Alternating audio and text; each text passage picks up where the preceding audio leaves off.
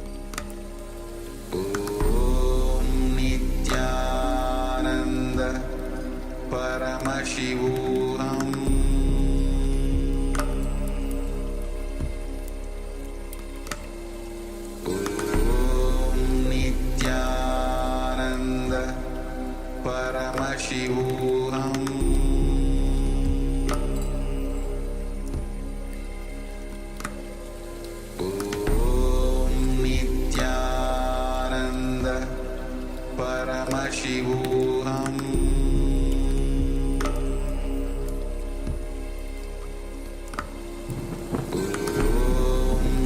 Nityananda Paramashivoham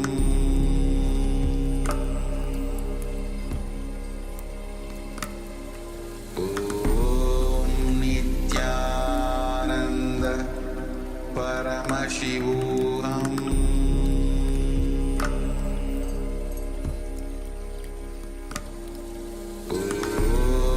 Nityananda Paramashivoham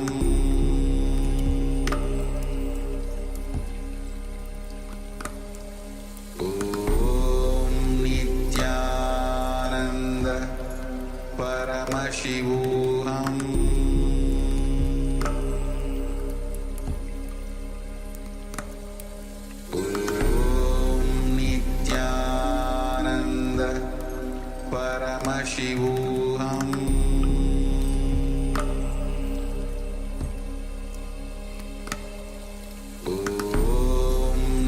Nityananda Paramashivoham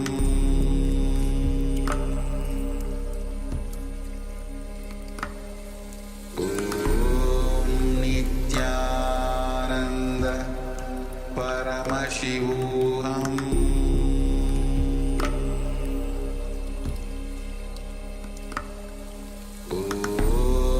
Nityananda Paramashivoham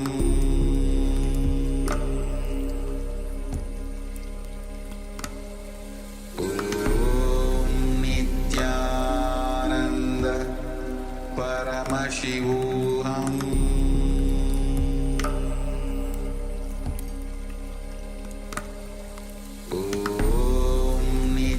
Nityananda Paramashivoham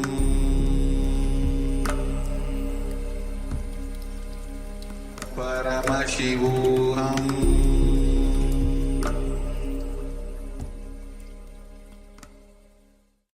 Now, slowly return to your physical body.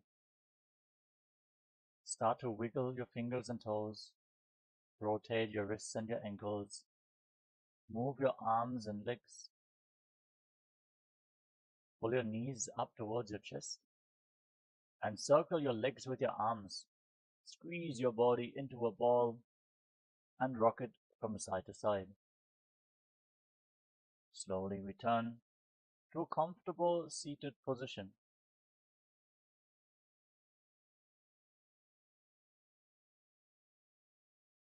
Congratulations, you completed the Pratama Vinyasa Krama, the first 108 asanas of Kailasas Nityananda Yoga.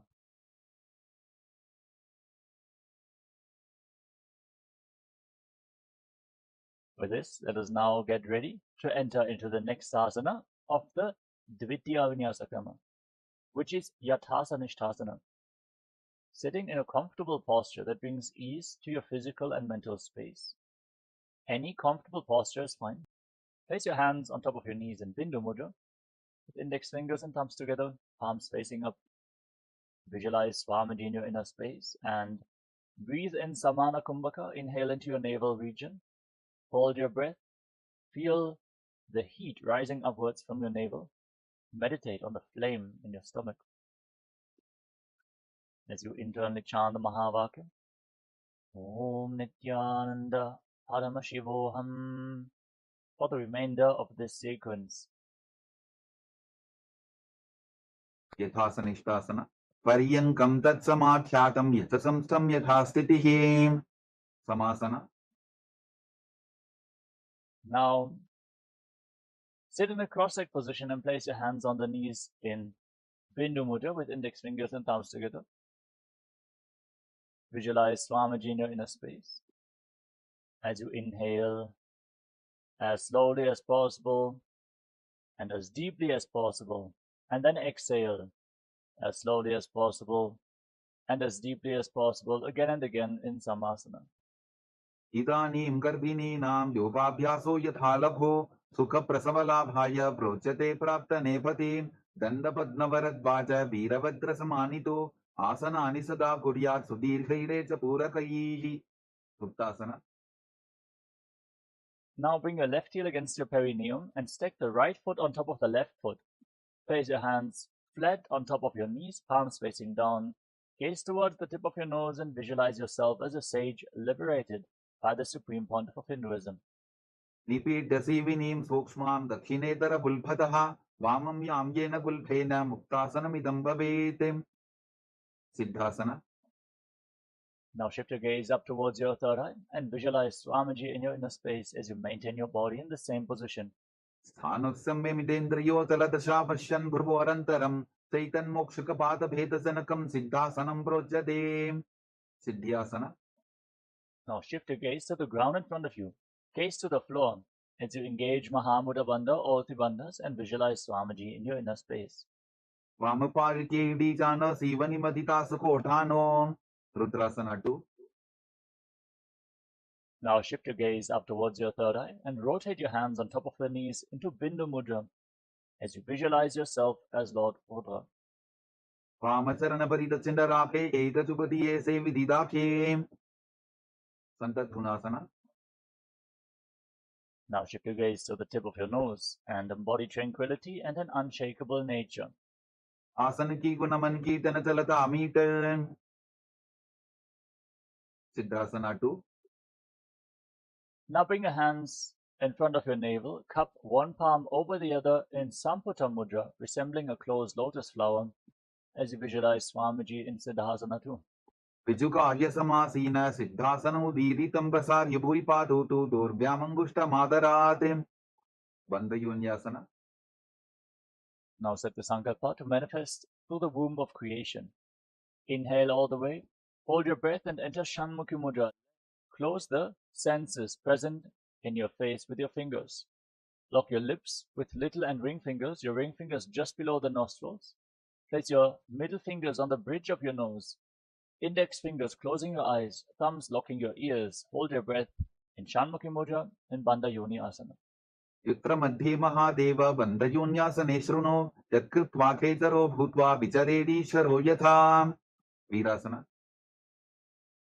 Now place your right foot on top of the left thigh and the left foot below the right thigh. Place your hands on top of the knees in Bindu Mudra as you embody the state and space of bravery. एकं पादमथैकस्मिन् विन्यस्योर्नि संस्थितः इतरस्मिंस्तथा चोरुं वीरासनमुदीरितम्. वाल्मीकासना. Now maintain your body in the same position, but shift your gaze up towards your third eye and visualize Sage Valmiki, the author of Ramayana. दाबा पग की पगथली पुनि एड़ी है जोजन. जोनि मुद्रासना. Now place your hands flat on your knees and gaze towards the tip of your nose. Visualize Yoni Mandala, the visual reflection of Devi Paramashiva Shakti herself. वामपाद की पगदली चाहि माहिली code. योन्यासना. Shift your gaze towards your third eye. Maintain the same body posture. Hold the visualization of Yoni Mandala in Yonyasana. योन्यासनं पर्वतेन योगं योगफले नीलं तत्कारफलनं तावत् खेचरो यावदेव हि. भद्रासना 3. Now join the soles of your feet together in front of your body. Interlock your fingers around your toes and pull your heels against your perineum. Push your knees to the mat. Pull your stomach in and up in Uddiyana Bandha. Gaze towards the tip of the nose and visualize yourself as Lord Veeravata. गुल्फौ च वृषणस्यादः सीवन्त्याः पार्श्वयोः क्षिपेत सवे वल्फं तथा सव्य दक्षगुल्फं तु दक्षिणे. अघोरासना. Now maintain your legs in the same position. Shift your gaze up towards your third eye. Curl your tongue back and push it upwards in Kechari Mudra. Try to insert your tongue into the nasal tract and lead it all the way up towards your third eye. Place your left hand on the respective knee and cover your mouth with your right hand. Close the left nostril with your index finger and inhale through the right nostril. Then close both nostrils and hold your breath firmly. Then exhale through the left nostril. Again, inhale through the left. Hold your breath, exhale through the right, invert the breathing flow again and again in Abhyantara Kumbhaka as you visualize yourself as an Aghori in Aghorasana. पूर्वक हो विश्रिका जोगी वाही विधि जोगी जैसोगी Kanheri पवासना. Now slightly extend your feet away from your body. Keep your toes together and heels apart as in Gvali Pavasana. Rest your elbows on your heels, your chin on your hands. Gaze to your nose. Exhale fully as you engage Uddiyana Bandha and hold your breath after the exhalation in Rechaka Kumbhaka again and again while visualizing yourself as a female elephant drinking water. ग्वाली पाव आसन कक्ष्यो है जैसे Yahoo मैदाने विदित से परासना. Now scoop your hands below the feet and lift your feet off the ground. Interlock your fingers in Parashamudra. Gaze to your nose and visualize Swamiji in Parasana. ततोर्ध्वम्रेतये त्वायुं मृतनिश्वास संयुतं Gopi चंडासना. Now free your hands and interlock your fingers around the toes from above. Pull your feet against your chest, rest your chin on your toes, fix your gaze at the tip of your nose and the body, the state and space of a king in Gopi Chandasana. पूरव विधिपता का अंगूठा कंटकू पराशे उदरासना. Now again, scoop your hands below the feet and interlock your fingers around the toes from below. Pull your feet against your chest, fix your gaze at the tip of the nose, and visualize your body free from any defects in Udarasana. दोहो पकदली संपुटाने उभय हस्तकरी उर्ध हिताने विशिष्टासना. Keep your fingers interlocked around the toes and lift your feet up higher in front of your forehead. Visualize yourself excelling in everything as you balance in Vishishtasana. दोहो पकदली जोड़ी संपुट करें भुजासना. Now, one by one, lift your legs up over top of the respective shoulders. You can lean against the wall for support if needed. Then bend your arms up. Bring your hands around your neck. Try to interlock your fingers as you visualize yourself as a cobra. शिरासनं त विज्ञेयं कक्षासनम् अतः परं ग्रीवासनं त परमं भुजासनम् इहोच्यते कल्याणासना. With your legs up over top of the respective shoulders, bend your arms down and bring your hands behind your back. Try to interlock your fingers as you balance in Kalyanasana. Gaze to the nose and visualize yourself as a beautiful, auspicious goddess. दो हाथ पकम नीचा आने तिनको गोड़ा नीचे ठाने संकटासना. Relax. Now place the top of the left foot flat on the mat. Sit on the left heel and stack the right knee over top of the left.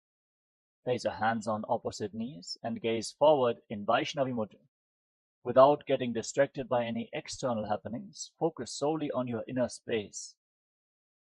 Witness any happenings within your inner space in Vaishnavi Mudra as you visualize yourself as an elegant swan and breathe in Ujjayi Pranayama.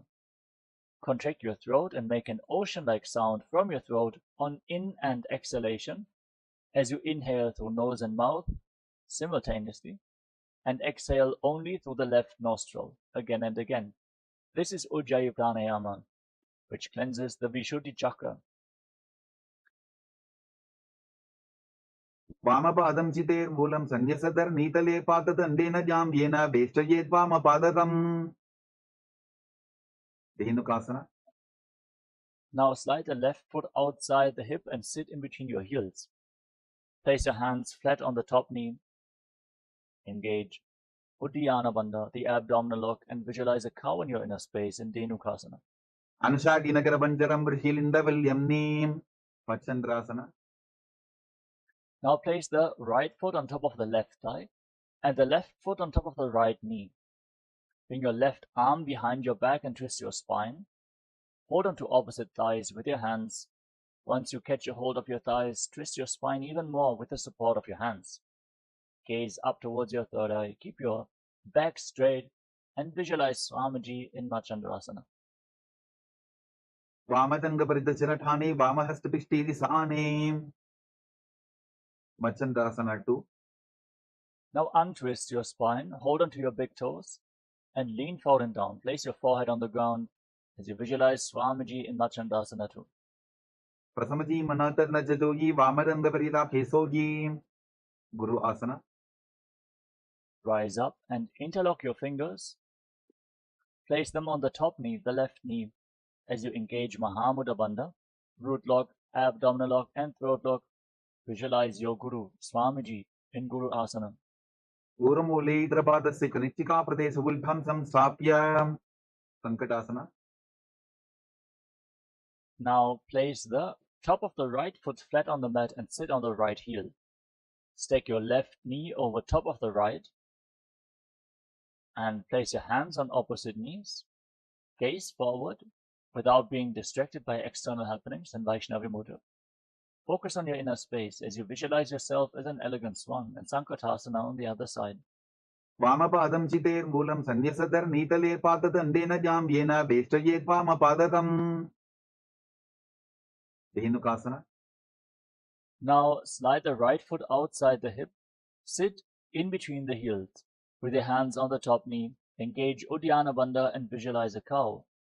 Anushaki Nagarabanjaram Rishilinda Vilyamni. Machandrasana. Now move the left foot on top of the right thigh and place the right foot on top of the left knee. Then bring your right arm behind your back and twist your spine. Gaze up towards your third eye and visualize Swamiji in Machandrasana. Vamatanga-paridacharathane, Vamahastapishti-disane. Machandrasana 2. Now untwist your spine. Hold onto your big toes in Prana Mudra and lean forward and down. Place your forehead on the ground. Visualize Swamiji in your inner space in Machandrasana 2. Prasamaji manatarnajajogi, Vamadanga-paridaphesogi. Guru asana. Now rise up. Interlock your fingers and place them on the right knee, the top knee. As you engage Mahamudra Bandha, all three bandhas, visualize Swamiji, your Guru, in Guru Asana. Uramule Idrapadasya Kanichika Pradesh Vulbham Samsapya. Pashvasana.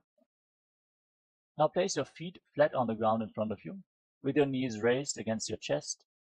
Pull your knees close with both hands. Curl your tongue back and push it upwards in Kechari Mudra. Intensely stretch the frenum, the tongue band below the tongue, to bring your tongue further backwards. Gaze up towards your third eye and visualize Swamiji in your inner space.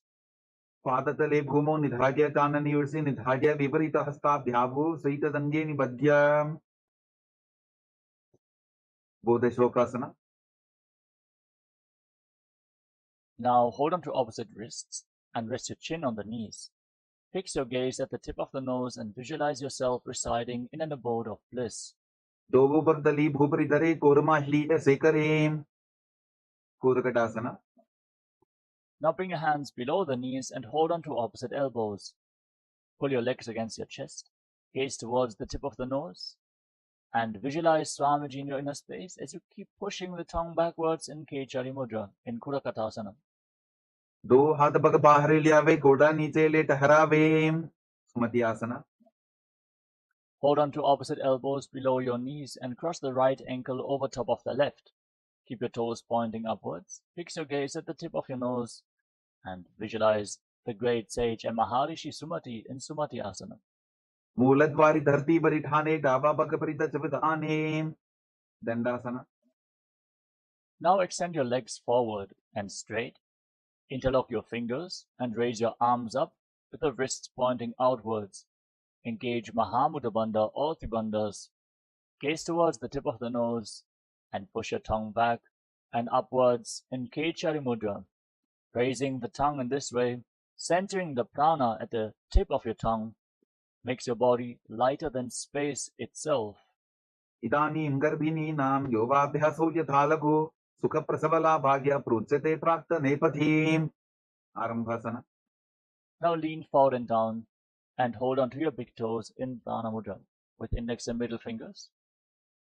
Inhale through one nostril and exhale through the other alternatingly in Nadi Shodhana. Cleanse Ida and Pingala nadis, the two main nadis along your spinal cord. Balance the prana within your body as you visualize Swamiji in Arambhasana. दोहो पग मेरी वापसारी पका का अंगूठा पकड़ी लीला टकोड़ा लगावे विदोकासना. Now slightly raise your knees and separate your feet. Scoop your hands below the shins. Lean forward and down. Hold on to the soles of your feet from the outside and bring your forehead on the mat in between your heels. Gaze up towards your third eye and visualize Swamiji in Bidokasana. प्रथम बेसी दो पाव पसारी कुछ ऊर्ध को कुरडो डारे दालंधरी पवासना. Now rise up and join the heels together. Scoop your hands below the shins with the palms facing up. Then rest your chin on the heels. Gaze towards the tip of your nose and visualize Swamiji in your inner space. दो एड़ी मैली के टीचे हाथ पसारी ऊर्ध विचिमतानासना. Now rise up, extend your legs out in front. Then lift one leg up behind your neck and lean forward and down. If you cannot bring the leg behind your neck, don't worry. You can lift it over your shoulder, pull it towards your chest, or even simply cross it over top of the opposite knee. Then lean forward and down and hold onto the front foot with both hands.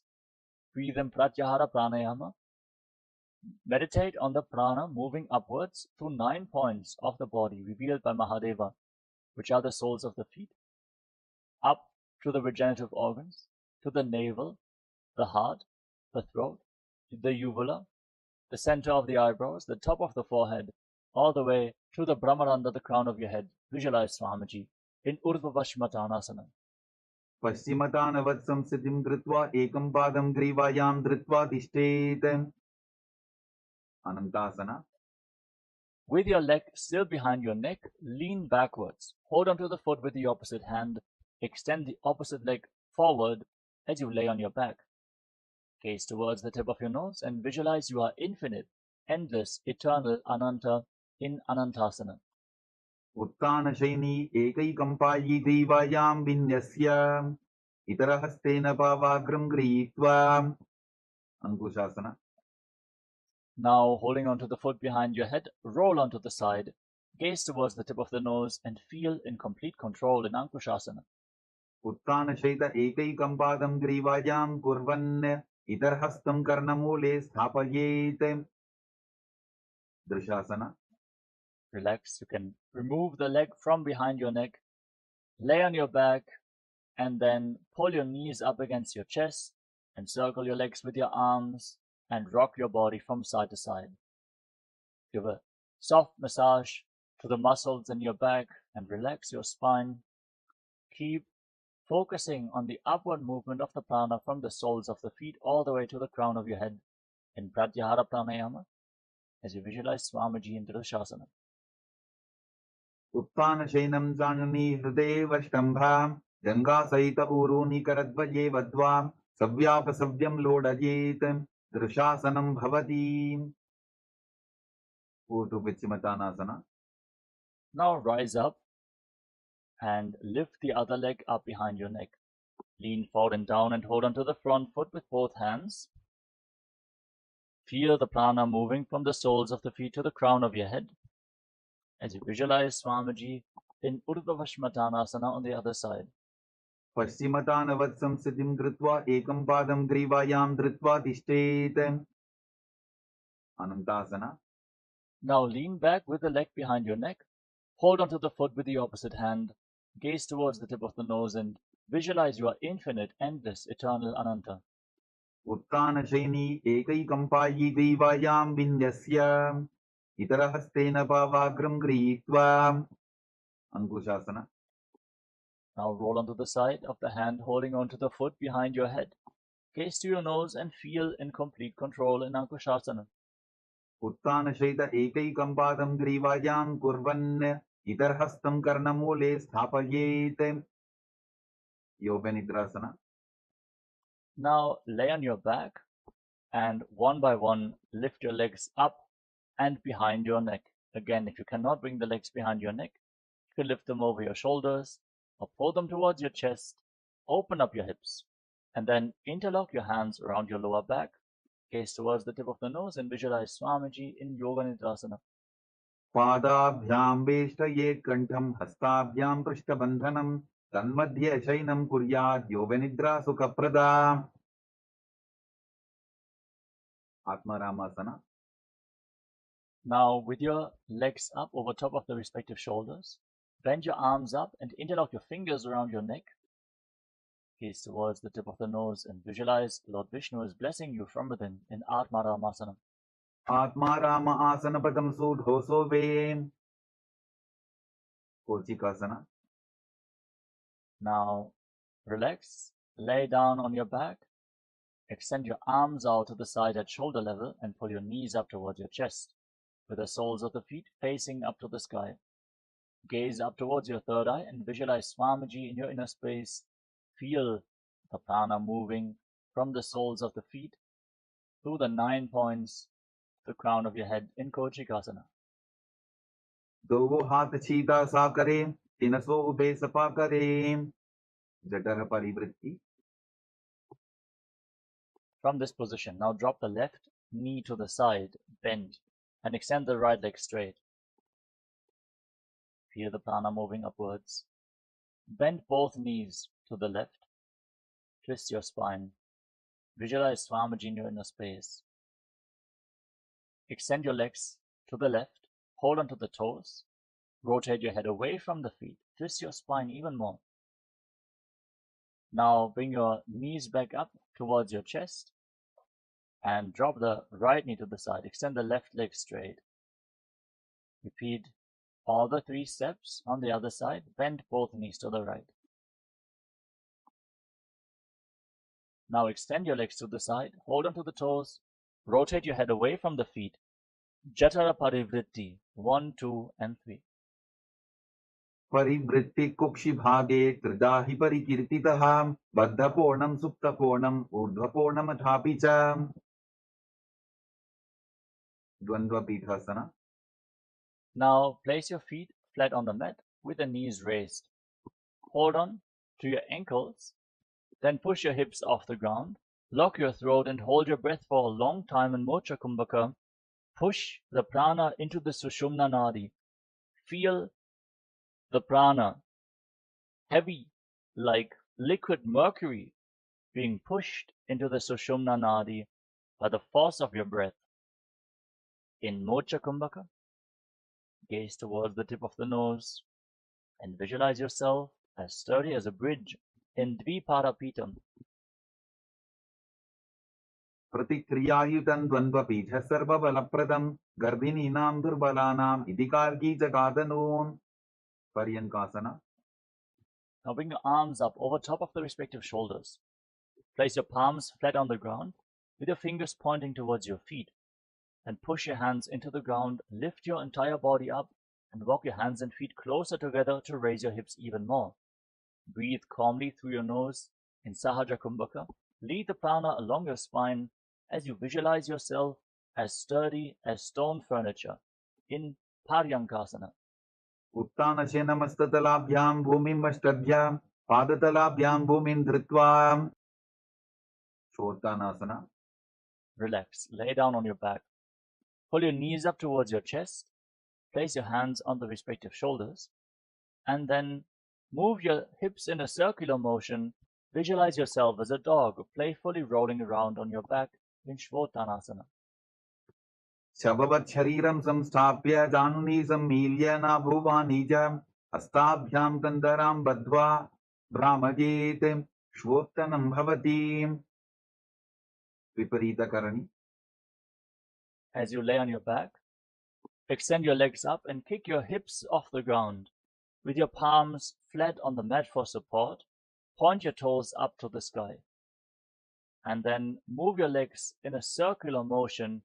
Visualize Swamiji in your inner space in Viparita Karani. भूतले स्वशिरोर्दत्त्वा फेनके चरणद्वयं विपरीतकृतिश्चैषा सर्वतन्त्रेषु गोपिता. विपरीतकरणि तु.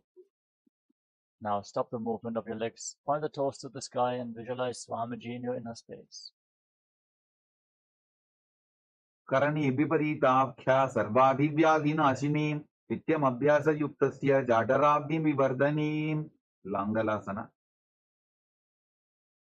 Now drop your feet down over top of your head. Touch the toes to the ground and interlock your hands behind your back as you visualize yourself as a plow in Langalasana.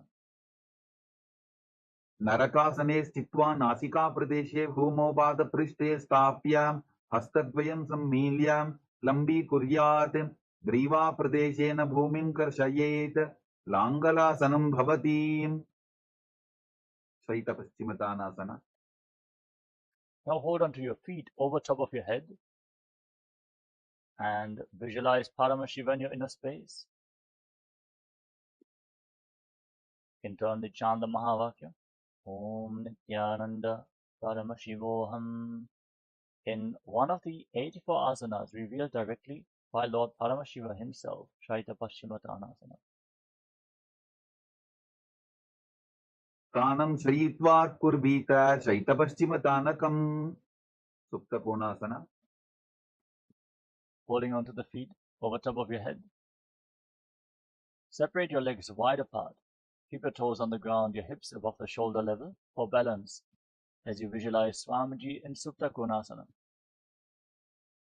परिवृत्तिकुक्षिभागे त्रिदाहि परिकीर्तितः बद्धकोणं सुप्तकोणम् ऊर्ध्वकोणमथापि च. Chakrasana. Join your feet back together.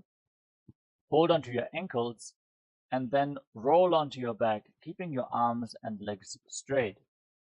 Visualize yourself as a wheel, a chakra, in Chakrasana. शवासनस्तद्वो पादो कुर्यान्मस्तकतः परो युक्रेण ततः शीघ्रमेतत् सर्वस्य साधनम्. सुप्तप्रसरितपादाङ्गुष्ठासना. As you lay on your back, extend your legs up vertically and then hold onto your big toes in Prana Mudra. Keep your arms and legs straight and then separate your legs wide apart. Visualize Swamiji in your inner space and breathe in Ujjayi Pranayama.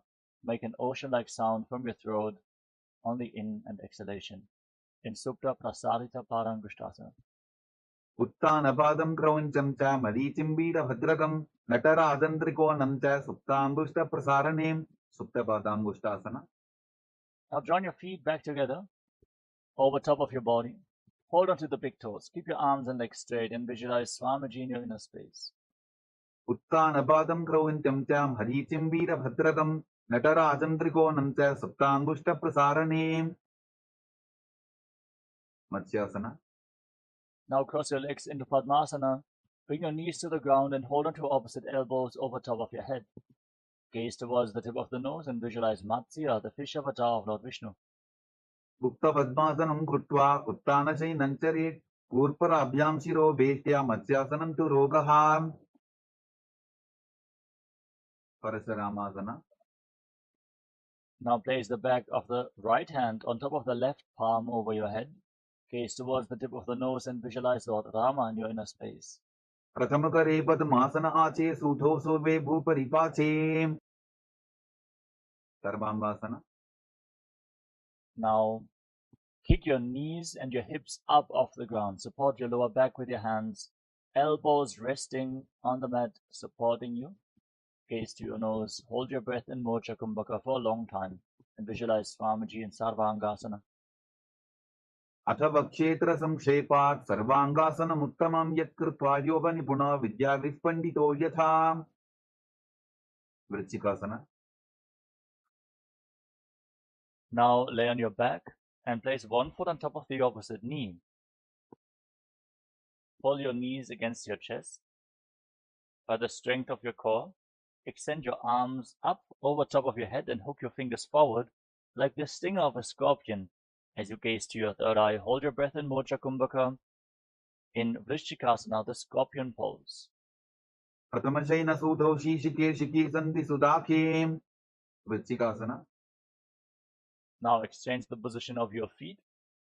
Again, extend your arms up, hook your fingers forward, and visualize yourself as a scorpion. प्रथमशेन सूदौ शीशिकेशिकी सन्धि सुदाखीं वृषभादक्षेपासना. As you lay on your back, interlock your fingers around your neck and alternate pulling your knees up towards your chest again and again, keeping your legs off the ground. Visualize Swamiji and breathe calmly in Sahadra Kumbhaka in Vrishaparakshepasana. उत्तानसेनं कृत्वा अङ्गुलिभिः कन्दरां बद्ध्वा पूर्वपरो मिलित्वा नितम्बेन भूमिं स्पृष्ट्वा मारोत्तनासना. Now place your palms on the ground at the side of your hips and pull your knees up again and again, trying to touch your ears with the respective knees in Marvottanasana, visualizing Swamiji in your inner space. श्वोत्तानवत् संसिद्धि कृत्वा जानद्वयं पर्यायेन कर्मयोः संस्पृशेत्. Vrikasana. Now place the soles of the feet flat on the mat and keep your knees raised. Then stand up and lay back down again and again while visualizing yourself as a wolf in Vrikasana. उत्तानशीनं कृत्वा पादतलाभ्यां भूमिं धृत्वा उत्तिष्ठेत् वृकासनं भवति. लोटासना. Come to a squatting posture and then roll backwards again and again. Support your neck with your hands or tilt your head to the side to protect your neck as you visualize Swamiji in Lotusasana. उत्तानशेनं पादौ शिर उल्लङ्घ्य भूमौ स्थापयित्वा निब्जं भूयादिनिब्जं शयनं. Sarakasana. Now lay down on your stomach. Keep your hands at the side of the shoulders, the top of the feet flat on the mat. Contract your lips and make a whistling sound like a flute on the inhalation through your mouth. Exhale through your nose. Visualize yourself as a chariot, carrying warriors into a battle for Dharma on your chariot back in Sarathasana. निब्जं शयनं कृत्वा नाभिं भूमौ निधाय स्तम्भद्धस्ताभ्यां भूमिं वष्टद्य ओष्ठौ निमील्य वेणुवत्सङ्कृत्य तिष्ठेत्. सरठासनं भवति. देहल्युल्लङ्घनासना. Now push your hands into the ground. Lift your body back up into a plank position and alternate jumping your feet in between the hands back and forth as you visualize yourself transcend body and mind. हस्तद्वयं बद्ध्वा तन्मध्यस्तन्नद्वयम् उड्डानैव बहिरानीय अतनजेत्. देहल्युल्लङ्घनं भवति. जात्यासना. Now rise up and lean forward and down. Place your palms on the ground in front of you.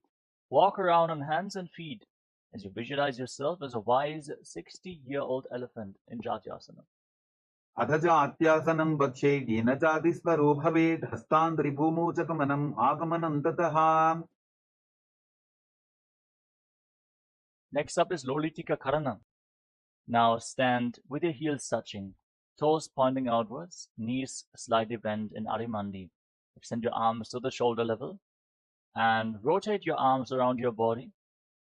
Move your head in all directions. Open up your chest intensely in Lolitika Karana.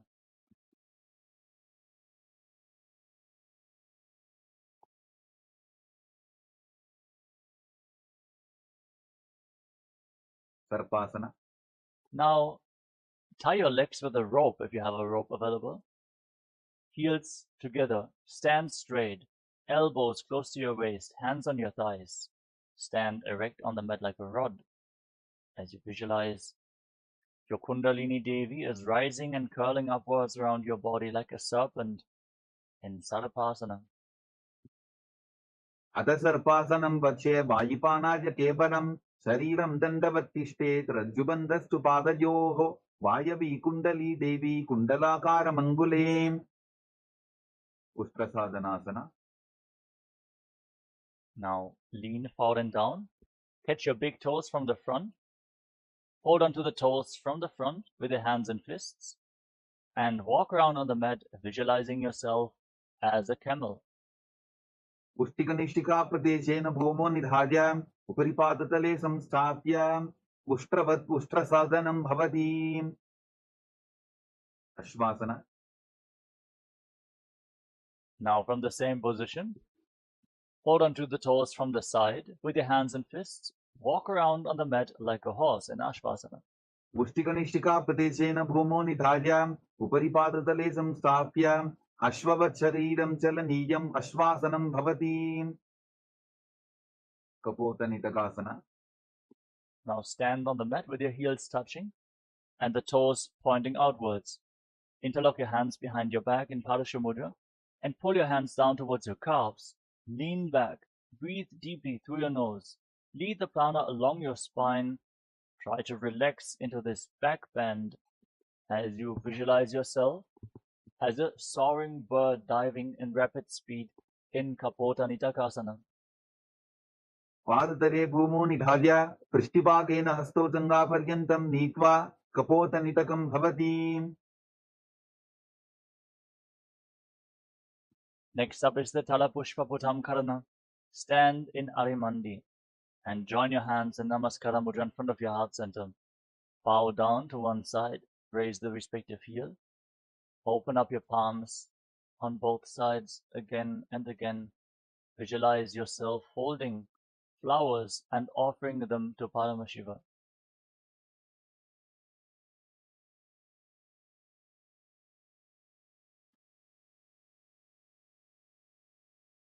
Khadgasana. As you stand on the mat, gaze to your nose and visualize yourself as a rhinoceros. Then lay down on your stomach, jump your feet back up towards your hands and stand with your hands slightly extended away from the body in Namaskara Mudra, resembling the horn of the rhinoceros.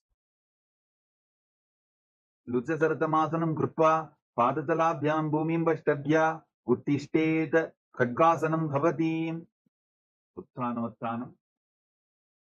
Now hold on to weights if you want to intensify this asana. Then sit down and stand back up or squat down as low as possible again and again. Gaze to your nose and visualize Swamiji in your inner space. पुनः पुनः उत्थातव्यम् असितव्यम् इति उत्थानोत्थानं भवति. कुशलासना. Now raise your arms up over top of your head and jump repeatedly while visualizing yourself as a mace. सरलं स्थित्वा ऊर्ध्वं बाहु नयेत्. वारं वारम् उड्डानं कृत्वा नद्येत्. कुशलासनं भवति. विच्छिर्षकासना.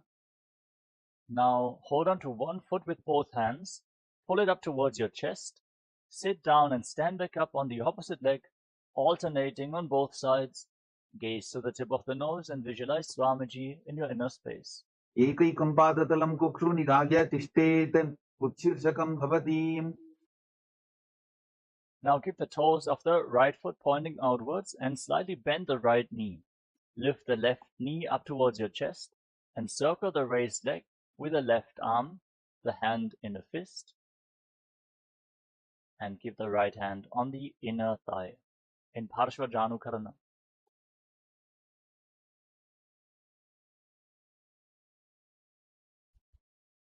ताण्डवासना. Now extend the left leg forward. Extend your arms, holding onto weights. Sit down and stand back up as you visualize yourself dancing as Lord Shiva in Tandavasana. एकेन पादेन स्थातव्यं ताण्डवासनं भवति. ब्राह्मणासना. Now bring the left foot towards the inner right thigh. Keep your hands at the side of the knees and visualize that Lord Brahma is blessing you from within in Brahmanasana. ब्राह्मणासनमावक्ष्य यत्कृत्वा ब्राह्मणो भवेत्. एकपादमरो दत्त्वा तिष्ठेत् दण्डाभृतर्भुवि. कर्वासना 3. Now bring the left leg over and around the right knee. Tuck the toes behind the calf. Bring the left arm below the right and join your hands in Namaskara Mudra as you visualize yourself as Lord Garuda. उत्थानकूर्मपीठं च सिंहस्कारुडमेव च पाताजनं गोमुखं च भारक्वासं त्रिविक्रमम्. एकपादासना. Now place the left foot on top of the right thigh and hold onto the respective knees with your hands. Slightly squat down to hold onto the knees and visualize Swamiji in your inner space in Ekapadasana. दक्षाङ्घ्रिं वामपादस्य दण्डोपरि निधाय च. ध्रुवासना. Now hold on to the big toe of the left foot in Prana Mudra and extend the leg out to the side. As you rotate quickly on the standing leg, visualize yourself as the North Pole Star in Dhruvasana. एकेन हस्तेन दण्डरूपस्य एकस्य पादस्य भ्रं धृत्वा इतरपादतलं भूमौ निधाय त्वरया भ्रमणं कर्तव्यं ध्रुवासनं भवति त्रिविक्रमासना Now lift the left leg up and behind your neck. If you cannot bring the leg behind your neck, you can lift it over your shoulder, pull it towards your chest, cross it over the opposite knee, then stand up, sit down, and stand back up, performing the 3 steps of Lord Vishnu, visualizing Lord Vishnu is blessing you from within. ग्रीवायां पादं संस्थाप्य साधव्यम् उत्थातव्यं त्रिविक्रमासनं भवति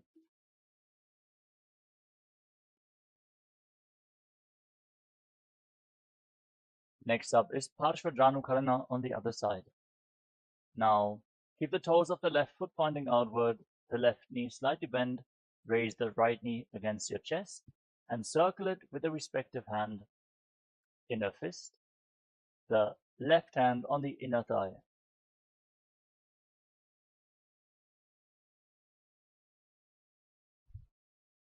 ताण्डवासना Now, extend your right leg and your arms forward. Hold on to weights to intensify this asana. Sit down and stand back up on one leg, visualizing yourself fiercely dancing as Lord Shiva in Dandavasana. एकेन पादेन स्थातव्यं ताण्डवासनं भवति ब्राह्मणासना Now bring the right foot towards the inner left thigh. Keep your hands at the side of the knees and visualize Lord Brahma is blessing you in Brahmanasana. ब्राह्मणासनमावक्ष्य यत्कृत्वा ब्राह्मणो भवेत् एकपादमरो दत्त्वा तिष्ठेत् दण्डाभृतर्भुवि कर्वासना 3 Now bring the right leg over and around the left knee. Tuck the toes behind the opposite calf. Bring the right arm below the left and join your hands in Namaskara Mudra. Visualize yourself with big wings on your back as Lord Garuda in Garudasana 3. उत्तानकूर्मपीठं च संहत्कारुडमेव च पातादिनं गोमुखं च भारद्वाजं त्रिविक्रमम् एकपादासना Now lift the right foot on top of the left thigh. Slightly squat down and hold on to the respective knees with your hands. Hold this position as you visualize Swamiji in your inner space. दक्षाङ्घ्रिं वामपादस्य जङ्घोपरि निधायित ध्रुवासना Now hold on to the right big toe. Extend the leg out to the side and visualize yourself as the North Pole, sir, as you start rotating quickly on the standing leg in Dhruvasana. एकेन हस्तेन दण्डरूपस्य एकस्य पादस्य भ्रं धृत्वा इतरपादतलं भूमौ निधाय त्वरया भ्रमणं कर्तव्यं ध्रुवासनं भवति त्रिविक्रमासना Now lift the right leg up behind your neck.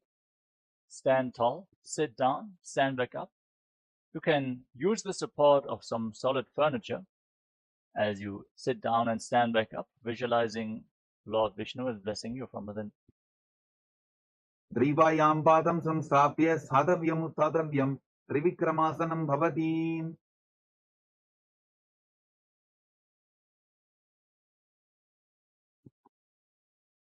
Next up is Samanaka Karana. Stand with your heels touching, toes pointing outwards, hands slightly extended away from your body, fingers pointing one by one. Breathe calmly and relax in this natural posture as you get ready for the final 100 asanas of this sequence. Starting off with Gorak Anjali Asana. Now separate your feet and squat down. Bring your arms from the outside in between the legs. Interlock your fingers. Touch your hands against your navel in Parashumudra.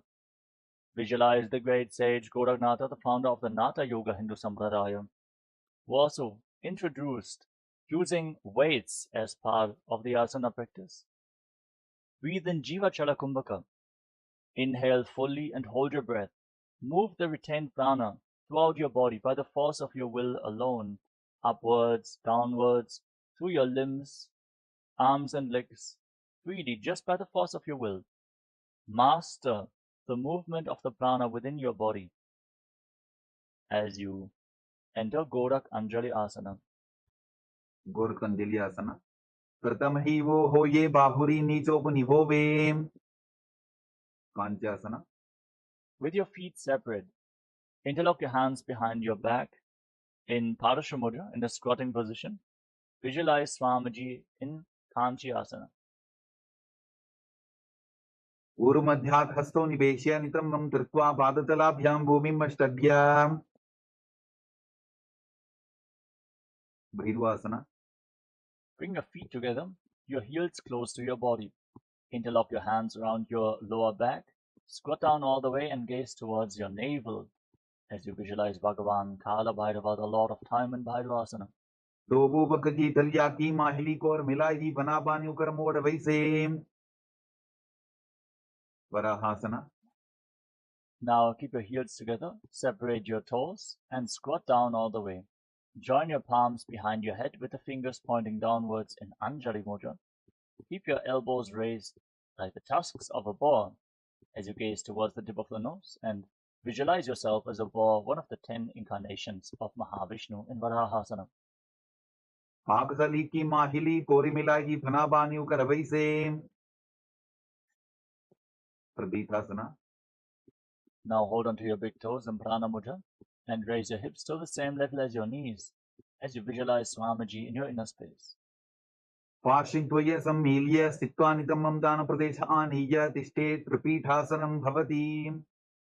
Bakasana. Now place your palms on the ground in front of you. Bring your knees onto your arms towards your armpits. Raise your hips, lift your feet off the ground. Visualize yourself as a crow in Bakasana. हस्ताभ्यामौनिमवष्टभ्य चानुद्वयन्नाभो सम्मील्य. Sushtanga Kapalyasana. With your hands flat on the ground, place your head on the mat. Form a triangle between your head and your hands. Keep your hips above the shoulders. And extend your legs up into a headstand. Then cross your legs into Padmasana. Gaze towards the tip of the nose and visualize Swamiji in your inner space in Sushtanga Kapalyasana as you continuously breathe in Jiva Chala Kumbhaka, moving the retained prana throughout your body by the force of your will. Asana Povana Kapara Achohoyi. Uttasana. Now lower your legs down, come to a kneeling position. With the top of the feet flat on the mat, sit in between your heels. Place your hands on the knees, gaze towards the tip of your nose, and internally chant the Mahavakya. Om Nityananda Paramashivoham. As you visualize that you are sitting in the secret seat with Paramashiva and Guru in Guptasana. Jano Gorantare Pado Gritpa Pado the Gopajete. Vrikshasana 2.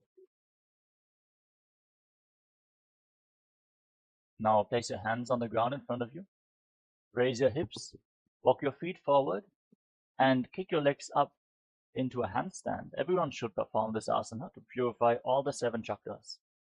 As you visualize yourself as a tree with deep roots growing into the ground in Vrikshasana 2. Saptachakrakshalanaya Vrikshasana Visheshakan Janan Indriyada Dadhya Konabhedan Samabhyasetem. Shibhuasana. From the handstand, bring your hands and feet closer together if you can. Gaze towards your third eye and visualize Tejas. Shining light is flowing towards your third eye, rejuvenating your body, bringing divine radiance to your being. Dogo Babajodi Mahi Kulpamilaye. Madhyasana 2. Now, with your hands flat on the ground, shoulder width apart, step your feet back into a plank position. Then lower your chest down to the mat and push yourself back up again and again while visualizing yourself as a fish.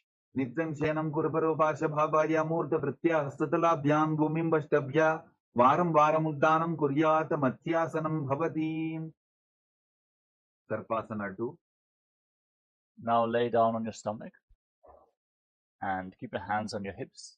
Lift your head and chest from side to side as you visualize and move your body like a serpent in Sarpasana 2. Didyam Shenam Krutva Hastonitamam Samstapya Padoti Ki Kritya Sammilayan Purasadantavyam Sarpasanam Bhavati. Nidalambanasana. Now place your elbows down on the ground in front of you. Rest your chin on your hands and place the top of your feet flat on the mat. Visualize your body without any external support, floating in space in Niralambanasanam.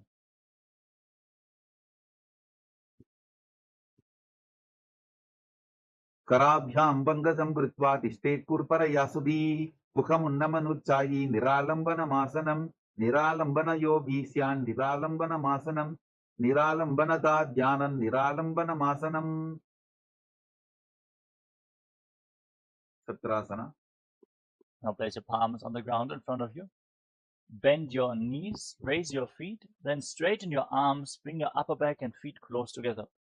Try to touch your feet against your upper back as you visualize yourself as an umbrella protecting your guru from the sun rays. अर्ध्यासनौ स्थित्वा हस्तदलाभ्यां भूमिमष्टभ्य उन्नजात् सत्रासनं भवति. वज्रासना. Now come to a kneeling position. Sit on your heels with the top of the feet flat on the mat. Extend your arms out in front. Place your palms and your forehead down on the ground. Gaze towards the tip of the nose as you visualize yourself as Vajra, the weapon of Indra, symbolizing your indestructibility in Vajrasana. इदानीं गर्भिणीनां योगाभ्यासो यथा लघु सुतप्रसवलाभाय प्रोच्यते प्राप्तनेपथि दण्डबद्धभरद्वाजय वीरभद्रसमानितो आसनानि सदा पुर्या सुदीर्घैरेतपूरपैः. वेशासना. Now, with your hands on the ground, raise your hips up high, straighten your legs, and alternate striking the ground with your hands as you visualize yourself as powerful as a ram. गुदासन संस्थितो एकैकं बाहुं भूमौ तालयेत् वेशासनं भवति. अजासना. With your hands on the ground, kick your legs up into a handstand and lower your face down towards the mat as you visualize yourself as unborn, existing for all eternity. गुदासन संस्थितो पादत्रयमन्तराले कृत्य मस्तकेन भूमिं स्पृशेत्. धनन्तरासना. Now come to a kneeling position. Sit on your heels, hold on to your big toes with your hands and pull your feet up towards your perineum. Then place your hands on the respective knees, gaze towards the tip of the nose, visualize Swamiji in your inner space and breathe calmly in Ujjayi Pranayama, making an ocean-like sound from your throat in Dhanantarasana. पूर्व विधि परिहाताब्जी काकसीचो फनाचरा मोड़ी पताकी अंगुली अग्रिमेर लगावे. अंगमोत्तनम. Now interlock your fingers in front. Move your arms up, down, left, right, in all directions.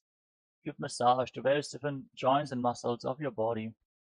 Visualize Swamiji as you interlock your hands behind your back and repeat the movement behind your back as well in the Angamottanam. हस्तयोः अंगुलीर्बद्ध्वा हस्तर्मध्यात्सर्मङ्गं निष्कासयित्वा तिष्ठेत् अंगमोत्तनं भवति. द्वन्द्वासना. Now sit in between your heels with the toes pointing outwards, with your knees and thighs on the ground. Place your hands on the respective knees, gaze forward as you visualize yourself as Lord Garuda flying Lord Vishnu and Lakshmi on his back in Garudasana 4. जंगोरुभ्यां पीड्य स्थिरकायोद्विजानुना जानु परिकरद्वन्द्वा गरुडासनमुच्यते. आनंदमंदिरासना. Now join the toes together behind your back. Separate your knees wide apart. Hold on to your ankles and then sit down on the ground in front of your heels with the front of your buttocks on the mat. Shift your gaze up towards your third eye and visualize yourself residing in the blissful space of a temple, Ananda Mandirasana. अथ वक्ष्ये वीरनाथ आनन्दमन्दिरासनं जित्कृत्वा अमरो धीरो भवत्येवेह साधकः. मण्डूकासना 2. Now cross your ankles and sit on raised heels. Bring your hands underneath your knees with the palms facing up as you pull your stomach in and up in Uddiyana Bandha. Press your tongue up flat against the palate of your mouth in Mandukya Mudra and visualize yourself as a frog. पृष्ठं संपीड्य बुल्भाभ्यां दान्वन्द्य सबलयावृतिः Asto palatale chitto mandukam patra dosharit. Narasimhasana. Now tuck your toes and sit on raised heels. Separate your knees and place your palms on the ground in front of you, thumbs touching, with the base of the hands touching your toes. Gaze towards the tip of the nose and visualize yourself as Lord Narasimha, the lion-man avatar of Lord Vishnu, as you exhale forcefully through your mouth again and again in Narasimhasana. Dobu Panapani Hoivaise, Edi Mailer Budani Vaise, Samasarirani, Kat Harave, Nasa Agratistiko Yave, Visharakasana. With your toes tucked, sitting on raised heels. Cover your mouth with your hands, bring your thumbs underneath the teeth, and lock your lips. Inhale through the right nostril, and exhale through your mouth again and again.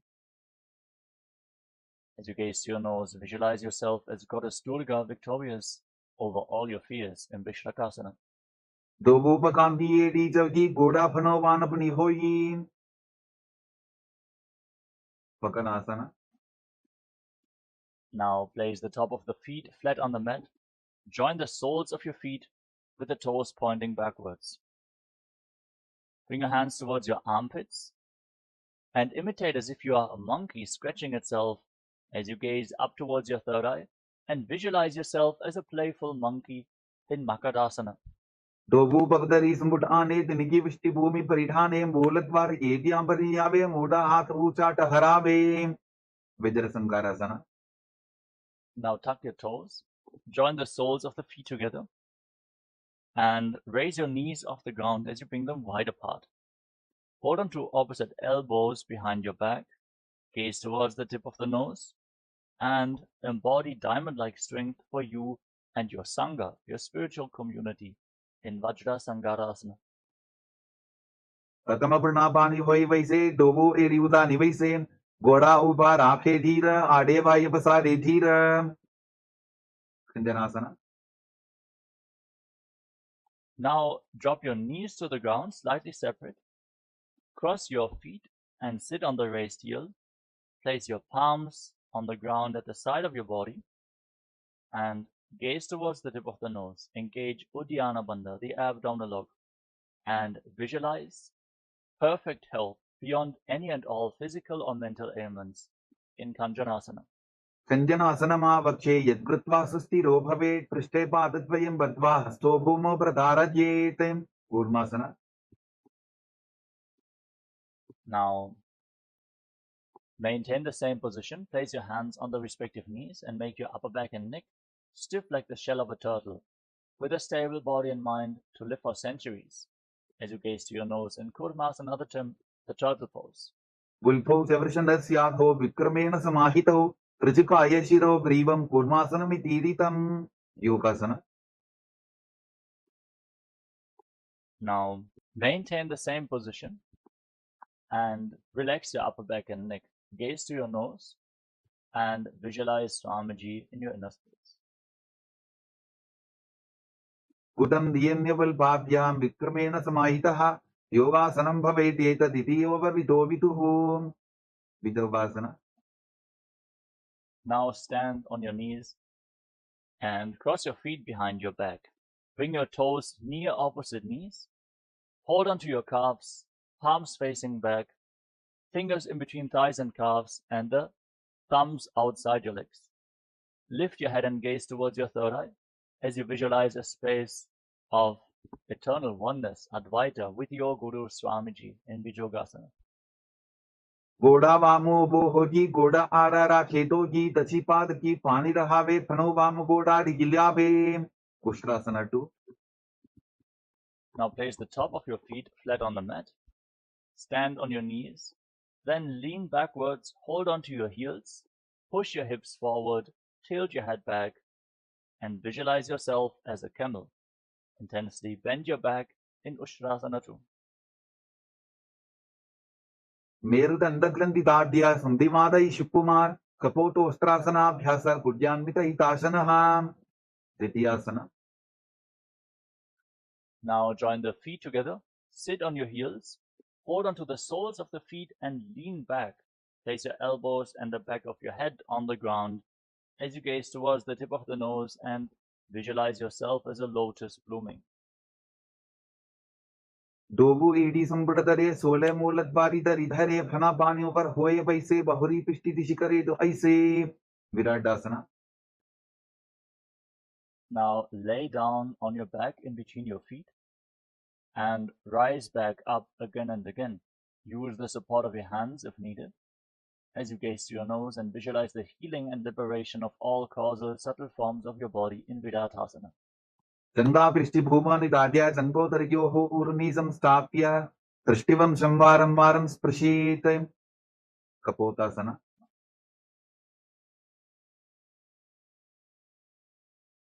Now sit on your heels and lean backwards. Bring your arms up over top of the respective shoulders. Hold on to your heels and try to bring your head in between your heels as you visualize yourself as a beautiful dove in Kapotasana. मेरुदण्डग्रन्थिदाद्या संविपातैः शिपुमान् कपोतोष्ट्रासनाभ्यास कुर्यान्वितहितासनः. वरासना. Now rise back up onto your knees. Stand on your knees with the toes tucked behind your back. Hold on to opposite elbows in front of your chest. Gaze towards the tip of the nose. Visualize Paramashiva in your inner space. Chant the Mahavakya. Om Nityananda Paramashivoham. For this is the boon-fulfilling posture, Parasana. Receive your boon from Paramashiva. जानुनी भूमौ संस्थाप्य हस्ताभ्यां बाहु परस्परं धृत्वा सततं तिष्ठेत्. वारासनं भवति. वराहासना 2. Now keep your toes tucked. Sit on raised heels. Then place your forearms on the ground. Place your head on the mat and support it with your hands. Visualize yourself as Varaha, the boar avatar of Lord Vishnu in Varahasana 2. सूर्यं चन्द्रं वेदनानि आसनानि निकथ्यन्ते. पूर्वरो भूमौ स्थापयित्वा जानुभ्यामवनिमविष्टभ्य हस्तो मस्तके संस्थाप्य पाशिं नितम्बे संस्थाप्य तिष्ठेत्. वराहासनं भवति. कुन्दासना. Now with your forearms on the ground, elbows shoulder width apart, interlock your fingers and get ready for another inverted posture. Place your head on the ground, support it with your hands, raise your hips up high, and then raise your legs up straight into a headstand. Gaze towards the tip of the nose and breathe calmly in Sahaja Kumbhaka as you visualize yourself as a lob tree in Mundasana. अथो मन्दासनं वक्षे सर्वेषां प्राणिनां सुखं ऊर्ध्वम् आर्घ्यपदे दत्त्वा धारयेन्मारुतं सिद्धिः. अन्धासना. Gently lower your legs down. Come to a kneeling position. Top of the feet flat on the mat. Sit on your heels, then separate your knees. Hold on to your head as you lean forward and down and bring your head in between the knees. Elbows outside the legs. Inhale through your nostrils and exhale through your mouth as you gaze to your nose. And visualize Swamiji in Andhasana. कतमवगदली स्मृतहरावे कोरमाहिली उभे मिदावे कनापानी pucker होई बैसे डोबु एरी उदानी बैसे. विपरीत चलमासना. Now lay down on your stomach and extend your arms out in front. Lift your arms, your chest, and your legs off the ground and hold while visualizing yourself as a locust in Viparita Shalabhasana. शलभासन भेदाश्च नटभेरुन्द नामके गन्धभेरुन्द सहिते शीर्षदण्डासनं तथा. कपालासना. Now place your hands on the ground next to your hips. Place your forehead on the ground and lift your legs off the ground without raising your chest off the mat. Visualize yourself as a skull representing the mind with purified thoughts and the strong will to attain enlightenment in Kapalasana, the skull pose. कपालं भूमौ निधाय ऊर्ध्वं पादौ नयेत्. कपालासनं भवति. आकाशकपोटासना.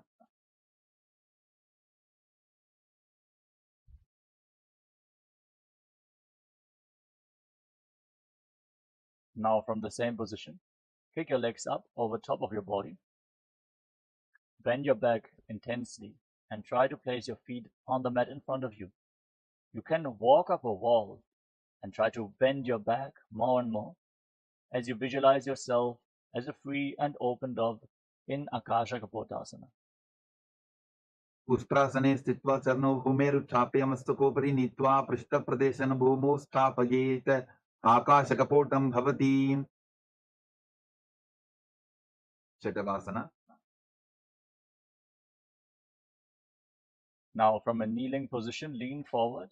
Place your forearms on the ground, your navel onto your knees, as you visualize yourself as a sparrow in Chatakasana. पूर्वरपद्यन्तौ हस्तौ धरावोट्टभ्य जानुनी नाभौ संकुञ्ज्य Vrishikasana 2. Now, with your forearms on the ground, raise your hips, straighten your legs, lean forward, and kick your legs up over top of your body. Bend your knees and try to touch the back of your head with your feet as you visualize yourself as a scorpion in Vrishikasana 2. विच्छेव पुच्छप्रतिमाङ्घ्रिपार्ष्णि धृत्वा स्वशीर्षे मुखं विधार्यको यत्रेति सन्तिष्ठति साधकस्त्वं विशावहं वृश्चिकसंयमासनं पुरुषासना. Lower your legs down, come to a kneeling position. Sit on the right heel with the top of the foot flat and the left foot outside the hip, toes pointing to the side. Place your hands on the ground and forcefully inhale through your nose. Hold your breath for a short while and then again exhale slowly through the nose in Antarangaka Kumbhaka as you gaze forward without focusing on any external happenings in Vaishnavi Mudra and visualize yourself as a bull in the Vrishasana. यां विपुल्भे पादमूले वामभागे पदेतरं विपरीतं स्पृशेत् भूमिं वृषासनमिदं भवेत्. Lolasana. Now keep your hands on the ground and cross the toes of the left foot over the right. Push your hands into the mat and lift your entire body off the ground as you visualize Swamiji in Lolasana. लोलासनं तदा पुर्यात् वायुलोलापघातनात् स्थिरवायुप्रसादेन स्थिरचेता भवेत् वृषासना. Now sit down on the left heel and keep the right foot outside the hip with the toes pointing to the side. Gaze forward and visualize yourself as a bull in Vrishasana on the other side. यां विपुल्भे पादमूले वामभागे पदेतरं विपरीतं स्पृशेत् भूमिं वृषासनमिदं भवेत्. बालवनासना. Now place the right foot flat, tuck the toes of the left foot and sit on the left heel. Place your hands on the respective knees and visualize Balagunahai, one of the 84 siddhas in your inner space in Balagunasana. आसन covid दरबिकार जागी ग्रहासना. Now stand up, slightly separate your feet, squat down, bring your arms through the legs and hold onto your ankles from the outside. Squat down all the way and visualize yourself as the entire planet in Grahasana. पाददये भूमौ संस्थाप्य दानमध्ये पूर्वरौ स्थाप्य हस्ताभ्यां गुल्फप्रदेशो धृत्वा तिष्ठेत् ग्रहासनं भवति. बालवनासना. Now tuck the toes of the right foot and sit on the right heel with the soles of the left foot flat on the ground. Place your hands on the respective knees, gaze forward in Vaishnavi Mudra. Focus on the happenings of your inner space as you visualize Balagunahai in Balagunasana. आसन covid दरबिकार जागी उत्कटासना. Now step both feet in towards your body. Keep the toes tucked. Sit on raised heels with your knees together. Hold on to weights if you want to intensify this asana as you visualize Swamiji in Utkatasana. इजास् पिजौ स्थीयत पूर्वजानु यत्रासने पादतलद्वयो परि वज्रसंगारासना 2. Now join the soles of your feet together. Separate your knees wide apart, knees off the ground. Hold on to opposite elbows behind your back and visualize Swamiji in your inner space. प्रथम पनापानि होए जैसे Dogu AD उदानि वैसे गोडा उभा राकेटीय आडेवाय पसारे धीर अनिलासना. Now place your palms on the ground. Step your feet onto the back of your hands. Squat down all the way and keep your arms straight, elbows close to your navel. Gaze towards the tip of the nose and visualize that you are able to consume and live off of air alone in Anilasana. दो हाथ भूमि पर ठाने कहनी जाड़ी नाभिलत आने फना दो ऐसे विधि करे पृष्ठि हथेलियां की परिधरे पादुकासना. Now place the back of your hands on the mat. Step your feet onto your palms. Wrap your hands around the feet like shoes and walk around on the mat while visualizing yourself wearing padukas, walking all across Kailasa in Padukasana. हस्ततरयोः पादतले कृत्वा तिष्ठेत् गच्छेत् पादुकासनं भवति. कुक्कुटोड्डानासना. Now place your palms on the ground. Kick your legs up and let them fall back down again and again as you visualize yourself as a rooster. हस्ततले भूमौ कृत्वा पादतले च ऊर्ध्वमुड्डानं कृत्वा भूमौ पतेत्. विपरीतनृत्यासना. From a handstand, dance around on two hands. Breathe calmly through your nose in Sahaja Kumbhaka and feel yourself become free of all inhibitions. हस्ततलाभ्यां भूमिं वष्टभ्य ऊर्ध्वपादाग्रे कुर्वन् हस्ततलाभ्यां नर्तनं कर्तव्यं विपरीतनृत्यं भवति. कुञ्जरासना. Relax. Stand tall with your feet separate, then lean forward and down. Place one palm on the mat and the other hand on the respective ear. अथ वक्षे महादेव कुञ्जरासनमुत्तमं करे नैकेन पादाभ्यां भूमौ तिष्ठेत् शिरःकरः. कुञ्जरासना. Now place the other hand on the ground, opposite hand on the respective ear, and visualize Swamiji in your inner space. अथ वक्षे महादेव कुञ्जरासनमुत्तमं करे नैकेन पादाभ्यां भूमौ तिष्ठेत् शिरःकरः. कदम्बासना. Now join your feet together and squat down with your heels close to your body. Hold onto your ankles with your hands. Lift your buttocks and your toes off the mat and balance on your heels as you visualize yourself as a Kadamba tree, a pious tree that promotes a long life in Kadambasana. पार्श्वभ्यां भूमिं वष्टभ्य हस्तद्वयेन पुल्भौ धृत्वा तिष्ठेत् कदम्ब भवति. पवनमुक्तासना. Now place your feet flat on the mat and sit on the ground. Pull your knees against your chest with your hands. Breathe against your thighs. Open up your back. Expand your chest. Breathe deeply. Massage your internal organs with your breath as you visualize any excess vata being balanced within your body or released from your system in Pavana Muktasana. द्वयोस्तु पादयोः पाणिं लात्वा सुस्वनितम्बके जानन् वक्षसि सादर्बभ्रतीकरवन्दनैः. सकोरासना. Now lift one leg up behind your neck and extend the opposite leg forward. Keep your hands at the side of your body and push your hands into the ground. Gaze up towards your third eye as you lift your entire body off the mat and visualize yourself as a powerful source of energy. पूर्वतानं ततस्पादपीठं भद्रासनं तथा सकोरक्रौन्तशलभभुजङ्गमपि वृश्चिकं. Dhanurasana 2. Now hold on to the respective big toes in Prana Mudra. Keep the right leg extended and lift the left foot up towards your ear. Pull the foot back as if you're pulling a bowstring as you visualize your body as a bow in Dhanurasana 2. पादाङ्गुष्ठौ तु पाणिभ्यां गृहीत्वा श्रवणावधि. अष्टावक्रासना. Now lift the left leg over top of the respective shoulder. Place the right foot on top of the left foot. Extend both legs out to the side. Lean forward and lift your body off the ground, balancing on your arms as you visualize yourself as a flying crane in Ashtavakrasana. वासिष्ठमदकौन्दिन्यम् ऊर्ध्वकुक्कुटमेव च अष्टावक्रमसोत्थानं मयूरं सेतुबन्धनं. प्राणासना. Now place the left foot flat on the mat with a knee raised. Place the right foot on top of the left thigh and bring your left shoulder underneath the raised knee, pushing the right knee to the ground. Gaze up towards your third eye and visualize that you are immortal, able to exist solely on prana in pranasana. एतत् प्रभेदं वक्ष्यामि करोति यः स चामरः एकपादमुरो बद्ध्वा स्कन्धेऽन्यपादरक्षणं. पार्श्वमत्स्येन्द्रासना. Now bring the right foot outside the left hip and step the left foot over top of the right knee. Twist your left elbow outside the raised knee and bring your hand below. to interlock both hands behind your back. Gaze up towards your third eye and visualize Sage Matsyendranath, the master of Hatha Yoga, in Parshvamatsendrasana. पार्श्वाभ्याम दृष्टते यास्तु पार्श्वमत्सेन्द्रमुत्तमम् Sakorasana.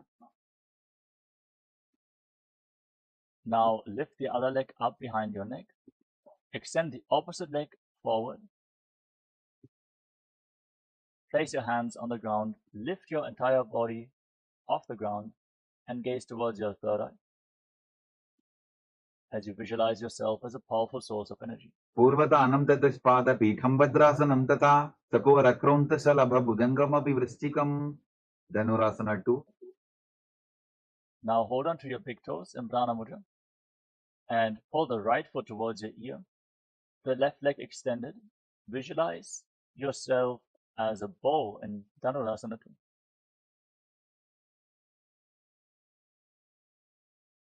Padangushto tu panibhyam drihitva sravanavadhi.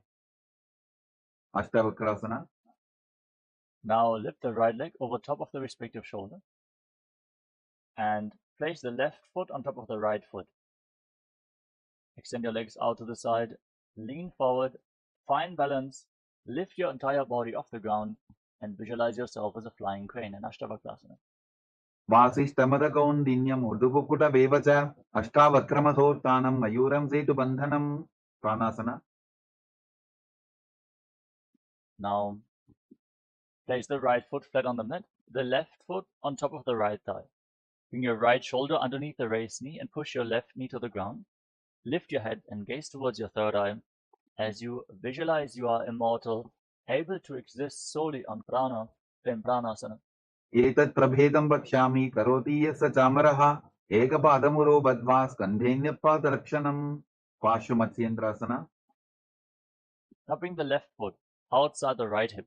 Step the right foot over top of the left knee. Bring your left elbow outside the raised knee and interlock both hands behind your back. Gaze up towards your third eye and visualize Sage Matsyendranath, the master of Hatha Yoga, in Parshvamatsendrasana. Parshvabhyam drittate yastu parshvamatsendramutthamam. Ardhapaschimottanasana. Now extend the right leg straight and bring the left heel against your perineum with the knee on the ground. Lean forward and down and hold on to the right foot with both hands. Breathe in Jiva Chala Kumbhaka, move the retained prana freely throughout your body by the force of your will and visualize Swamiji in your inner space.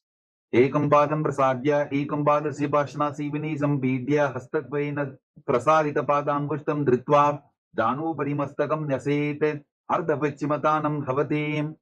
Kromchasana. Now bring the left foot flat on the ground outside your hip with the left knee on the ground. Hold on to the right foot and extend the leg up in front of your face, keeping the right knee straight. Try to bring your forehead against your knee as you visualize yourself as a crane, Krauncha, in Kraunchasana, the crane pose. Uttanapadam grauncham cha maricham veerabhadrakam natarajam trikonam cha saptangushta prasarane. Ardhapaschimottanasana. Now extend the other leg forward. Bring the right heel against your perineum with the knee bent, right knee on the ground. Lean forward and down and hold on to the left foot with both hands. As you visualize Swamiji, hold your breath and move the retained prana in Jiva Chala Kumbhaka in Ardhapaschimottanasana on the other side. Ekam padam prasadya ekam padasya pashnasivini sambidya hastakvaina prasadita padangushtam dritva danu parimastakam nyaset ardhapaschimottanam bhavati. Kromchasana. Now bring the top of the right foot flat on the mat outside the hip with the knee on the ground. Hold onto the left foot and lift it up in front of your face, keeping the knee straight, visualizing yourself as a crane. Uttanapadam grauncham cha maricham veerabhadrakam natarajam trikonam cha saptangushta prasarane. Swastikasana. Now bring your legs into a cross-leg position. Pull your feet in between thighs and calves. Then place your hands on the respective knees. Gaze towards the tip of the nose and embody peace, well-being, good fortune and prosperity. Visualize a swastika in your inner space in Swastikasana. Janurvorantare samyak vatvapadatale guhe Ejukaya samasina sastikam tat prachakshate. Gorakshasana. Maintain your legs in the same position. Place your hands flat on the heels. Cover your heels with your hands. Lock your throat in Jalandhara Bandha and gaze towards the tip of the nose as you visualize the great sage Goraknatha, founder of the Natha Yoga Hindu Sampradaya, and Gorakshasana.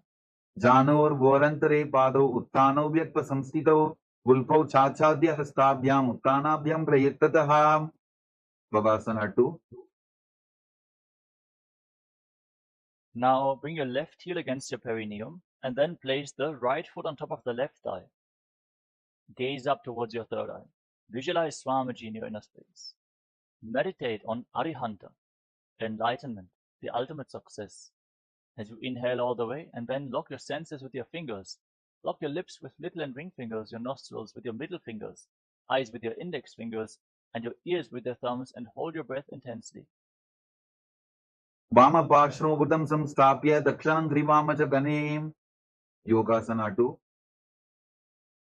Now place your feet on top of opposite knees. Bring your hands onto the ground at the side of your body with your palms facing up. Gaze towards the tip of the nose and visualize Swamiji in your inner space as you start breathing in Kakachandra Kumbhaka.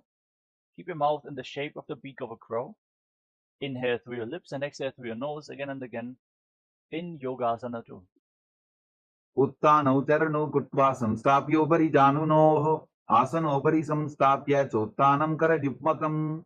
Urdhva Uttanasana. Now rotate your hands at the side of the body, place your palms down, push your hands into the ground and lift your entire body off the mat as you visualize yourself as a rooster in Urdhva Kukkutasana. Vasishtamata kondinyam urdhukukkuta vevacha ashtavakramathotthanam majuram setu bandhanam. Siddha Haratalyasana.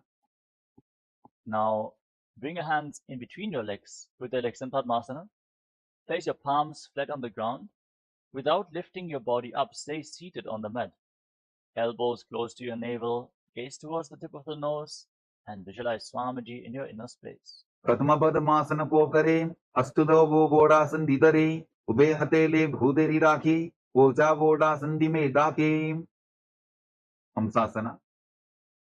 Now push your hands into the ground and lift your entire body off the mat, balancing on your arms. Pull your knees up towards your chest, gaze to your nose, and visualize yourself as an elegant swan in Hamsasana, the swan pose. Kukkutasana stitva skandaparyantam muru ninitva tishtete hamsasanam bhavati. Karmukasana. Now push your hands through your legs, lean forward, and place your forehead on the ground as you interlock your hands behind your back. Visualize yourself as Pinaka, Lord Shiva's bow, in Karmukasana. Pratamapadmasana kopare gora sandima hikar idare tarapatu sri kardo bhu ane konya upar sandile dhane. Gurmasana 2. Now come to the front of your yoga mat. Sit in Padmasana. Insert your hands through the legs and bend your elbows to hold onto your neck with both hands. Visualize yourself as a turtle, one of the 10 incarnations of Mahavishnu, in Kurmasana 2. Bain jang pratasena pama dain jang pariva bain yaba. Granthi Bhedasana. Now free your arms and wrap them around your legs from the outside. Sit in Padmasana. Hold on to your hands and pull your knees up towards your chest. Balance as you gaze through the nose. Lock your throat in Jalandhara Bandha and visualize that you are cutting through all the knots and the energy channels along your spine in Granthi Bhedasana, Shiva's secret knot cutting posture. Atha bhakshe nilakantha Granthi Bhedasanam shubham nyatva rudra bhave chipram sukshma vayuni sevanat. Uttana Kurmasana. Now insert your hands through the legs once more. Bend your elbows, hold on to your neck, and then roll onto your back. Gaze towards the tip of the nose and visualize that you are a turtle laying on its back in Uttana Kurmasana, the upward facing turtle pose. कुक्कुटासनबन्धस्थम् कराभ्यान्ततकन्धरम् पीठम् कूर्मवदुत्थानम् एतदुत्थानपूर्वकम् Pangu Kukutasana. Now kick yourself back up. Sit in Padmasana. Insert your hands through the legs. Place one palm on the ground and hold its wrist with the opposite hand. Then lift your entire body off the mat and visualize yourself as a rooster. Kukkutasana stitva ekena hastena anyasya manibandham dhritva. Pangu Kukutasana. Now exchange the position of your hands. Place the other palm on the mat. Hold its wrist. Lift your entire body up and visualize yourself as a rooster. Kukkutasana stitva ekena hastena anyasya manibandham dhritva. Vridrasana. Now sit in Padmasana. Place your elbows on your toes. Interlock your fingers in Padasha Mudra. Rest your chin on your hands. Press your thumbs against your throat. And visualize that you have gone beyond all greed and covetous. Janor Vorantare Paru Uttano Vyakta Samstito Vilpo Chachadya Hastabhya Uttanabhyam Prayattataha. Padmasana 3. Rise up. Place your hands over top of each other with the palms facing upwards and rest your hands in your lap. Sit in a meditative space, gaze to your nose and engage Mahamudra Bandha, root lock, abdominal lock and throat lock as you visualize Swamiji in Padmasana 3. Uttano Jarno Vidhaya Vidiva Chakti Sito Yogiratim. Padmasana 4. Now place your hands flat on your knees. Gaze towards the tip of the nose and visualize Paramashiva in your inner space. With 25 heads, 50 hands, 75 eyes, sit as Paramashiva as you internally chant the Mahavakya. Om Nityananda Paramashivoham in Padmasana form. Etat Padmasanam Kuryat Pranavaju Prasiddhaye Shubhasanam Sada Dhyaye Purajitva Punah Punaha. Karmukasana 2. Now keep your left hand on the left knee and keep your right hand in Prana Mudra. Catch the left big toe and pull it back as if you're pulling a bowstring. Move the big toe round and round. Pull the foot closer towards your body. Then repeat the movement on the other side as well. As you visualize yourself as Pinaka, Lord Shiva's bow in Karmukasana 2. Adhanyasana Bhakshe Yoga Puraka Rakshanat Krutva Padmasanam Pada Angushtatanga Yostitam. Karmukasana 3. Now, sitting in Padmasana with your feet closer towards your body, cross your arms behind your back and hold on to the respective big toes in Prana Mudra with index and middle fingers. Gaze towards the tip of the nose and engage Mahamudra Bandha as you visualize yourself as Shiva's bow. Karmukasana Shitya Udare Pura Yet Sukham Tadavagyurvaso Yati Kadina Sufpa Vayuna. Dridasana. Now lift your head and gaze upwards. Visualize that you are endowed with Paramashiva's third eye in Dridasana. Urubhyamubari Stapya Padayubham Prayattataha Dakshinam Sabya Desheta Sabyam Dakshina Deshake. Magrasana. Holding on to the big toes, roll onto your back. Lay on crossed arms behind your back with your legs in Padmasana. Gaze towards the tip of the nose. Breathe calmly in Sahadra Kumbhaka and visualize yourself as a snake in Nagarasana.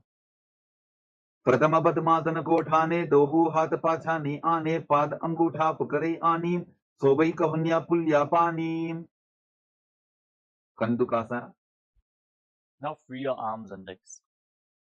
Pull your knees up towards your chest and circle your legs with your arms. Interlock your fingers around the legs in Padasha Mudra. Bring your chin to your knees and squeeze your body into a ball in Kandukasana.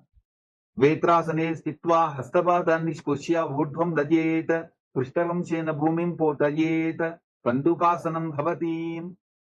Urdhva. Now place your feet flat on the mat. Keep your knees raised. Interlock your fingers around your neck. Gaze towards the tip of your nose and breathe calmly through the nose in Sahadra Kumbhaka as you visualize Swamiji in Urdhva Bhavanasana. प्रथमे सूतो San करावेन, गोडा उभा राशि मिलावेन, फुलकमा हिला अंगुष्ठ Toji, करे एक समेल रसोजी. Marakata Pitasana. Now bring your hands underneath your heels with the palms facing upwards. Push your hips off the ground. Inhale. Lock your throat. Hold your breath intensely in Mocha Kumbhaka for a long time as you visualize yourself as a powerful alpha ape in Marakata Pitasana. Uttana Shenam Padatale, Uttana Hastayo Hosta Pajetam, Uttana Shikipitakasana. Now bring your hands towards your lower back. Raise your hips up high. Rest your elbows on the ground for support as you extend your legs. Bear your entire body weight on your elbows. Fix your gaze at the tip of the nose and visualize Swamiji in Uttana Shikipitakasana. Jankho Rubalaheenasche, Uttana Shikipitakam, Apramattah Prakurvita, Bhukte Stradvijitendriyaham. Narakasana.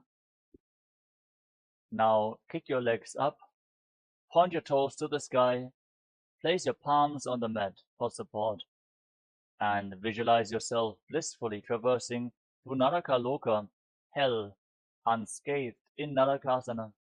Griva Pandena Bhumim Vishtambha, Pada Pradvayamurdham Utrajetam, Karapasanam Bhavati. Triyan Navkasana. Now bring your hands towards your lower back. Straighten your entire body. Angle your legs over top of the center of gravity. Engage your core intensely to hold the balance as you visualize yourself as a boat crossing the ocean of samsara in Tiryan Naukasana. Naukavat Stitvat, Urdham Pada Vradvayan Dajetem, Tiryan Naukasanam Bhavati. Gajasana. Now bring your hands back to the ground.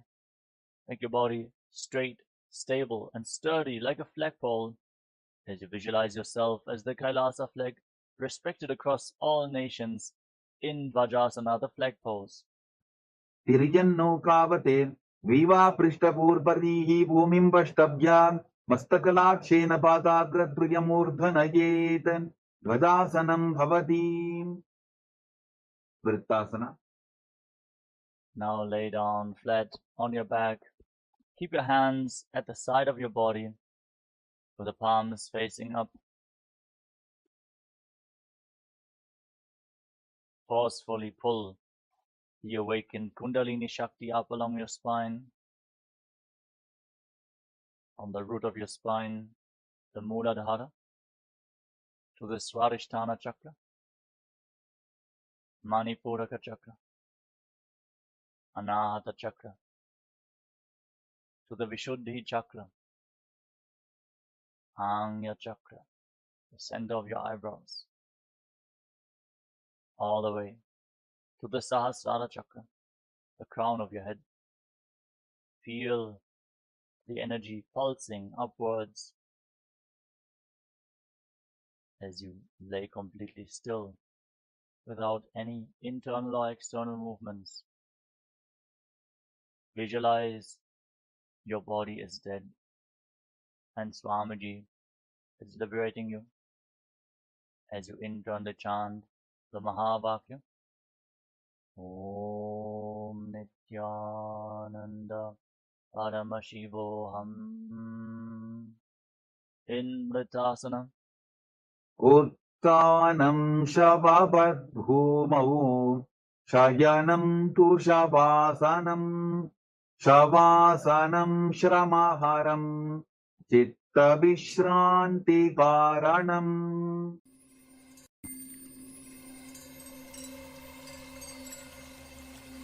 I welcome you all with my love and respect. Let you all open all your three eyes. Om Nityananda Paramashivoham.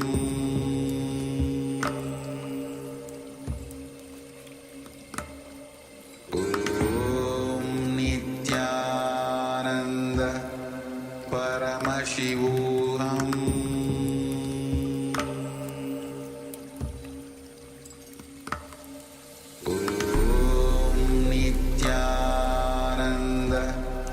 Paramashivoham.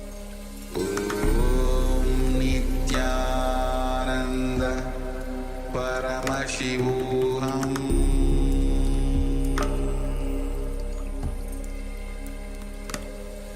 Om Nityananda Paramashivoham.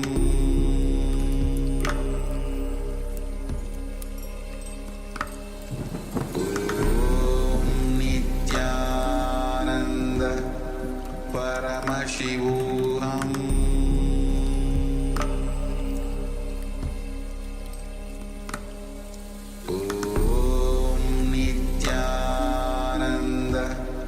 Paramashivoham.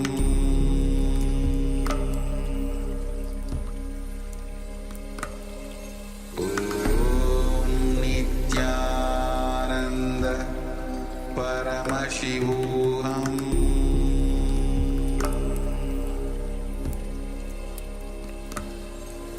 Om Nityananda Paramashivoham. Paramashivoham.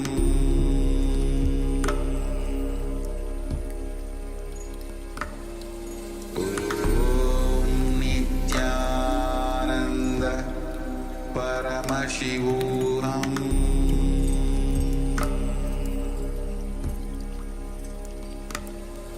Om Nityananda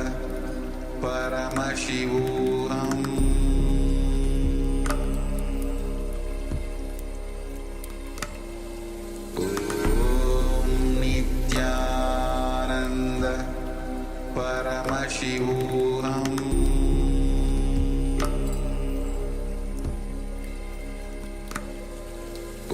Om Nityananda Paramashivoham.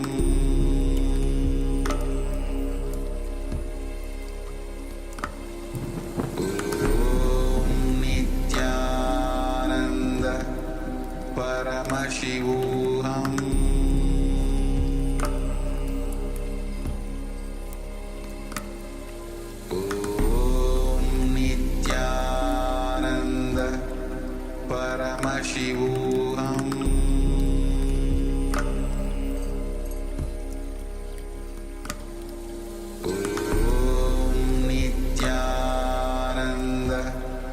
Paramashivoham.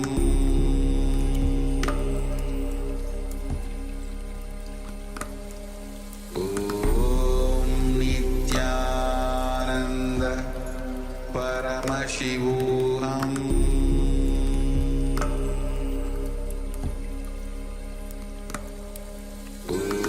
Om Nityananda Paramashivoham. Paramashivoham. Om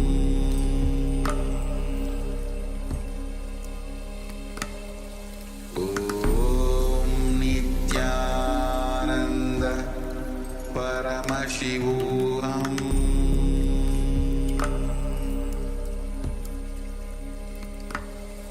Om Nityananda Paramashivoham.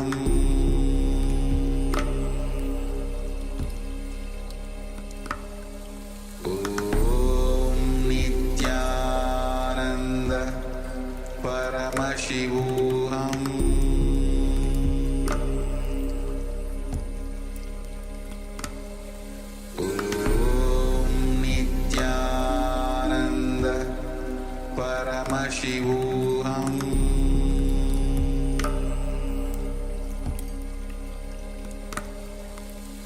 Om Nityananda Paramashivoham.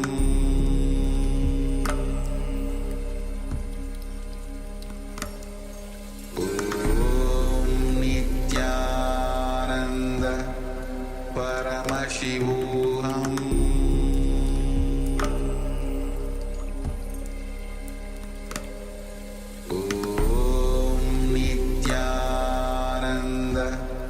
Paramashivoham.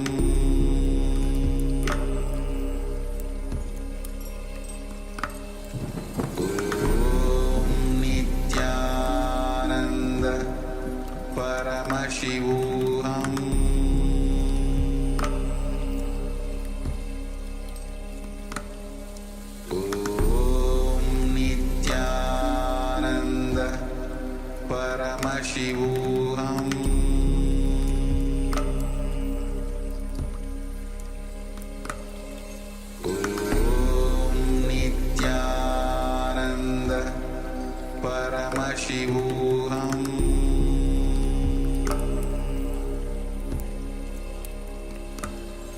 Om Nityananda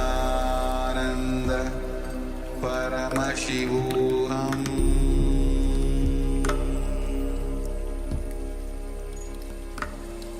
Om Nityananda Paramashivoham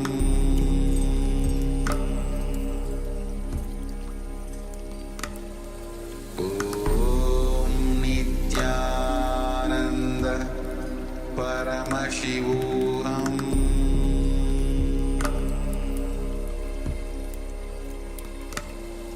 Om Nityananda Paramashivoham Om Nityananda Paramashivoham Om Nityananda Paramashivoham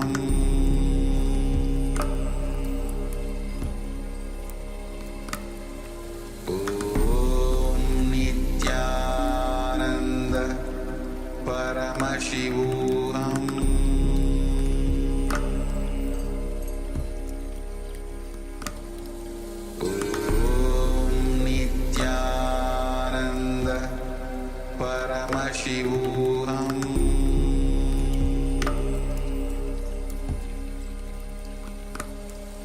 Om Nityananda Paramashivoham Om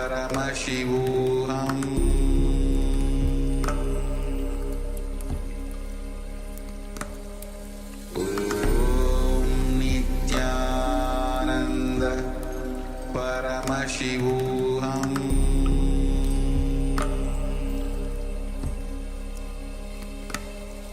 Om Nityananda Paramashivoham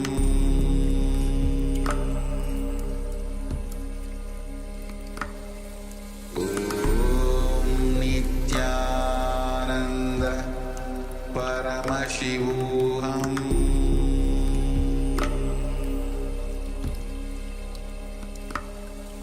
Om Nityananda Paramashivoham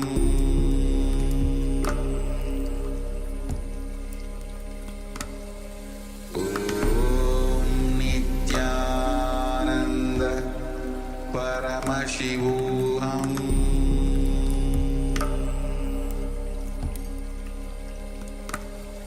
Om Nityananda Paramashivoham Now, slowly return to your physical body. Start to wiggle your fingers and toes. Rotate your wrists and your ankles. Move your arms and legs. Pull your knees up towards your chest and circle your legs with your arms and rock your body from side to side. Slowly return to a comfortable seated position.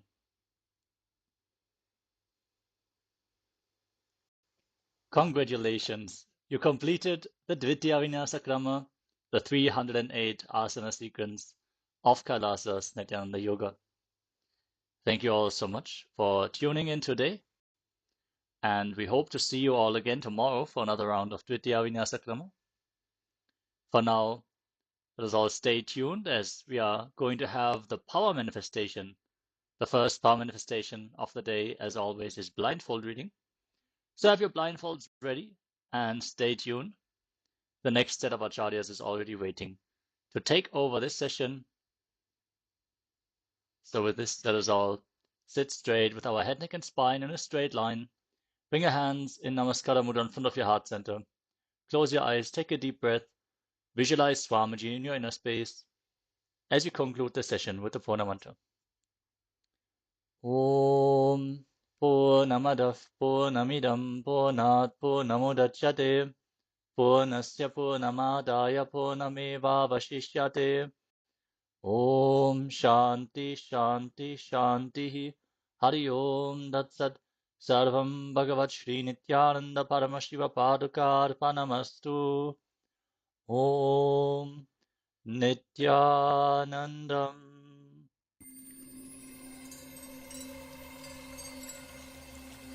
I welcome you all with my love and respects.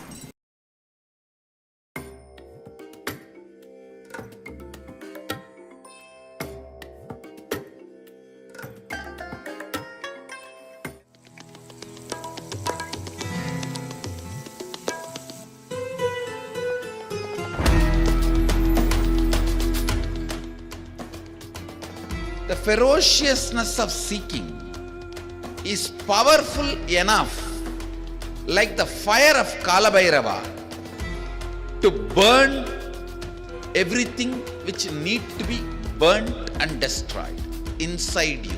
Laziness, tiredness, boredom, everything which need to be taken out of you can be just like that burned. How many microseconds it will take for negativity to disappear in front of Kalabhairava's ferociousness? Not even micro millisecond.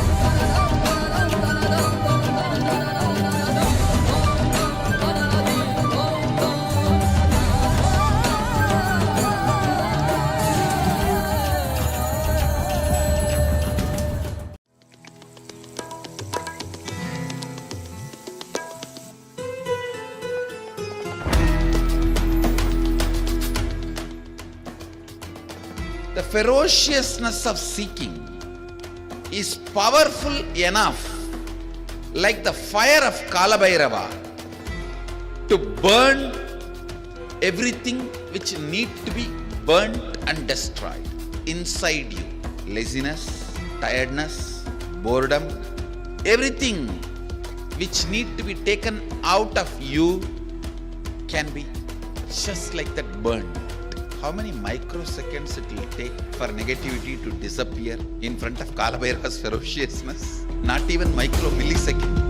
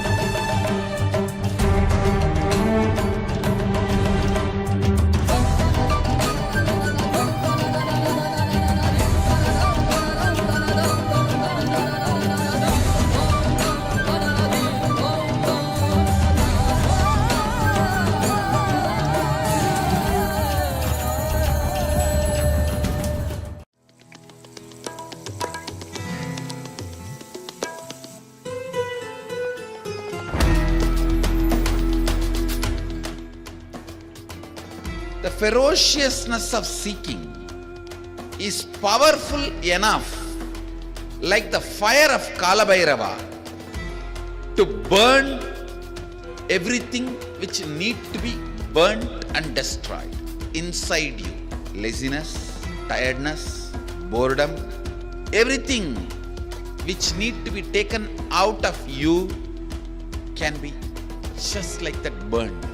How many microseconds it will take for negativity to disappear in front of Kalabhairava's ferociousness? Not even micro millisecond.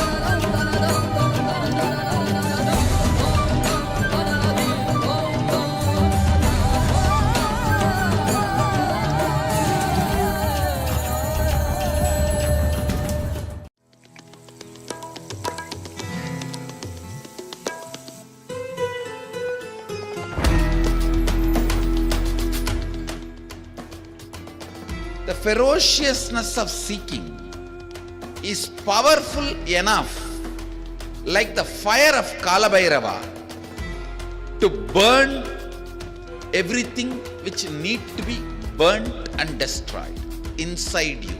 Laziness, tiredness, boredom, everything which need to be taken out of you can be just like that burned. How many microseconds it will take for negativity to disappear in front of Kalabhairava's ferociousness? Not even micro millisecond.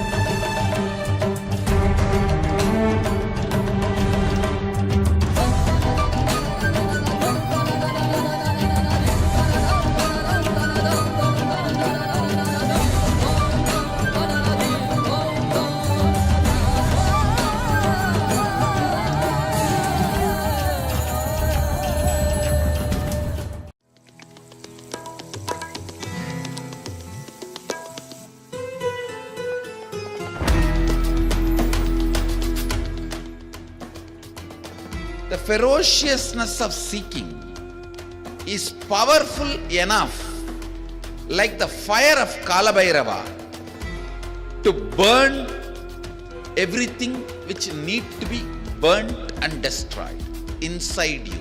Laziness, tiredness, boredom, everything which need to be taken out of you can be just like that burned.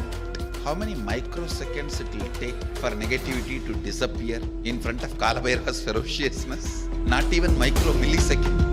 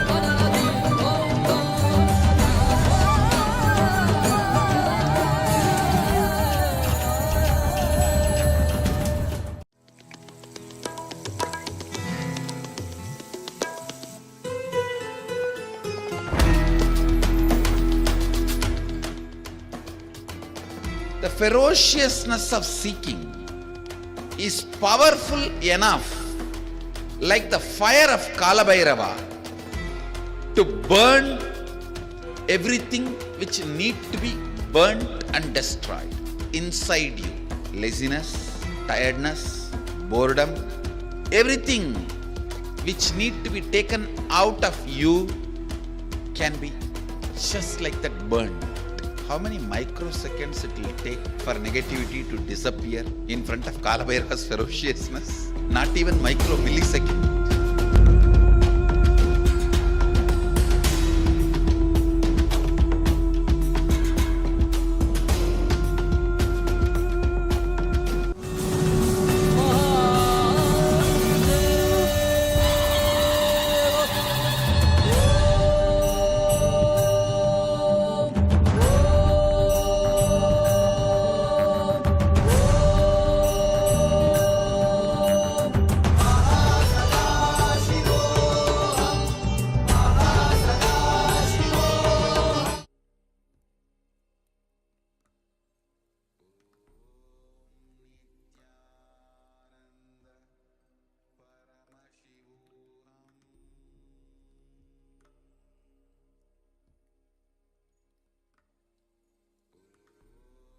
Yes, we'll start the prayer. Sadguru Vandanam.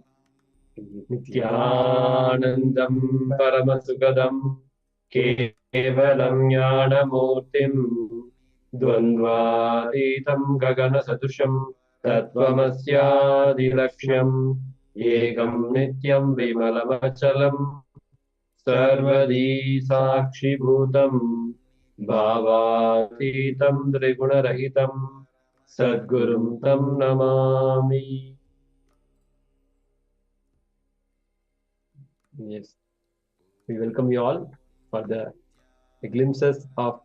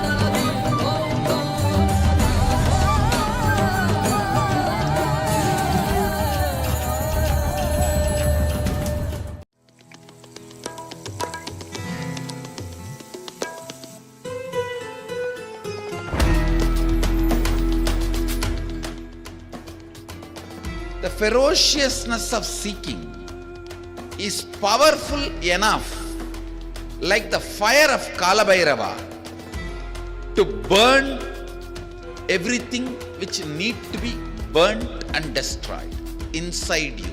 Laziness, tiredness, boredom, everything which need to be taken out of you can be just like that burned. How many microseconds it will take for negativity to disappear in front of Kalabhairava's ferociousness? Not even micro millisecond.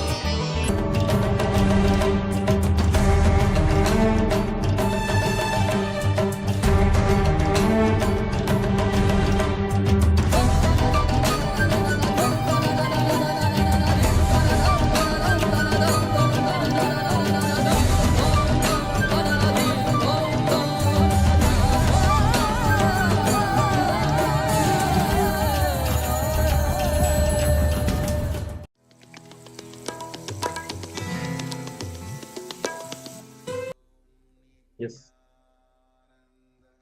Sorry for the technical glitch. So let's enter into the Paramashivoham, glimpses of Paramashivoham. Yeah. Yes. This Paramashivoham, the next season, which is going to start in another 2 days, we are going to have a beautiful celebrations during this Paramashivoham Kalabhairava Jayanti, and upcoming the Kumbh Mela preparations also going on. Every day, I think you guys are seeing during the before the darshan pre-segment, we'll be having the beautiful Kumbh Mela segment. So, and Kartika Deepam festival is coming, Kartika Deepam Brahmotsavam. Then after that, there's going to be a 21-day Jayanti celebrations are coming. So we have a beautiful celebrations during this next Paramashivoham. Let's get ready for that. Now, this course, this is not a course, this is like a journey with Supreme Body of Hinduism.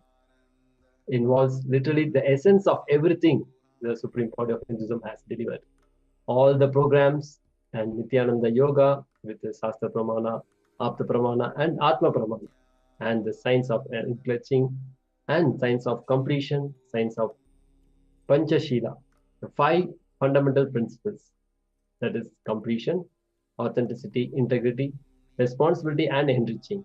And this is science of power manifestation and science of manifesting powerful cognitions. This whole thing put together is science of inner awakening. So the whole inner awakening is being delivered in Paramashivoham Level 2. So let's enter into the journey. Then from the space of complete completion, the Purnatva, experiencing oneness, cosmic oneness, oneness with Paramashiva. From that oneness manifesting all the powers. Supreme Body of Hinduism says, it's like whatever he has shared till now, and he is taking the essence without losing single truth, adding it properly, arranging and organizing it properly, so that we can enjoy the whole program. If you are new to what Supreme Body of Hinduism is teaching, this program will be literally a feast for your soul. Yes. So there are many researches done during the programs. So the researches were on measurement of cellular energy, recovery of physical elements and immunity levels, recovery of psychological elements, then neurological change in the brain, and genetic transformation and expression of extraordinary abilities like materialization, levitation, all these powers. During this program, when Swamiji initiated, they measured all these things and we had a breakthrough result in all this.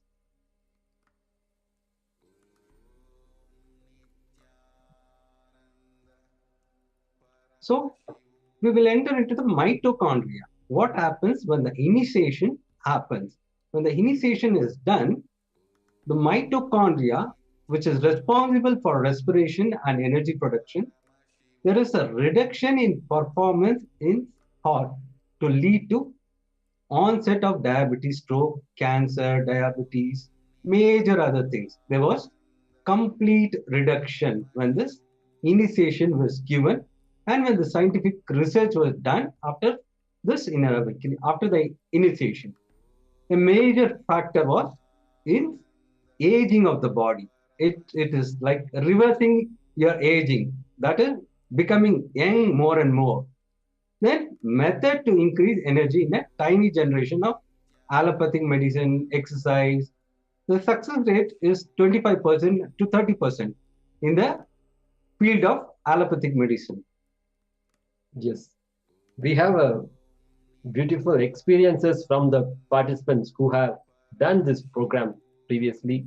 They just simply came out of their diseases and their health issues, their relationships, and they got completely healed. Now they no more have the disease now. So when our mitochondrial cell energy increases, all these diseases in our body get cleared. And with the initiation of Supreme Body of Hinduism, it just happened within a fraction of a second. Just one initiation from Swamiji is enough to simply come out of the disease and walk out of the disease, and in lifetime it won't come again. We have participants who have experienced not only a few, thousands, lakhs of participants who have experienced all these things. Now, next we'll enter into the anti-aging and aging. A damaged mitochondria will produce less energy and more reactive oxygen species, which lead to cell damaging and aging. Thus, a highly energized and efficient mitochondria is certainly likely to produce pure ATP and least likely to produce toxic free radicals, which are a sickle of unrepaired mitochondrial DNA. This certainly could be one of the key factors in anti-aging. Though, yes, the samples when the initiation was given during the Inner Awakening program, samples of IA participants randomized above 50 years of age, double-blinded, day 0 and day 18. Sample of control, that is non-IA participants who were just volunteering in the ashram above 50 years of age, double-blinded day to 0 to 18.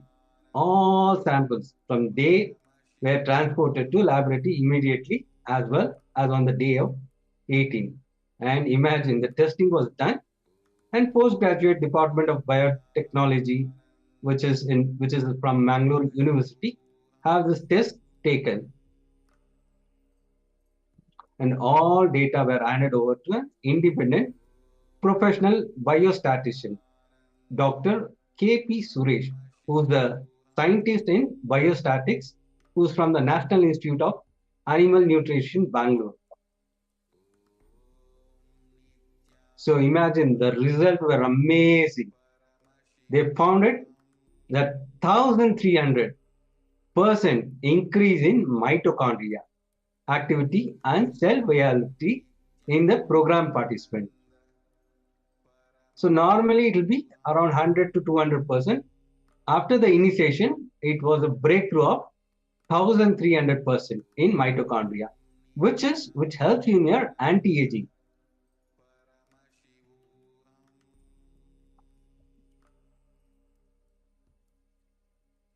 And many series of QEEG studies were also conducted on participants to study the effects of Kundalini awakening on electrical activity in the brain, finding at the moment of initiation, certain instantaneous changes were recorded in all participants who had active Kundalini awakening, like sharper focusing ability. When they saw that, they had this sharper focusing ability, like high alertness level, extremely rapid multiprocessing, means at a time they were able to do multiple jobs, better short-term memory,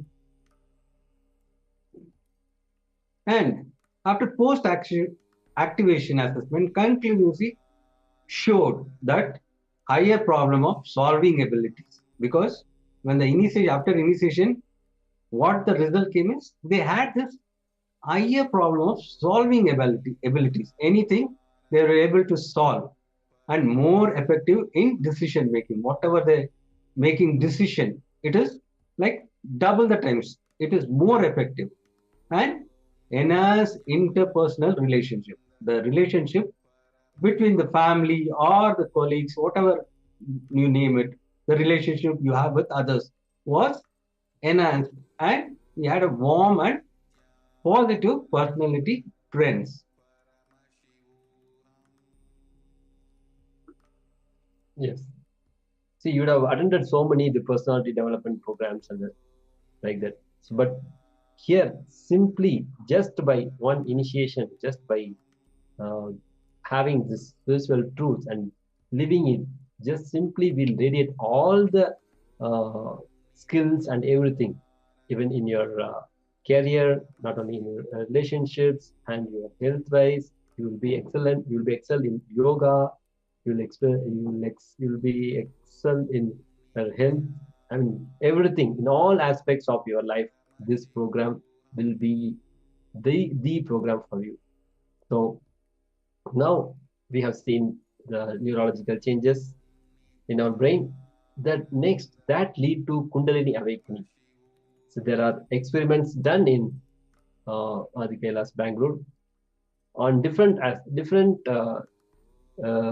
areas like weightlifting, and just by the Kundalini awakening, you imagine one of our sannyasi who lifted double the weight of his weight, and he just lifted just by the initiation of Swami, and needle and thread, like one of our sannyasi who was wearing the specs, and Supreme Pontiff told to remove the specs, and he just blessed with the Kundalini Shakti, and immediately he is able to put the thread into the needle, because he has a eyesight problem, that is why he was wearing specs, and just by one initiation he just did it.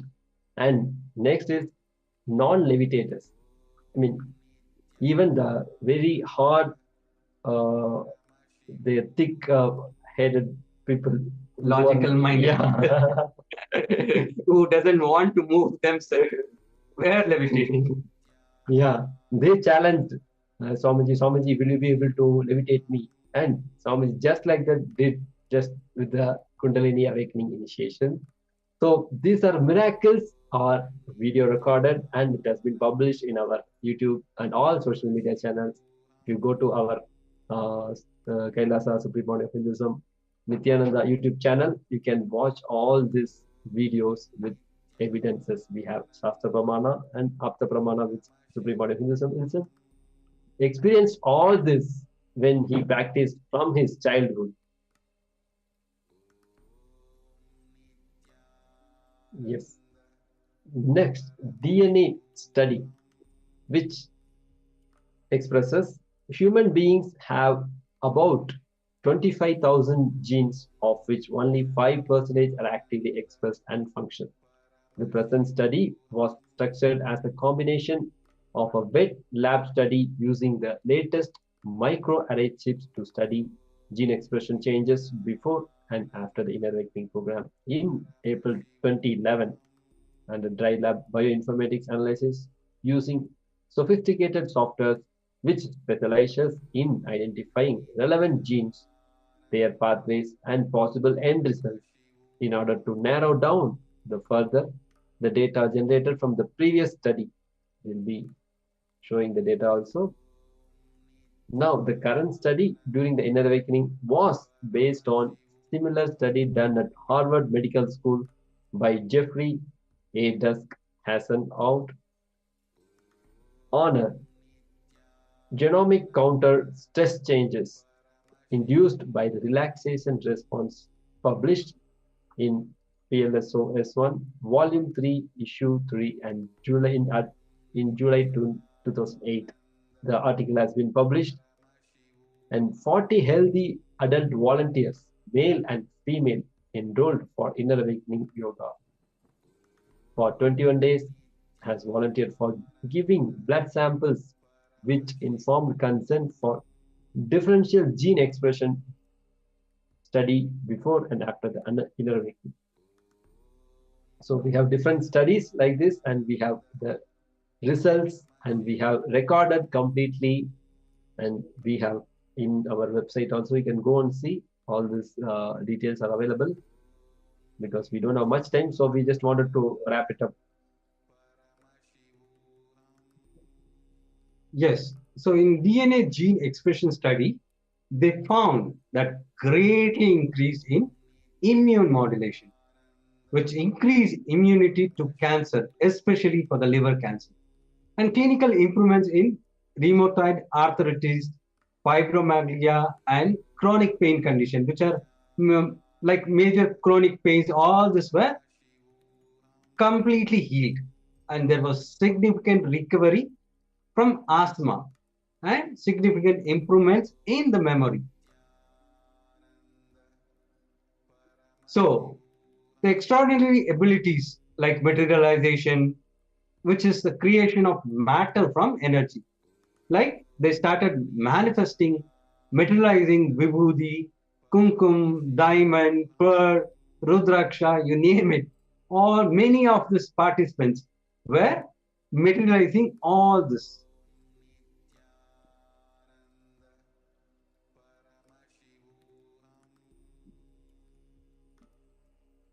There were 3 different scientific tests were conducted on volunteers, through whom the Supreme Pontiff of Hinduism consistently materialized object, the whole body CT scan, and simultaneous EEG of the Supreme Pontiff and the subject were taken. And whole body CT scan taken before and after Kundalini awakening clearly shows that sudden appearance of radiopic foreign body in the oral cavity on repeat scan without any delay or repositioning after the energy transfer from the Supreme Pontiff to the subject. And QEG recording of both the Supreme Pontiff of Hinduism and the subject done showed the entrainment, synchronicity in the brain waves of both the Supreme Pontiff of Hinduism and the subject waves, both individually during the process of materialization. The observation showed Swamiji switching his brainwave pattern as he transited through different altered states of consciousness. Swamiji, it is unimaginable. He can change, just alter anybody's mind just in seconds through his power. Following a few pictures, we can show that the Supreme Pontiff of Hinduism healing energy affects the HR. Few tests were taken, and we can just show that to the participant.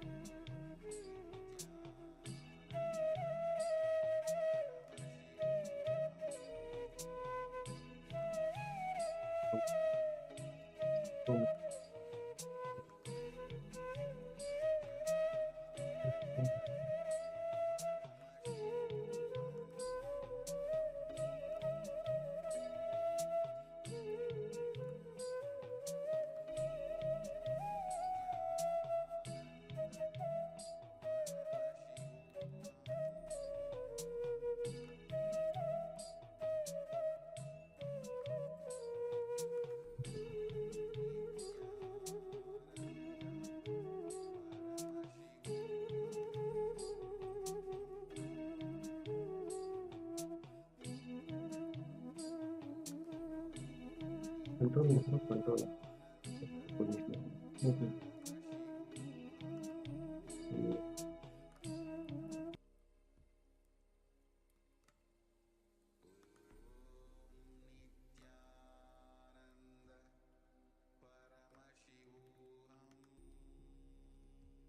Okay, now you're seeing the picture has been projected.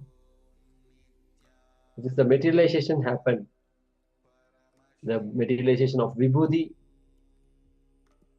happened during the Sri Vidya Homa in a devotee's house in Tiruvallur, Chennai. And not only this, there are so many places where from Swamiji's, the Supreme Pontiff of Hinduism's Atma Murti, the photo, continuously the honey and the Vibhuti was flowing continuously for days together.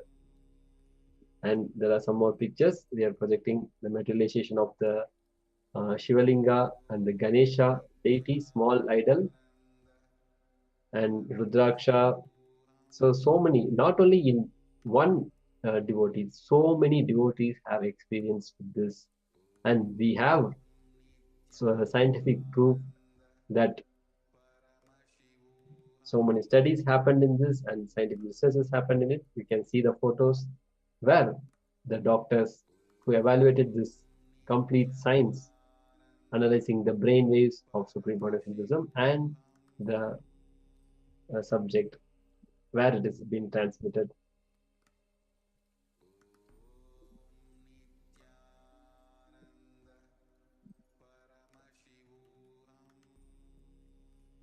Yes, you can see in the scan where near the vocal cord you can see that object is being manifested just by Swamiji's initiation on the subject. So this was the test and scientifically proved all this materialization, everything was scientifically recorded.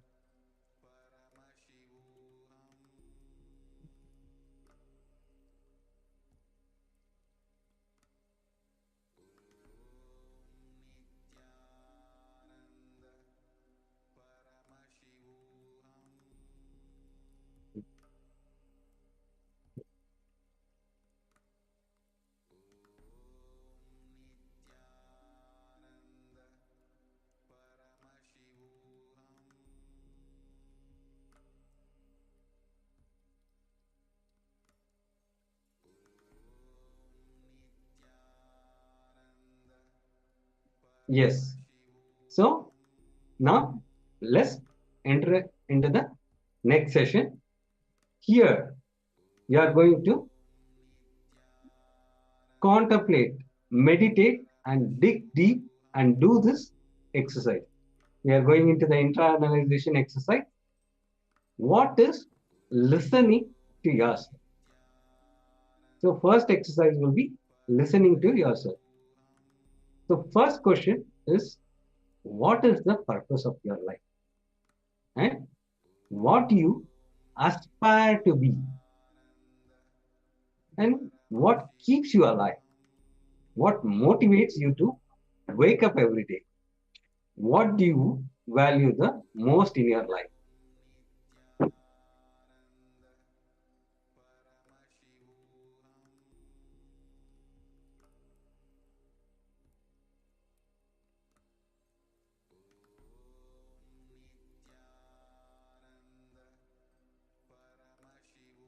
Yes, now you will just dig deep, contemplate, and meditate and do this exercise.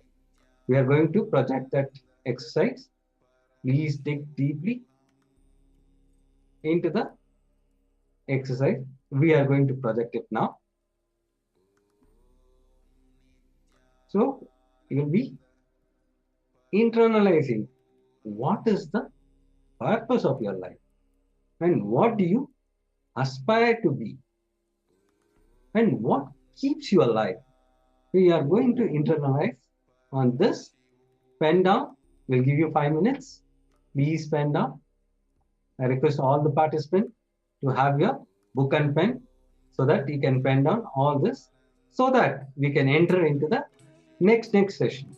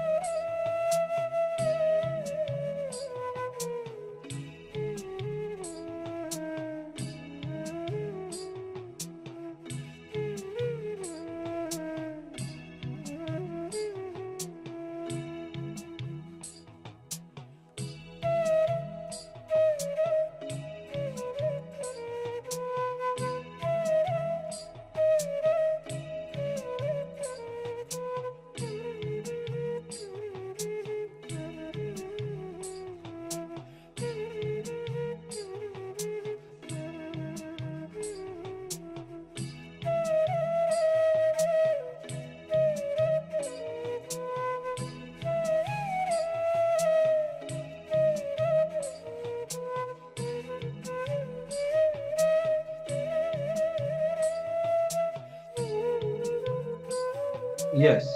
Now, we want to hear from you. What brings you here?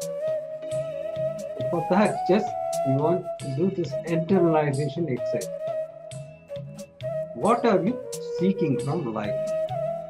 Because when you answer these questions, then only you'll be able to enter the program. Because this program is going to help in all these questions what you are seeking from life. How do you plan to achieve what you aspire to? And is it all your actions aligned to this? To answer all these questions, first you need to contemplate on all these questions. Then you will find the whole 21 days program is going to answer all these things. Just contemplate, meditate, and dig deep. What are you seeking from life? When you have this thing, then only you will able to catch what you are seeking from life. So please contemplate and do this exercise sincerely. Please pen now. We are going to project these questions.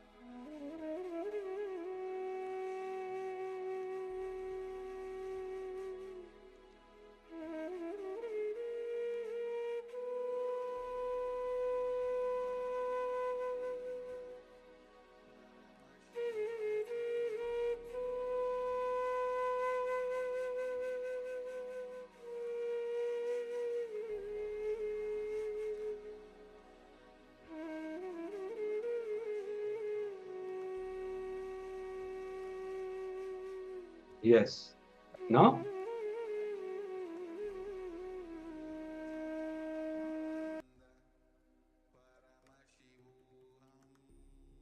yes.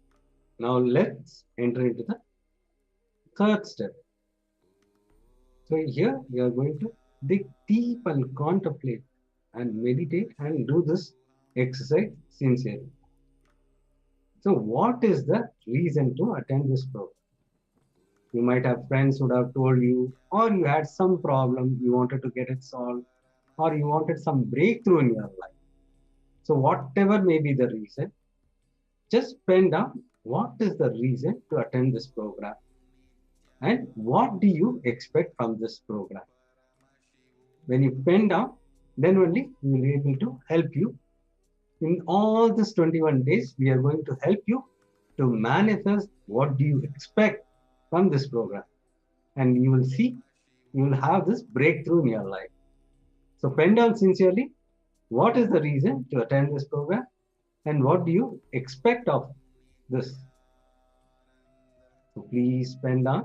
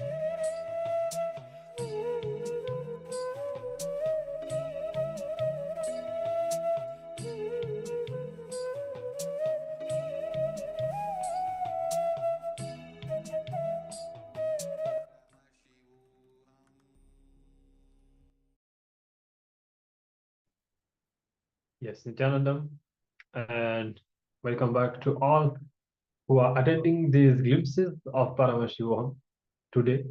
Today and tomorrow, we are discovering about the syllabus of the Paramashivoham program, which will be starting in just 2 days, day after tomorrow, and discovering some of the important aspects and starting to kind of feel this whole program and experience, have a taste already of what the whole program is about.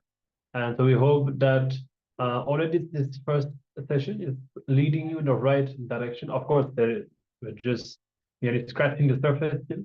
But we'll be today on the program, we'll be having a lot of very important sessions that will open, that will shed light on some of the very major dimensions of this program and of your own life as well. For example, how to manifest your reality, how to be, how to use listening, which is the first and fundamental dimension of life that literally can make us successful in everything that we do, all relationships, all interactions, and everything that we take. So now we have looked inside and answered some of the fundamental questions that we need to ask ourselves to create the right space to enter into this program, the right context. Now, the first session that we'll be having right now is about listening. And Swamiji says that life itself starts with listening, and spirituality in particular starts with listening. When we are able to be in a receptive space, because when you are listening, you disengage the mindset that you have, all of the incompletion, whatever you carry from your past. When you are in a space of listening, it will not be interfering with your present experience anymore. So there are many different aspects, many different understandings that we need to receive about the importance of listening, which is going to be required throughout this program. So this is what we'll be learning about first. Yes, if you have any questions about the program, about the dates, the timings, any events that are happening, or any questions about the content of this Glimpses of Paramashivoham, feel free to leave it here in the chat. The acharyas will be happy to help you out. This also applies for all the YouTube viewers. Make sure to share your experience and enjoy this program as you get ready with the first jnana segment, the first divine knowledge directly from the source. Let us learn about the space of listening.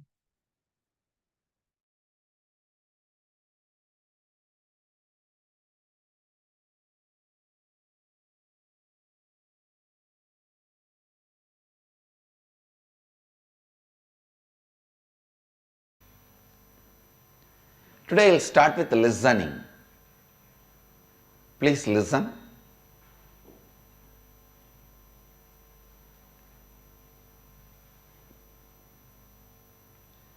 Whether you understand or not,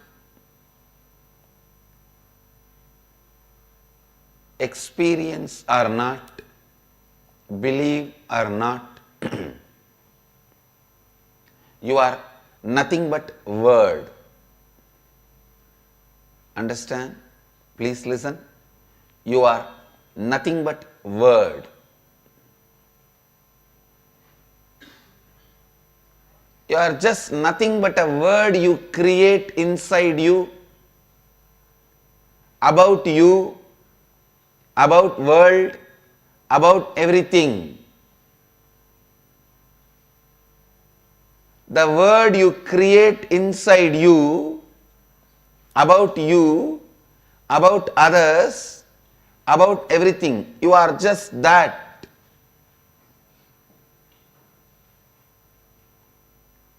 Please understand the field of mind and psychology. They are saying you observe, internalize only 2% of what is happening around you. If there are 100 informations, means visual, sound, if the 100 informations are happening around you, you internalize only 2. So please listen. participating with life without tiredness or boredom. The best way to participate with the life without tiredness or boredom is listening. I tell you, other than listening, any other participation will tire you and make you feel bored. Whether it is seeing or smelling or tasting or the touch pleasure. Understand, the words you listen becomes the source of the words you utter towards you and others. And especially the words you listen from the source of the source becomes the source of the words you utter towards you and others. You have the opportunity for next 21 days to listen from the source.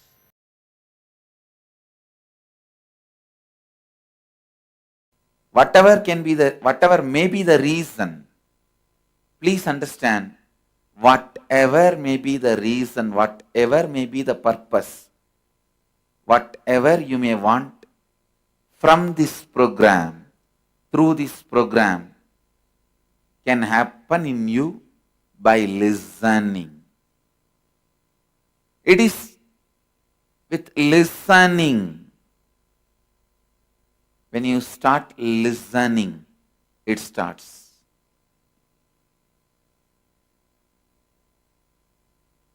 When I say listening, I don't mean just hearing.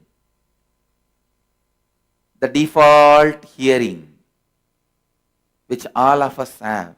Let me define this default hearing and listening. Default hearing means you hear some words or sound. The moment you hear, some of your past incompletions stored in you, past memories, emotions, hangovers gets triggered in you.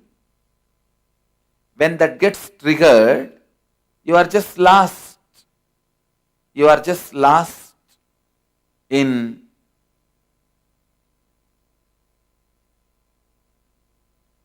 the triggered hangover. I'll give you an example.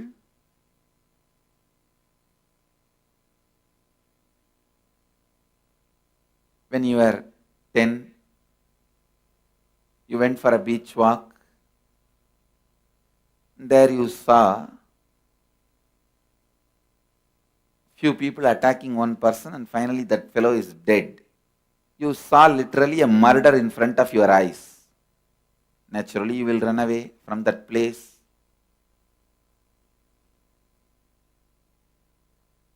After that, you may never go to beach for a walk. Or even if you get a chance to see the beach, you may remember only this painful memory. If you carry this incompletion, the moment I start speaking, I start uttering the word beach or a beautiful walk in the evening beach, the breeze of the evening beach. Here I am talking about the beautiful, loving, very soothing experience. But there in you, that incompletion gets triggered, you are already in the mood of that being terrorized, frightened, fear, carrying that hangover, that incompletion being triggered.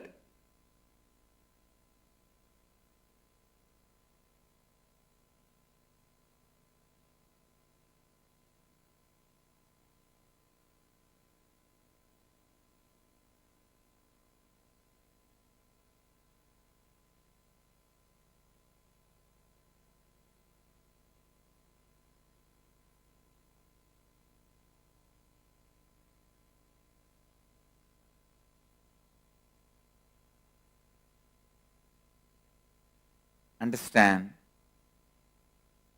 hearing and incompletions getting triggered and getting lost in those incompletions.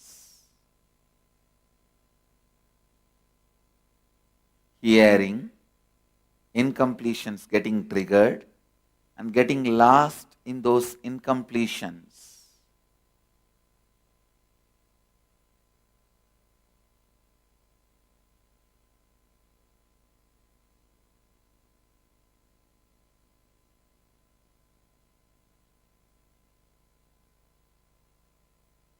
That is what is your default hearing. Now, when I ask you to listen, I mean listen and internalize everything I am uttering without allowing the interference of that past hangover. In you listen and internalize, means understand, cognize. Then again listen, cognize, listen, cognize. This is like a binary action. 0, 1, 0, 1, 0, 1, 0, 1, 0, 1. Like the computer. How you hear the binary code in the computer. 0, 1, 0, 1. But if the incompletions get triggered and interfere, it is not 0, 1, 0, 1, 0, 1. It is like a 0, 1. Then again 0. The incompletions getting triggered stops the hearing and internalizing, hearing and cognizing, hearing and cognizing. This process gets disturbed. This process gets disturbed. Understand? When the hearing and cognizing is disturbed, you become tired. You get disturbed. And the listening gets broken.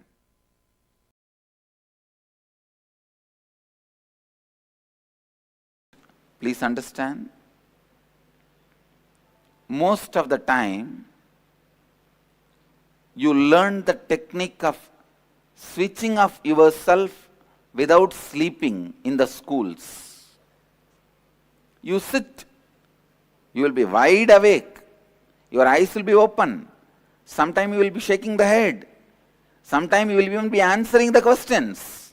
But you are fast asleep.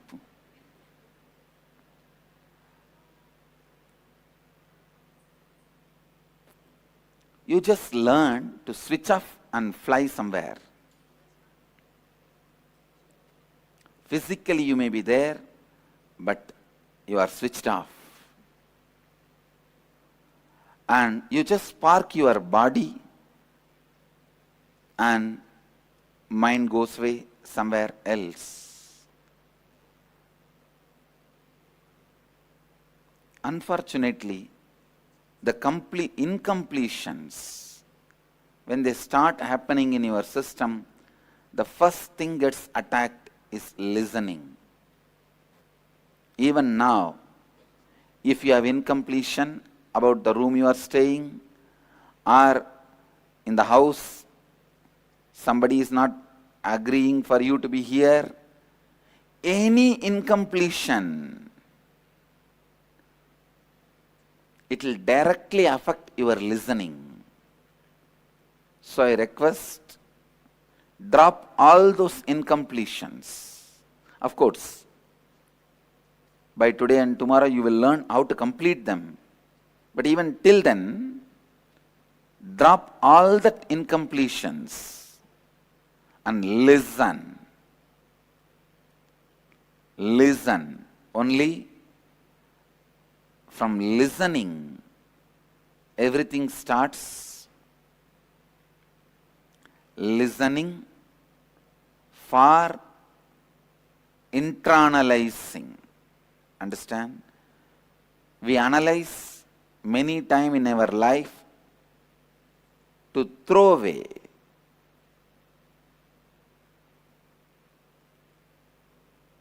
To dump. To discard. But now I am asking you to analyze for internalizing. Analyzing for internalizing is internalizing. Please understand. Analyzing for internalizing is internalizing. If you have any incompletion, you will not be able to listen because the incompletion destroys listening, takes away cognizing. Now, till you learn how to do completion, which you will be learning either from today or tomorrow, based on the flow of the program, you will be learning the completion. Even till you learn completion, you have the will and you can keep all the incompletions out of you. You can tell all the incompletions. I'll attend to you when I learned how to deal with you. Till then, please keep quiet. Let me listen.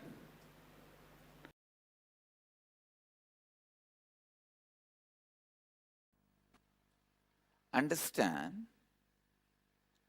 Today I wanted to expand on the power of listening and how it is directly connected to ability to handle sufferings, ability to handle reality. See, the inability to handle the reality is suffering. You need to know. Inability to handle the reality is suffering. The moment you have the ability to handle the reality, it is no more suffering. And listening plays a very major role in that.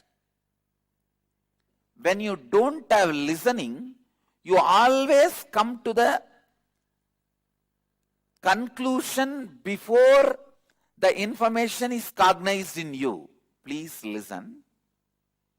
The moment you start talking to somebody, when you don't have listening, you start coming to your own conclusions either by rejecting that person or by taking that person as a big threat.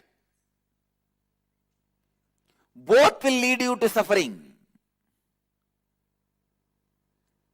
If you take some joker as a villain, you will be suffering unnecessarily.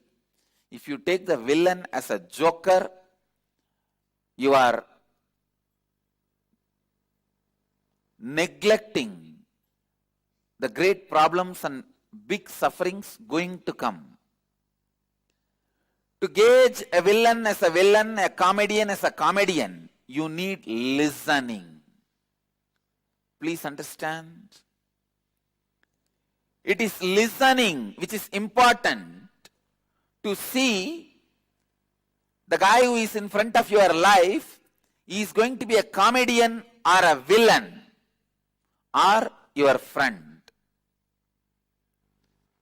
Just because it is opponent's opinion, I don't take that very lightly.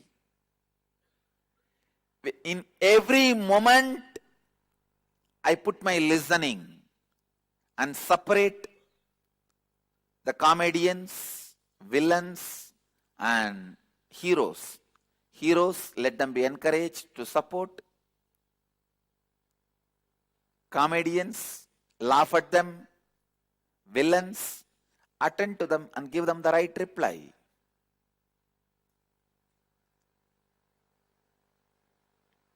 Please understand, listening is survival need.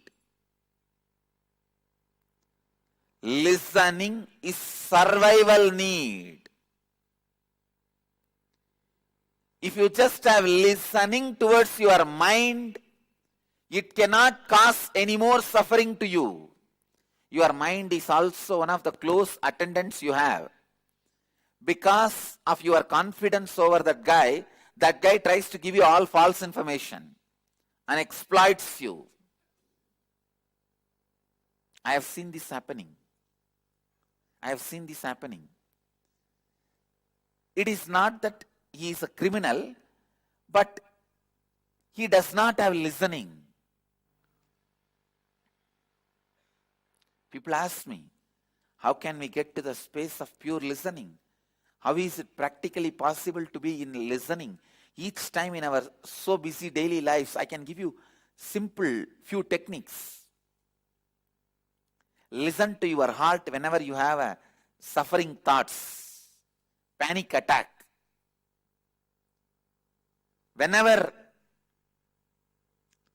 you are confronting something, listen to your heart. Listen to your blood flow. Listen to your liver. It will really help you. You will learn listening.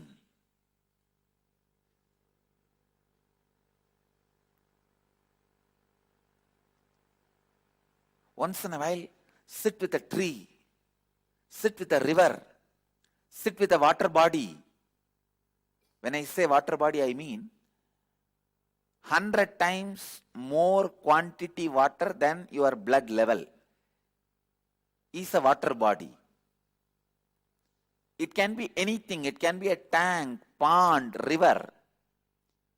I think your body carries almost 5 to 7 liters of blood based on your size.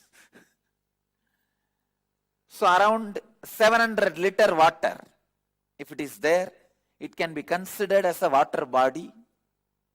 Even a water tank, 700 liter water. If you sit with water body and listen, it may look very funny in the initial level, but I tell you, it will develop listening.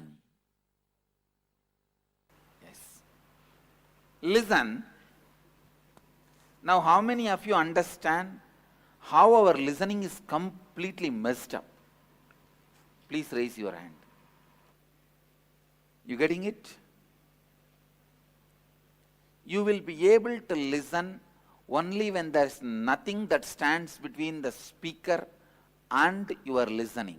Please listen. Only if there is nothing standing between the speaker and your listening, listening can happen. Now you may be listening. Only if the speaker is standing, you can be listening. Understand? If there is nothing standing in between the speaker and your listening, only then you will be able to listen. That means you cannot have any other thought in your head at the point when you are listening. You have to be established in the zone of pure listening. You have to be established in the zone of pure listening. So understand, if you have any other thought in your head at the point when you are listening, you won't be able to listen. You cannot have any other thought in your head at the point of listening. You have to be established in the zone of pure listening. Only then cognition can happen. You will not be able to be in pure listening because you are already preoccupied with many incomplete moments of past. Incomplete moments of past sitting inside you in the present.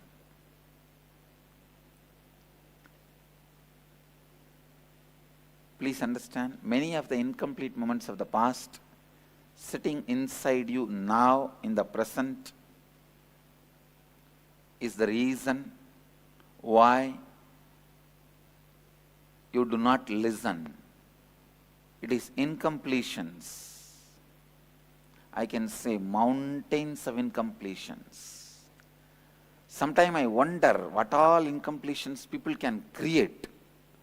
No, we are like an incompletion invention machine. No, really. For what all reason people can create incompletions, unimaginable. When you carry incompletion, you can just go on creating incompletion for anything and everything. Understand? It's only with completion listening starts. You will learn the process of completion. We will begin completing your past. Only then your ability for pure listening exponentially goes up. When you complete your past, your ability for pure listening exponentially goes up. We will work on a lot of powerful methods that will establish you in the state of completion, increasing the state of listening in you. Along with those techniques, continuously take on only this one spiritual practice, listen. This is the only spiritual practice I want you to do for next 21 days. That is listening. Everything else will automatically happen. Just be in the space of listening. Simply when I say start the pranayama, your body will start. You don't need to do. Nothing will be difficult if you are in the space of listening. Next 21 days, constantly remind yourself to practice this and be in the state of listening.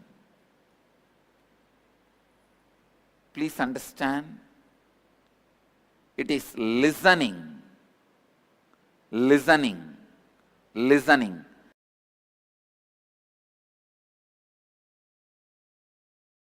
So understand, for the next 21 days, constantly remind yourself to practice this only one thing, listening.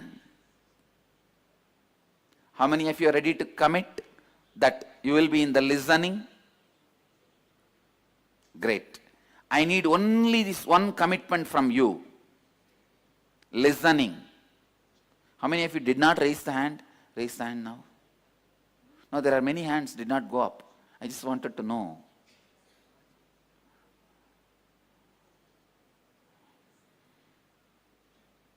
Okay. Now, let's take an oath. Let's take this as a commitment. Next 21 days, you will be in the space of listening.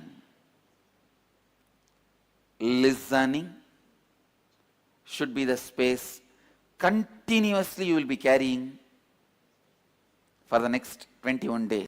Now, all of you can create your examples. You know what you would have been if there was no listening. So, all creation begins with the capacity to listen to yourself and listening. You can deepen listening. You can deepen listening if you can listen to others.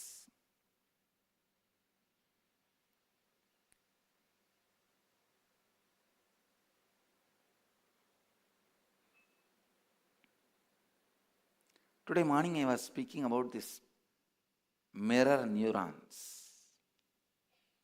Please listen. When I say listening to others, I mean not just hearing, listening. I'll tell you exactly what it is. leaving the other person in the space of completion is you listening. If you are authentically listening, the other person who is speaking to you will feel complete. He said it. He will feel you got him.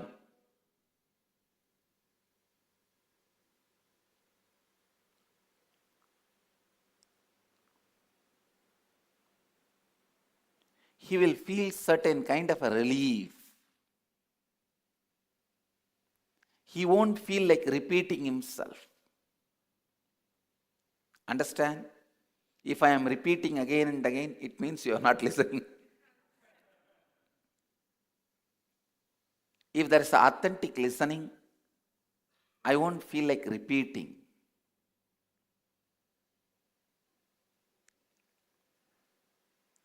Even if the other person is in the space of incompletion, your authentic listening has a power to complete him. Your authentic listening has a power of completing him. Authentic listening means no judgment, no preconceived notion, just pure listening. It's like you put yourself in his place and experience him in you, experiencing him or her in you. This is listening that leaves the speaker with the experience that he is heard. What exists in him is received by the listener. How many of you are able to get what I am saying? How many of you are not able to get? Please raise your hand. I'll repeat. Yes. Can you now? How many of you are not able to get it? Please raise your hand. Nothing wrong. You see, nothing wrong. It's a very high concept. Just raise your hand. Please listen. I'm talking to all of you. You need to listen. See, you are coming. I'm giving you an example. You are coming actually to fight with me. No. For example, don't worry. But you are afraid to fight with me directly. But because of that fear, you use very polite, rosy, jil words, and you talk very lovingly, caringly. But in that itself, you convey the anger you need to convey. If I am an authentic listener, I will know exactly with what you came, and I will get it and leave you in the space of completion. You have been heard. Even if you have not uttered it. Getting it now? This is what is authentic listening. How many of you are understanding now? And that team who did not get it first time, can you raise your hand? Now, did you guys get it? That's all. Please visit. See, many times we observe we are lost in the tone, not in the actual feeling. The authentic listening is putting yourself in that person's space and experiencing. Now you will understand this mirror neuron concept completely. Mirror neuron. Understand? Whatever is in his brain, the moment you start observing him, has started happening in your brain. How many of you are getting it? Clear? Whatever in his brain, the moment you observe him, started happening in your brain. You can win anybody if you just know this truth. So, sit with him without judgment in the space of completion. Allow whatever is happening in him to happen in your brain. So now you know how to react. Now you know what to do. Whether this guy is here for business or bargain or cheating. Business or bargain or for cheating. Clear? Listening, an authentic listening, heals all the relationships you have in your life, gives you the power over the other. Please understand, it gives you the power over the other. If you can listen authentically, normally we think only if we are powerless we listen to everyone. No. Only when you listen, you know how to be powerful. I have seen. Just by listening, I have melted down many people's problems. Nothing. Just I listen. After talking to me, people will say, I found the solution. Yes, Swamiji. Many times they will say, you gave such a wonderful solution, Swamiji. I have not given. I just listen. I run a conflict resolution show in Camel. How many of you have seen that show, Nitya Dharmam? But did you observe? I don't speak at all. How many of you observed that? Very few lines.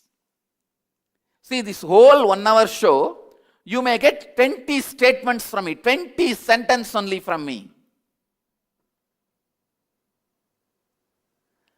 I just listen, listen, listen. Actually, the show is not 1 hour, it is 6 hours. The shooting happens for 6 hours. Edited only, you are seeing it as 1 hour. In that 6 hours, I speak only 10 sentences.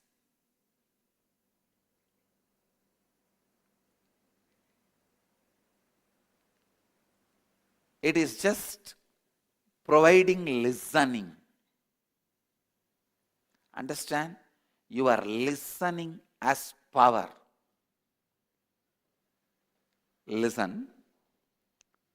When you start listening, first, his neurons will mirror in you.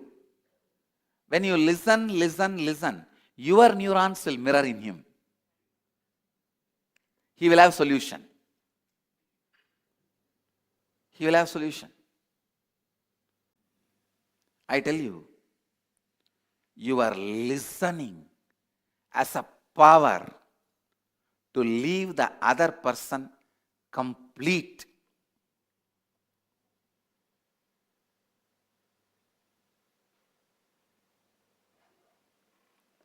How many of you are now able to really understand? It is your incomplete neurons mirrored in the other and made incompletion. How many of you are able to understand that? Raise your hand. Because in your life you can look back some situation. Raise your hand. Great. When you can create incompletion in the other, can't you create completion in the other? You can. That's all.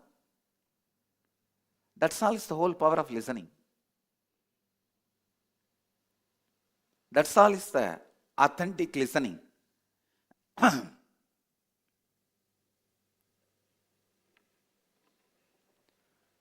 If you provide this kind of listening, authentic listening, your body, mind,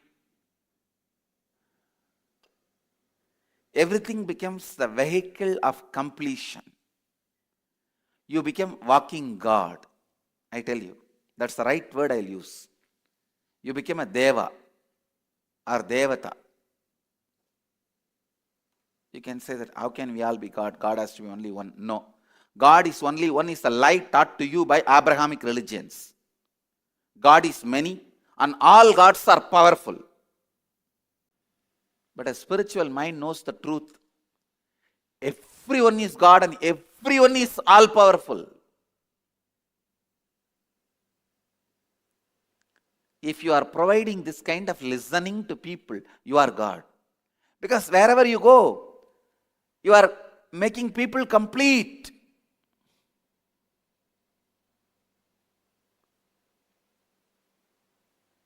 Especially psychiatrists, psychoanalysts. If you have this kind of listening, you will not have the impact of your patient on you. Any of you here, psychiatrists, psychoanalysts? You know, if you are, many times you get caught with your patient. Whatever problem they are describing, in the night time you feel that on you.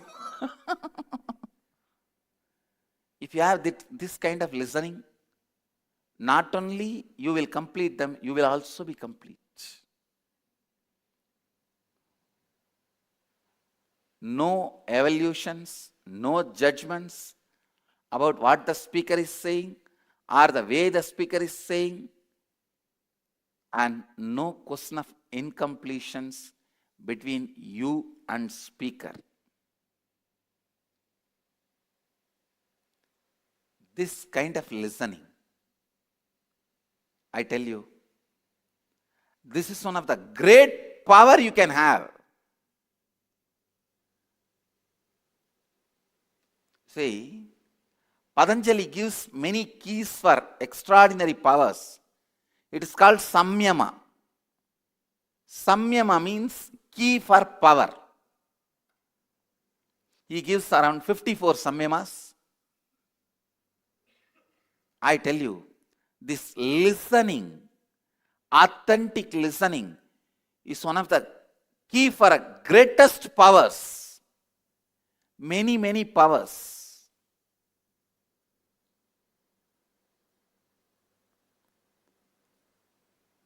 Listen. How many of you observed experientially in your life, the moment you uttered your problems to my listening, it is disappeared, you found the solution? Raise a hand. I just wanted to see. Almost 90%. Now all of you then understand the power of listening. I am not doing some jatu or miracle.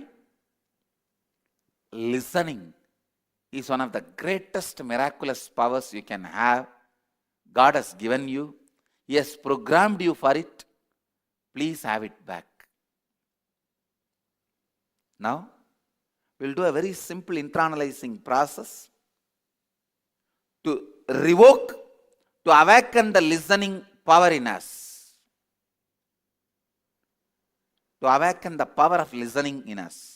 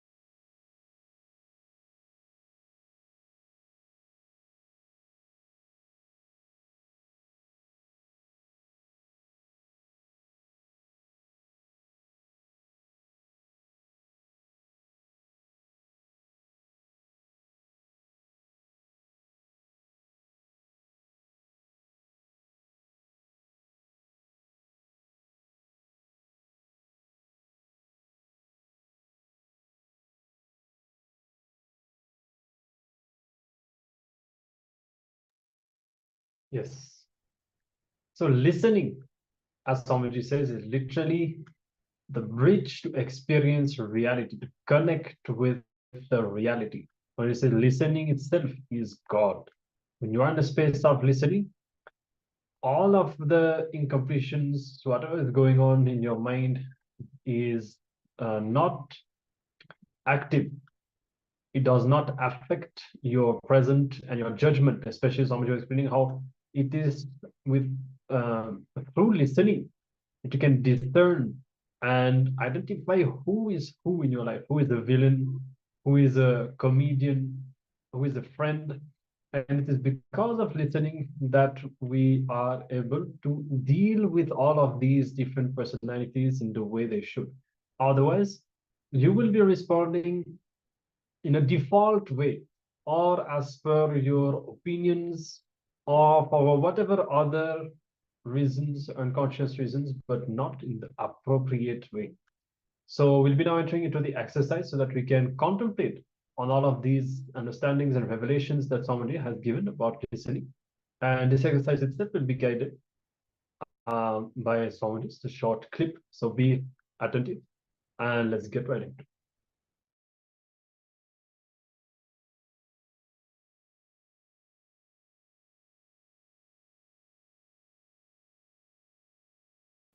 Please pick up your notebook. I'll give you the question, then you can pen down. Just pick up your notebook and pen.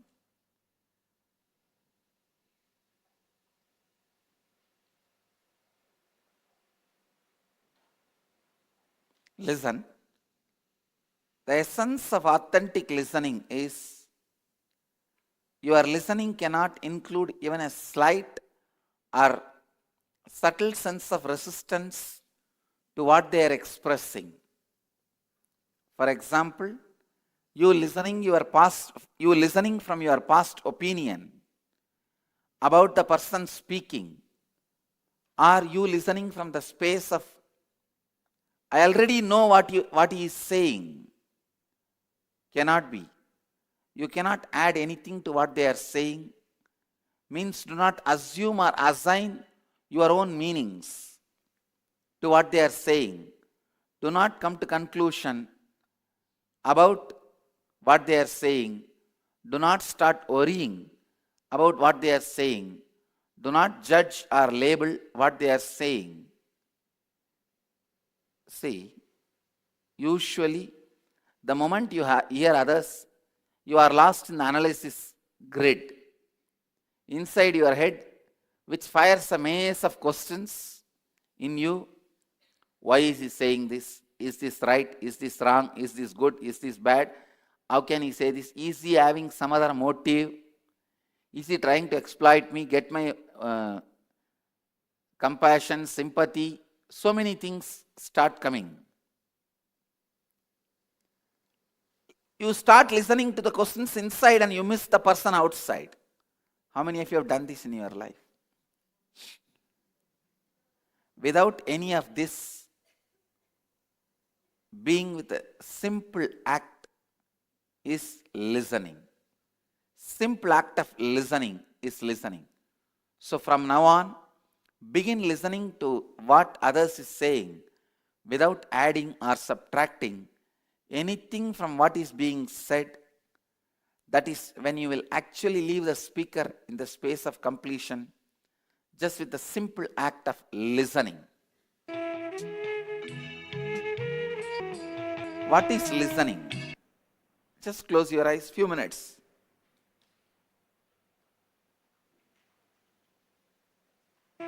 Now whatever I said, just try to contemplate on it.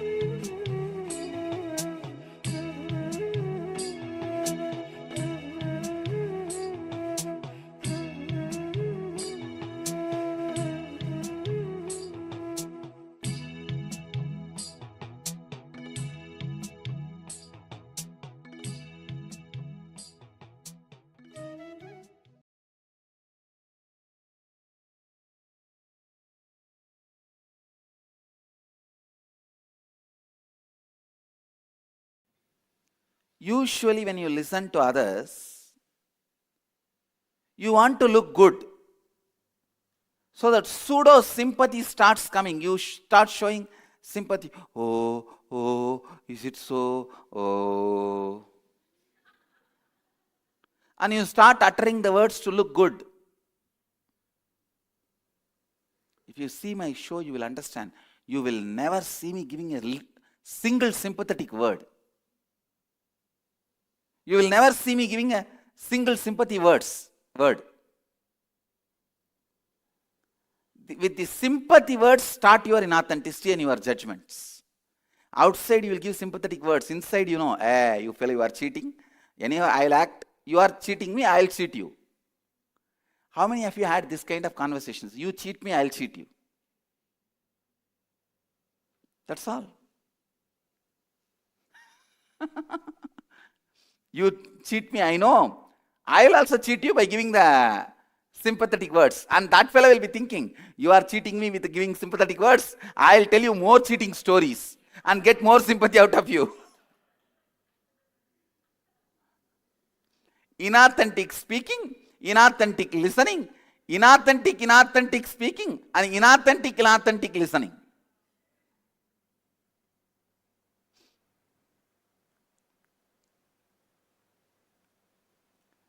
That creates the automatic evolutions, judgments.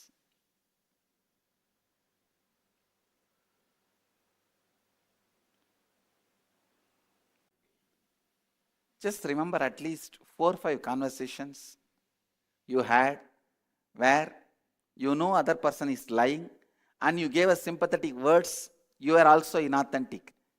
Just close your eyes and remember, just 4. Because now I am going to lead you to the next contemplation. Just recollect 3 or 4 conversation.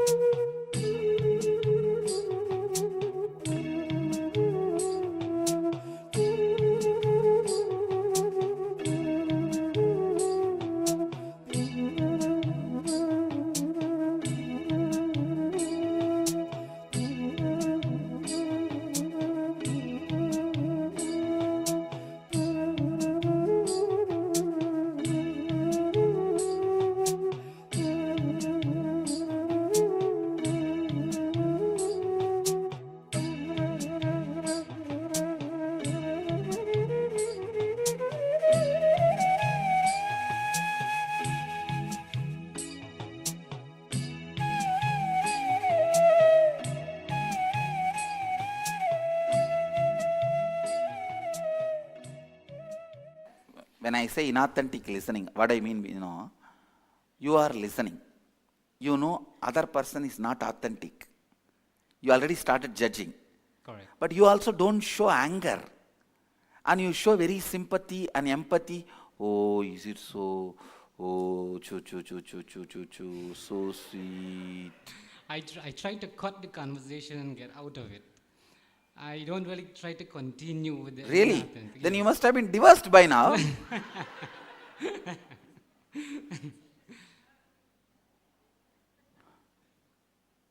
Really? All right, with nobody you have inauthentic listening at all. Not in the past, near past, but maybe in the way down, which I was never really following you, then yes. Okay, tell me that. At least that you remember? Yes, well, I 3, can't 4? remember direct incidents, but since I started to follow you, I practically do a little Okay, bit better. so at that time there is no this kind of inauthentic listening? There possibly are, yes. So you remember at least 3, 4?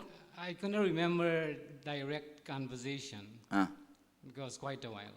okay. You remember at least this kind of I conversations do. you had, listenings you had. Yes. That's enough. That's all. Because I wanted you to know the problem so that I can help you to find the solution. See, it is not just a pseudo sympathy. Inauthentic and listening also can be in the form of automatic evaluations and judgments. You will just automatically start evaluating a person, judging a person, just what they are saying about everything. Clear? Yes, go ahead. Come.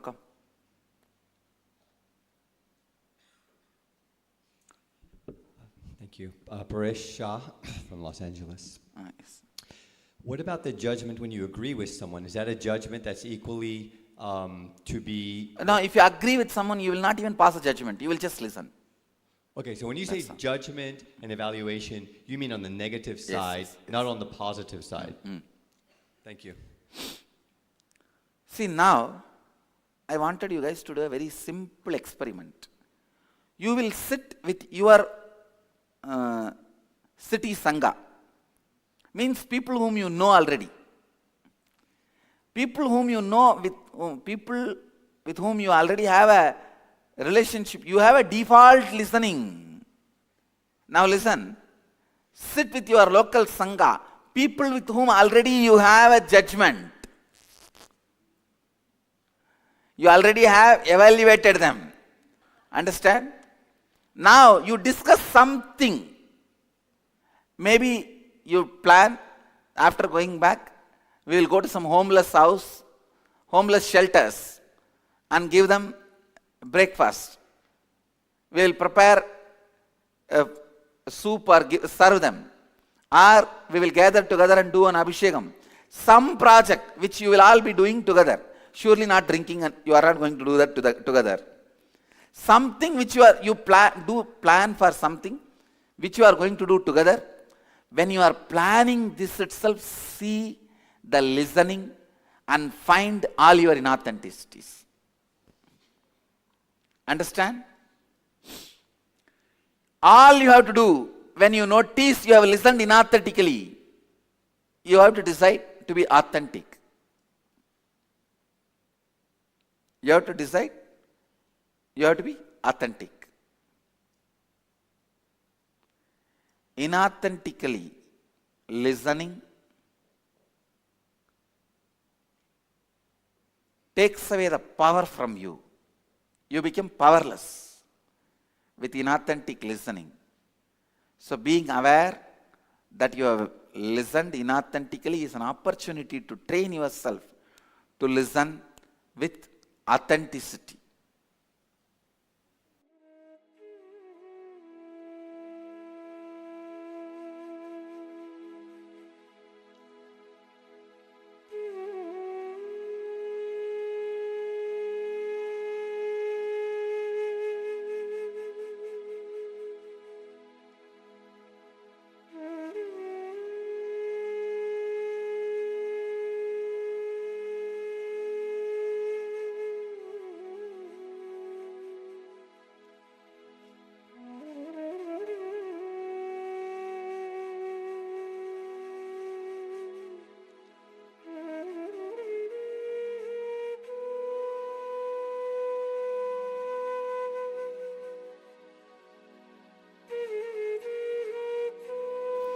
something which you plan for something which you are going to do together. When you are planning this itself, see the listening and find all your inauthenticities. Understand? All you have to do, when you notice you have listened inauthentically, you have to decide to be authentic. You have to decide, you have to be authentic. Inauthentically listening takes away the power from you. You become powerless with inauthentic listening. So being aware that you have listened inauthentically is an opportunity to train yourself to listen with authenticity.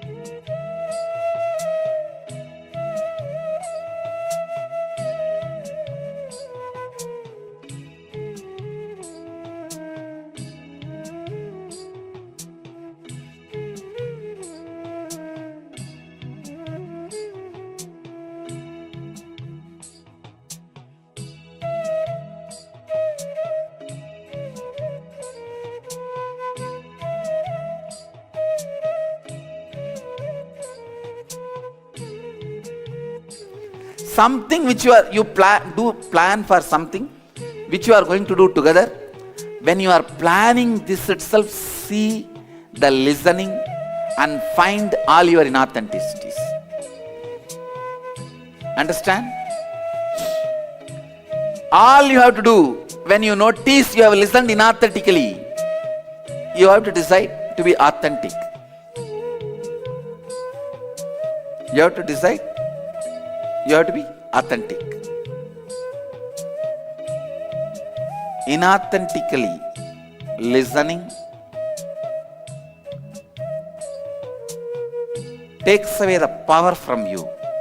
You become powerless with inauthentic listening. So being aware that you have listened inauthentically is an opportunity to train yourself to listen with authenticity.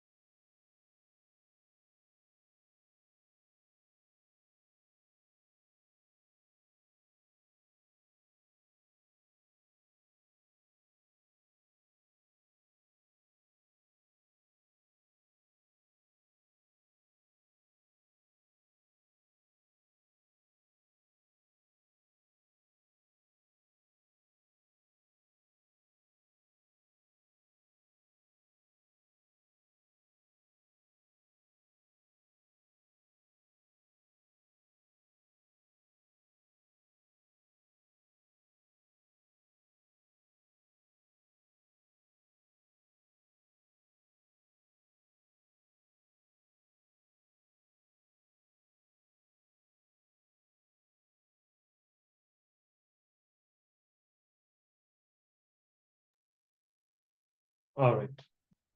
So listening, one of the very important, most essential aspects of life, and that we need to have, especially to go through this Paramashivoham, so that especially we would have told you in the first session that you should not focus on taking too many notes. Because Swamiji very jovially says we don't want enlightened notebooks at the end of the program. We want enlightened beings. That will happen when you provide your authentic listening, so that everything that you hear, that you listen to, will directly become a part of your inner space. Otherwise, finally, you take so many notes, but you never have time to read the whole thing again. It will not really imbibe it. And one more thing, somebody says, be in a space of listening, and then whatever you remember is what you need, what has clicked with you, what somehow made a meaning to you. So don't worry about what all you do not remember.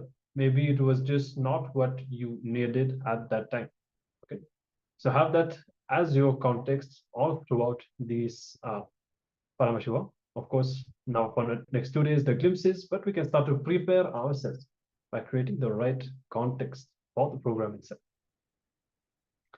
And so now we'll be discovering about another important dimension of this program, which is power manifestation, the science of power manifestation, the Paramashiva Shakti Avishkarana, which Swamiji has revived, and which is the expression of powers, the powers of Paramashiva from the space of enlightenment. The more you manifest these powers, the more enlightened you become, the more you experience oneness with Paramashiva, the ultimate, the more you manifest the ultimate space and state of consciousness inside you, and the more you contribute to positively to others around you and to yourself as well. So there's a lot to learn about the science of power manifestation, not only how it works, how we can manifest the powers, but why it is so beneficial and authentic as per the Hindu tradition that Swamiji has revived. So let's come to the space of listening, as we have learned, authentic listening, which is hearing and cognizing to the best of our ability. And let's now discover about the science of power manifestation.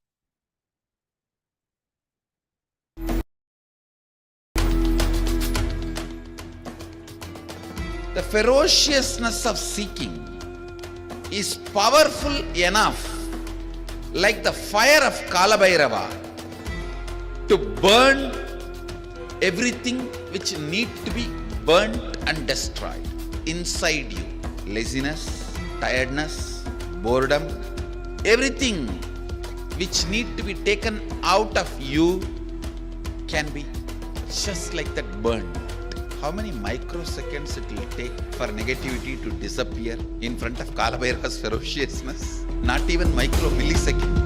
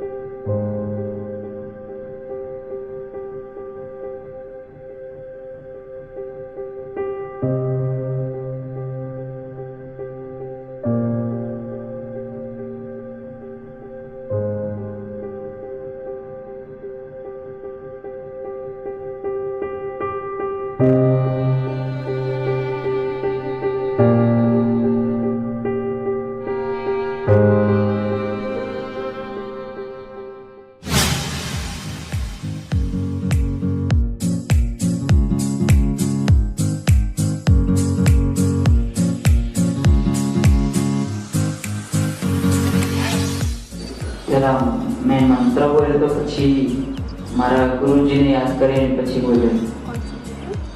क्या देखाયું आप? શબ્દ ક્યાં દેખાય? Third આઈ મને દેખાય. કઈ જગ્યાએ? થડાયેલા આંખોની બંને ઉપર કપાળમાં વચ્ચે. કપાળમાં છે. અને અહીંયા આ ચીકરી આંખમાંથી એક વાળી દેખાય લાઈન પર. Nityanandam, I am Nityanandita. I am part of the thousands of people whom Swamiji has initiated to be able to manifest extraordinary powers. One of the extraordinary breakthroughs that I had in the past 5 years was very recently when I visited the Blind People's Association here in Ahmedabad. It was for the first time I saw the blind children, the visually impaired children. With his one blessing, Swamiji just told that through me, he blessed me to be able to be one of his Divya Shariras, to be able to carry and radiate him through my body. And he told me that I will be able to initiate all of those children for them to see.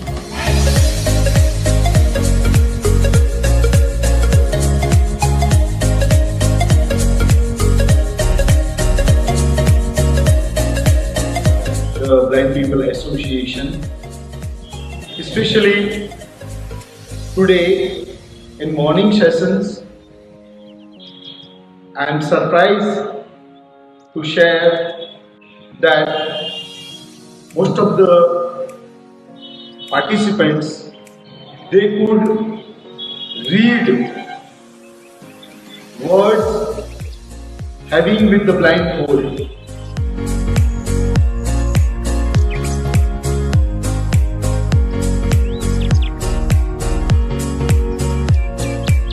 P-O-W-E-K.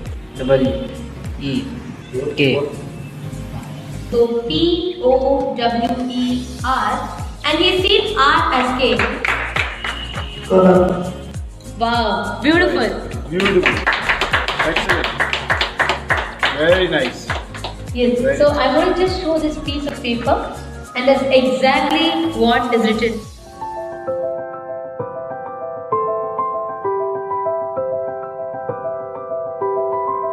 Third eye as a capacity to make anything you want as reality. Taste the first breakthrough, conscious breakthrough guaranteed. It is all about opening your third eye, giving you first conscious breakthrough. Any human being can go through these initiations and have this superconscious breakthrough, manifest these possibilities and powers.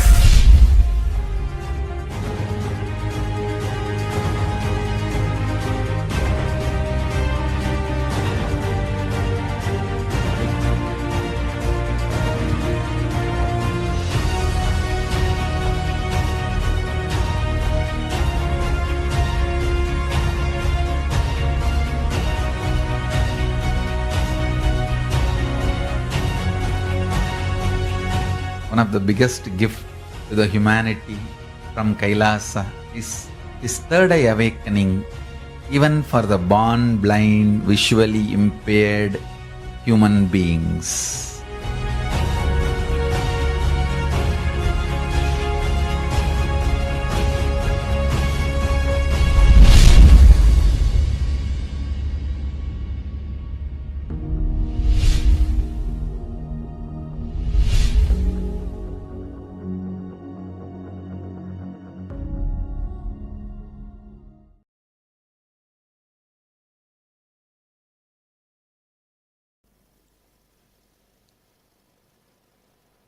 The first truth: human beings are endowed with the energy to make what they want in their life as reality.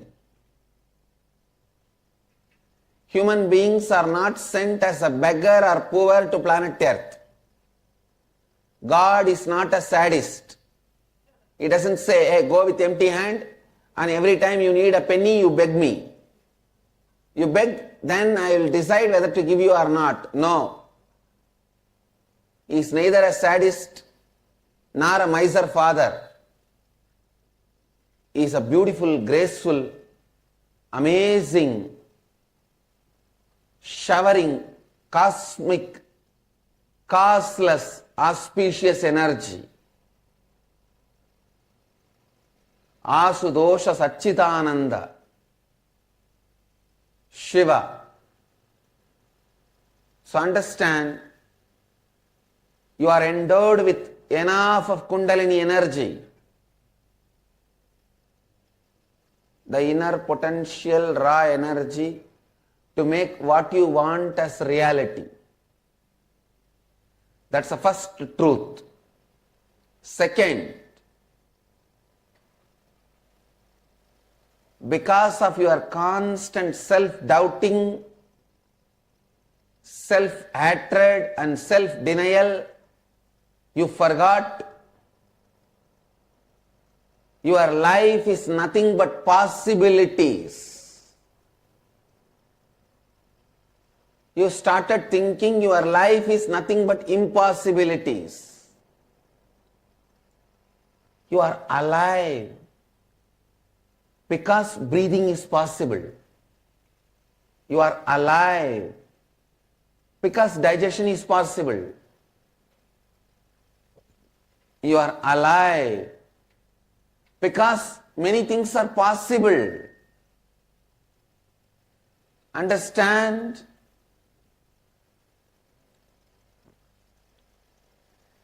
Understand? Life is possibility. It is not impossibility.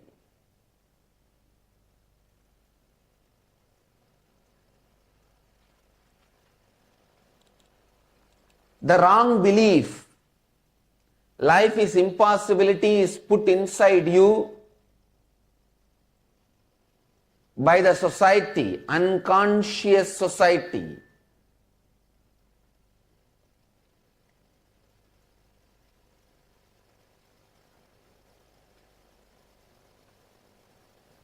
So you need to know the truth, the ancient secret which produced greatest leaders in every field. Please understand the most ancient secret, secret of the secret of the secret, which produced greatest leaders of every field. Still kept as a secret, transferred only from guru to disciple, in the world's oldest ancient civilization, the spiritual tradition. I am sharing that with the world. Listen. Signs of awakening the inner potential bioenergy, Kundalini Shakti, and directing it to create what you want as reality. This science was available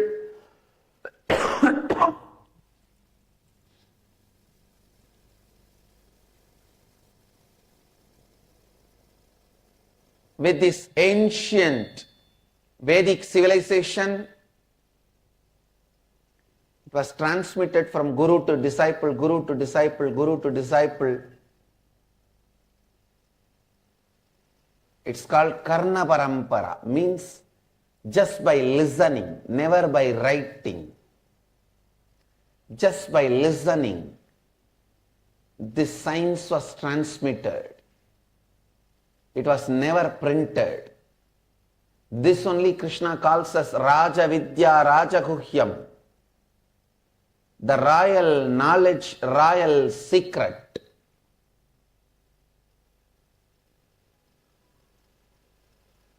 I am transmitting that science to all of you freely, because the world now needs more spiritual scientists and spiritual healers. We already have enough of economists, business management people, lawyers more than the rats, doctors more than the cats, army people more than any number. We have too many people, lawyers, doctors, engineers, army, media, too many. World immediately needs spiritual healers, spiritual activists,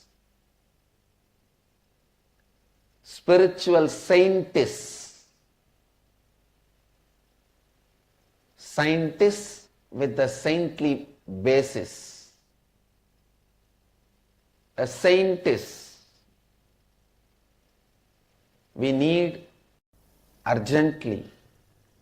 That is why I have decided to share this knowledge with the whole world. So listen. Please understand, there are some people who have the latest best cell phone, but they do not even know how to send an SMS. They can only switch on and speak, switch off and keep it. For that you don't need a best latest model 70,000, 80,000 rupees cell phone. Just 800, 900 rupees cell phone is enough. Having the best updated 70, 80,000 rupees cell phone, but not knowing anything to do with it, just you pick up, speak and leave it back, is what most of us are doing with our body. Our body is basically hardwired. Our brain is hardwired. The system is developed to experience so many extraordinary powers. Understand, you are not built just to be a clerk, just to be an attendant, or just to be a worker. Your being is basically built in to experience God, to experience divine, to experience the ultimate, to experience complete completion, to experience Mahadeva. Understand? Your body is basically built for experiencing many extraordinary things. That is why when Hinduism introduces you to you, it says, Shrunvanda Vishve Amritasya Putraha. Oh, listen, sons of immortality. Hinduism does not introduce you to you as a sinner. It introduces you to you as sons of immortality. Kundalini is the inner potential bioenergy, the possibility for God. The seed of God in man is Kundalini. Understand? The seed of God in man is Kundalini. So if this seed is nurtured, awakened, activated,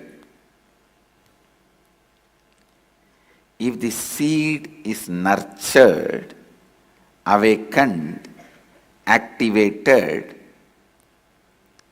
simply God happens in you. God happens in you. Simply God happens in you.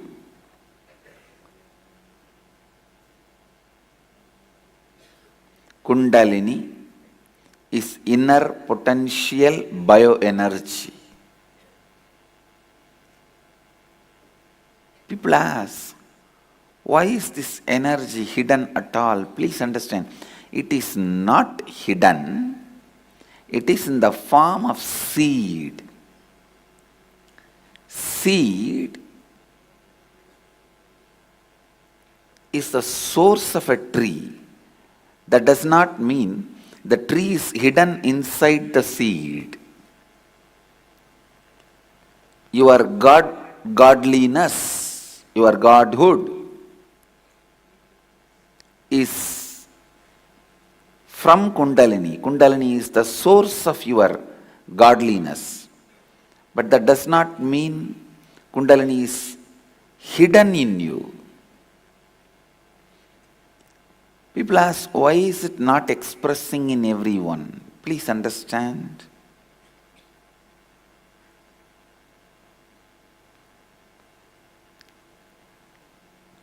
This is like you asking, why everyone is not becoming president of the country? Why everyone is not becoming lawyer? Why everyone is not becoming doctor? Each one decides what they want to become and put their attention in that direction and they become that. So Kundalini also awakens in people who wants it, who are ready to experience it, who are really interested in it. Kundalini Shakti is responsible for whether you experience emotional fulfillment, bhakti, devotion. You experience enlightenment through devotion, or you experience enlightenment through knowledge. Through knowledge, wisdom. You experience enlightenment.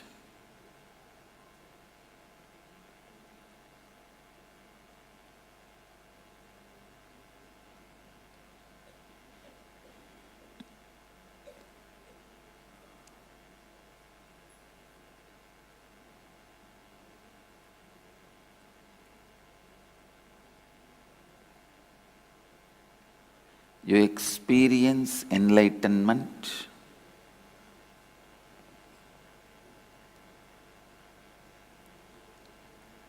through your logic. Whatever achievement happens in your life,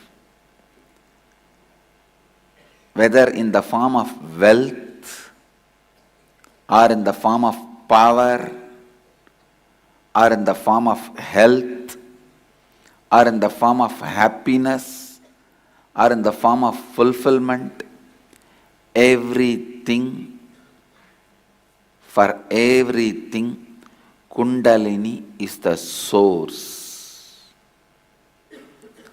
Kundalini is the source of everything. If the Kundalini energy can be awakened and directed, it can get anything you want.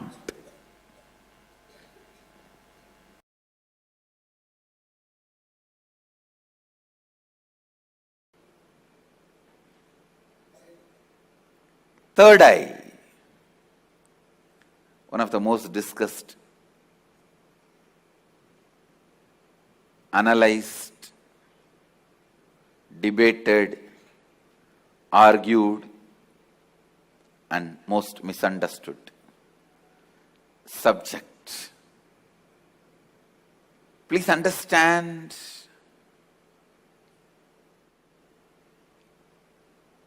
what is third eye? Let me define. Third eye is an intra-organ. You really have it. Which can be awakened, which can directly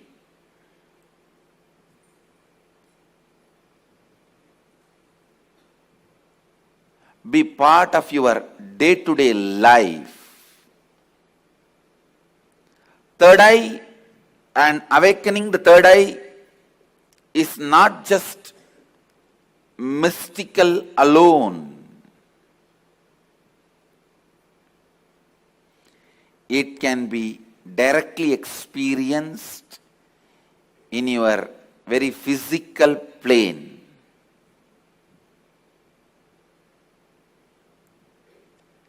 It has a clear, defined powers which can add to your day-to-day life, not just exploring the mystical path and spiritual experiences. It can directly help you experience so many extraordinary things in your day-to-day life.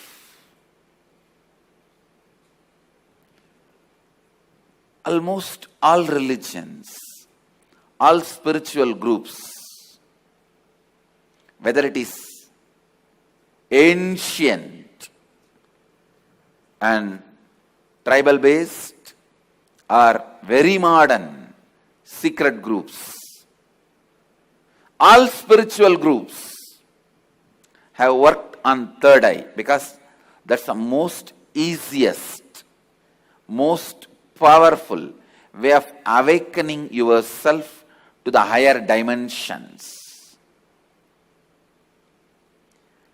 Awakening yourself to the higher dimensions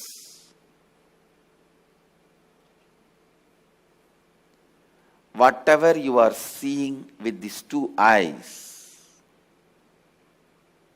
are not reality and not enough. Please understand, whatever you see with the two eyes are not reality and not enough.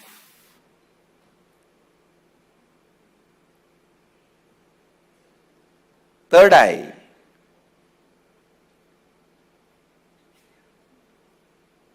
makes you see the higher reality externally in your day-to-day life and internally in your life and death journey.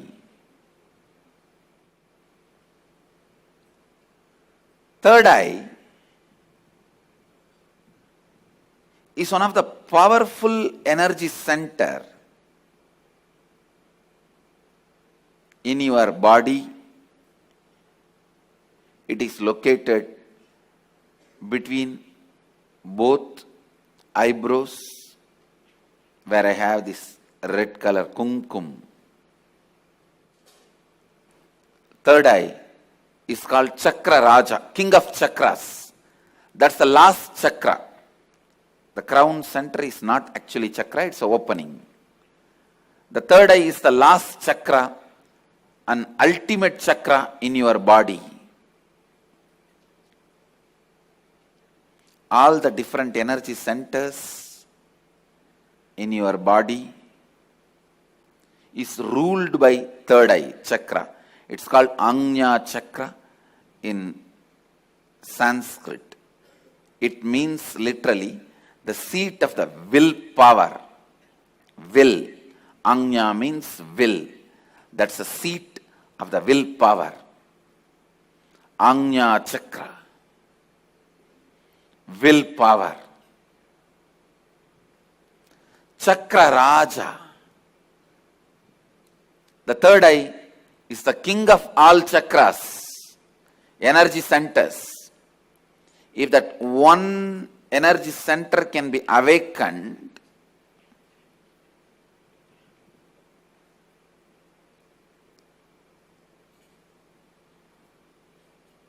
all the energy centers can be awakened. That is why in Hindu tradition, the various pilgrimage centers are identified with the different chakras. But Varanasi, the pilgrimage center of Hinduism, is associated with third eye. that is called as a third eye center. The Anya Chakrasthala,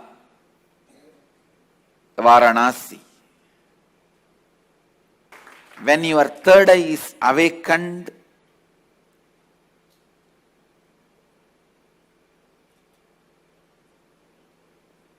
not just your intuition will be awakened. Just understand this one example. A person who is standing in a road and seeing both sides. How much he can see? He may be able to see 100 meter this side, 100 meter this side. But if a person is standing on the 10th floor and seeing the same road, he can see 1 kilometer this side, 1 kilometer that side.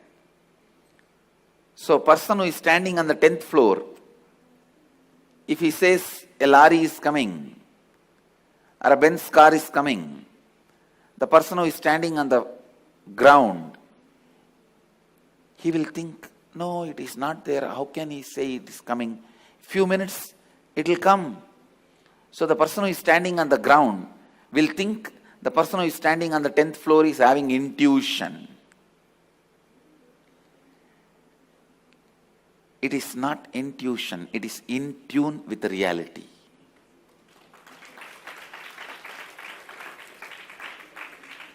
When your third eye is awakened, you will be able to see everything from the higher plane. So you will be in tune with the reality. People ask me, can it help me in my material growth? I tell you, it will help you in everything. In your health, you will be able to see through your body. I have seen so many siddhas. They will just scan their body with closed eye.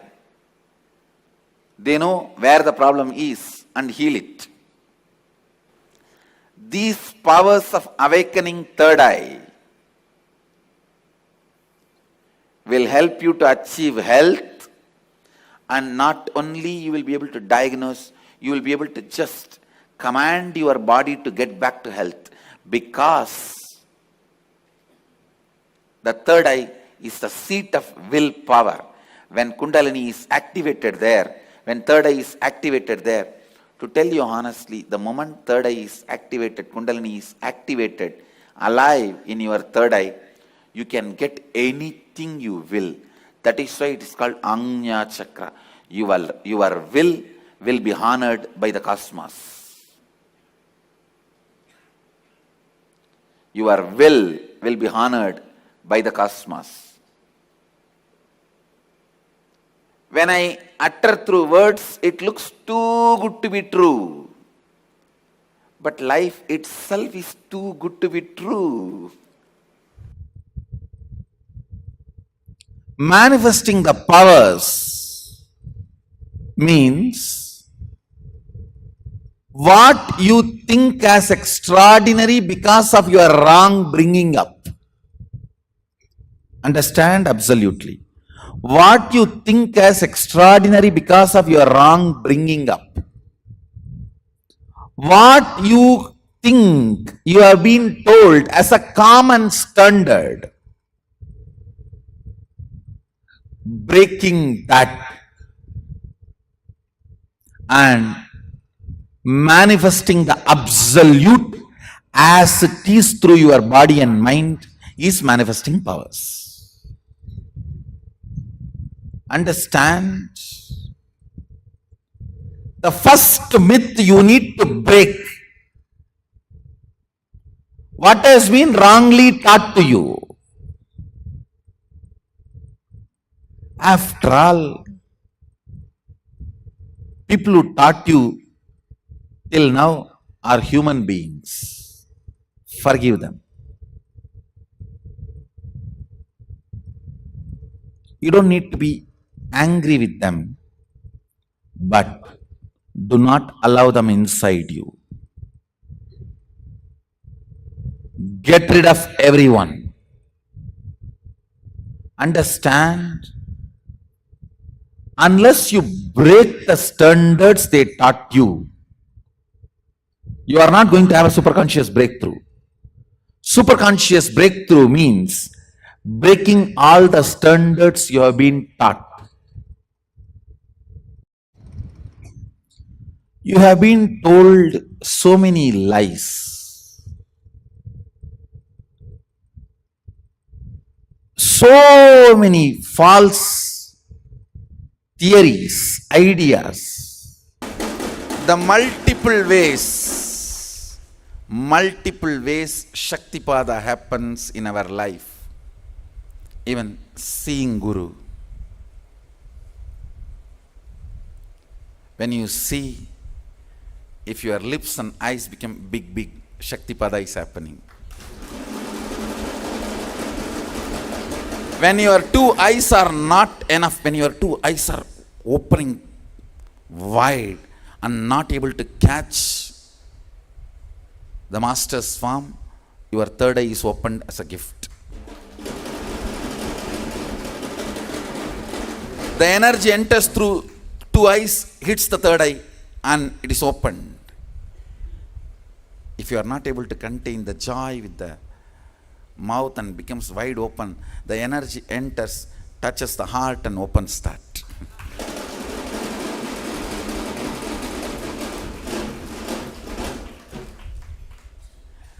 Energy goes through the eyes, opens the third eye. Energy goes through the mouth, opens the heart. And I tell you, automatically your breathing pattern will change, because your breathing pattern is the remote control for your neurological functions. Your whole neurological functioning is controlled by your breathing pattern. Your breathing pattern is your remote control for your neurological activities. The moment you see the master, see the Guru, in his presence, you will see the breathing pattern automatically changes, because he is operating the remote.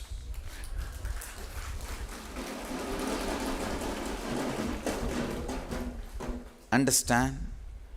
Whenever your eyes open wide, breathing pattern changes, mouth opens wide, ears start deeply listening, you are having Shaktipada.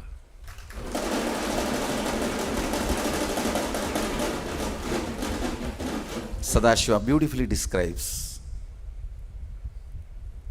eyes opening wide to drink his form, mouth opening wide because uncontainable joy,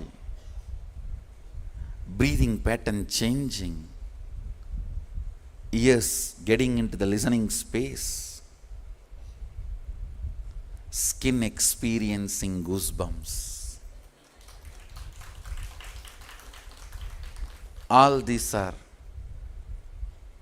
the clear definition that you are having Shaktipada.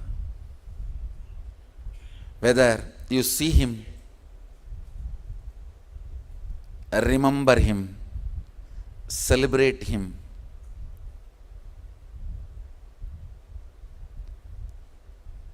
dance with him, eat with him, live around him, or in the modern days, getting a like from him.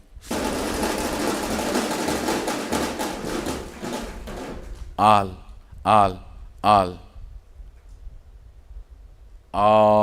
this is Shaktipada.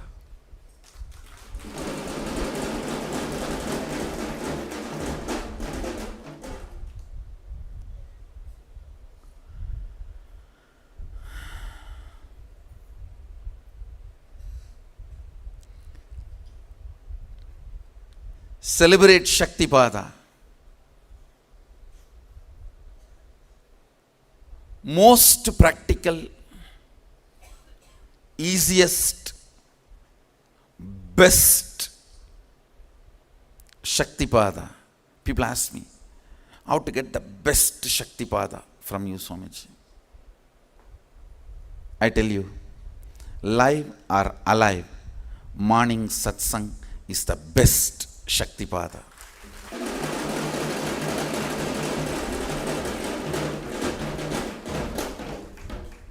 Miss anything,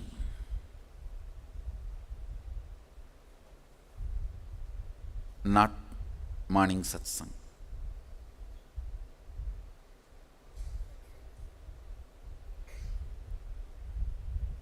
If you don't have time, miss breakfast, nothing wrong, good for health. But not morning satsang. Miss anything, not morning satsang.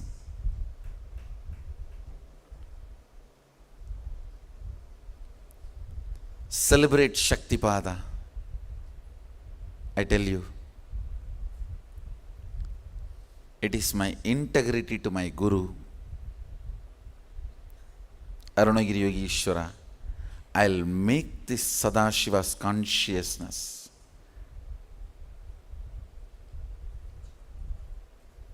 Sadashiva's power manifestation. I'll make Sadashiva's consciousness, Sadashiva's powers manifesting as lifestyle for the whole humanity.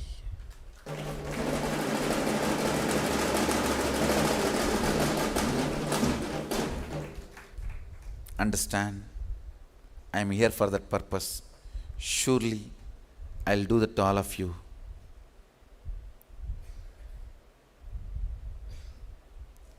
Just by Shaktipat, nothing else. Celebrate Shaktipada.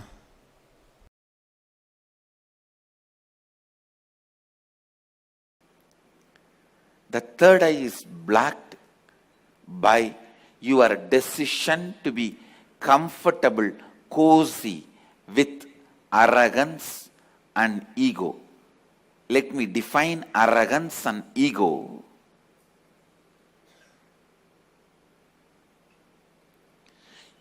Your decision to carry on with your life with the small informations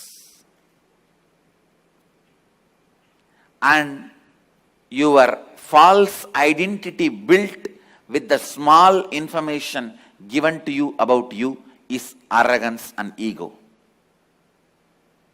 Your decision to carry on with your life having you, which is built with very less informations about you. It is like when you are young, the informations you receive about you and others, which are not completely complete. If you received the information, you are insecure, you need to be protecting yourself, you are powerless, you are weak, you are ignorant, and building your identity based on those informations and continue to live with it.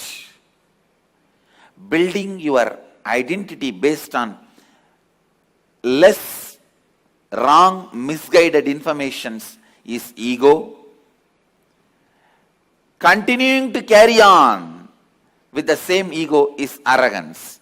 These two blocks your third eye. Spending little time and recognizing you.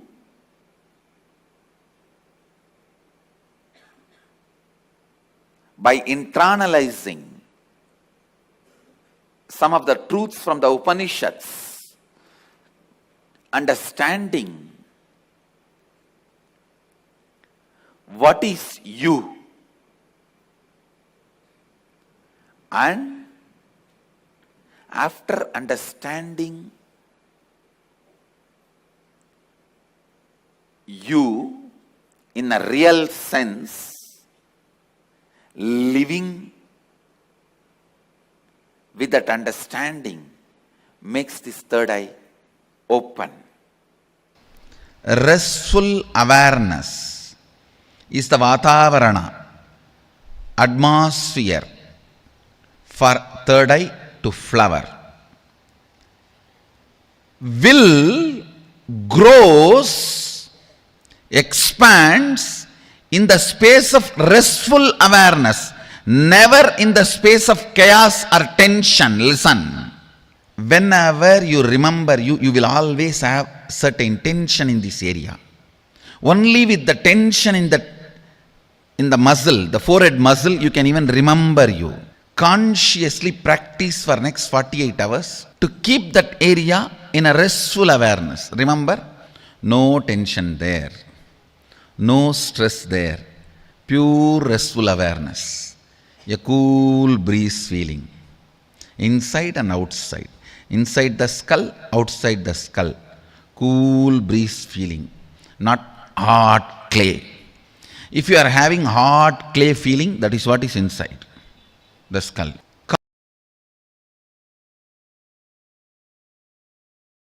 See, they should know, if I am successful, the pride is for Swamiji. If I am a failure, blame is for him. Why should I bother? There's a beautiful story. Vishnu was lying on the Vaikuntha. Mahalakshmi was pressing his feet. Suddenly Vishnu got up and started running. Mahalakshmi thought, did any demon attack Vaikuntha? Even then I have never seen in my whole life Mahavishnu running like this. And she was also chasing him and asking, "Arey, tell me, why are you running? At least tell and run. Which demon is attacking? I don't see any demon, any attack." Then Vishnu, without reducing the speed, the same speed running, and he's telling, look there, look there. There, the Prahlada was trying his small hand and trying to show in which pillar Vishnu is there. The father is asking, Hiranyakashipu is asking, hey, in which pillar your Narayana is there? In this pillar or that pillar? So the Prahlada, small kid, he is only a 5-year-old kid. When Narasimha Avatar happened, he is only 5 years, not even 6. 5 running. So that small baby is raising the hand and trying to show. Narayana says, whichever pillar that finger is showing, I have to get into that pillar. I can't afford to let my devotee down. It boils down there. And I will not let you guys down. There is so much of self-protection, ma. So much of arrogance and self-protection. It is arrogance. Please understand, the word is sharp, but that is the truth. Ability to throw. If I am successful, praise goes to him. Everyone knows I have not done anything. 21 days before I am same Bondu only. And everyone knows. And if I am not successful, blame goes to him. If I am successful, praise goes to him. Come on, let me put him in risk. No, that is the attitude. That's the only way you will move out of you. Otherwise, you are so protective of you. Actually, if you never get into the stage and start the demonstration, forever you will live with the idea you don't have that power. That is where the whole problem is. Because you plan and cognize you only 40% based on your thinking. You cognize about you 60% based on others' conclusion. So now the fight between this 40 and that 60. So I can neither take this side nor take that side. I have just put nuclear bomb for both. I have to break both. I'll do it. Initiation is playfield, and now breaking your arrogance means making you open up and breaking your SDHD. See, when you are catching, when your intuition is showing, in a subtle way you get aligned. Catching what kind of alignment you are in when you are manifesting and getting back to that is what I need to do now for you guys. See, when you are manifesting the powers, you are in certain space, like your back will be a little stretched, or certain kind of a kundalini flow will be there. Something will be going on in you. Recreating the same just by remembering. Not with any technique, just by remembering.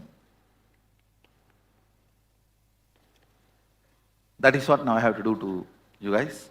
Then you will get the confidence. It is not even confidence, it is more like a challenging. I can't demo, I can't manifest powers. Let me see what you can do to me. Anyhow, I'll put you in a situation where you have to manifest this power for survival. Then you will naturally manifest and you will get confidence, that's all. I'll put you somewhere where you are completely lost. Unless you use the extraordinary powers, you will not be able to get out of the situation. Then you will be forced to use, only then you will be able to get out of the situation. Then second time onwards, you will not ask me to put you in that situation. No, better let me manifest powers. Don't do this anymore. It'll all become all right, that's all.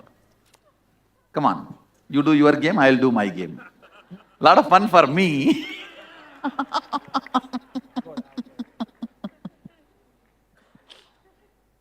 Now sometime,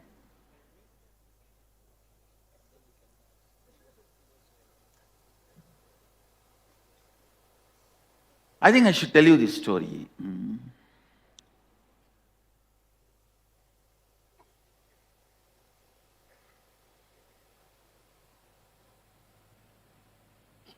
At one time, in 1999,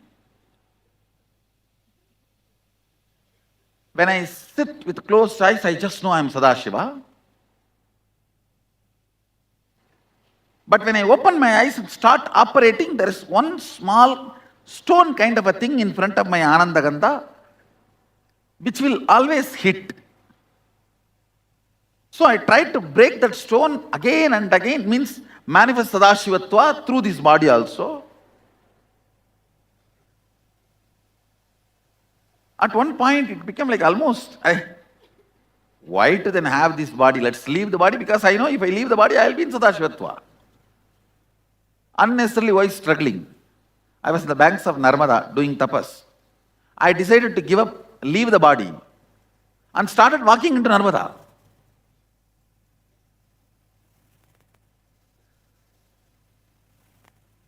When water came up to the neck level, I closed the eyes and started walking.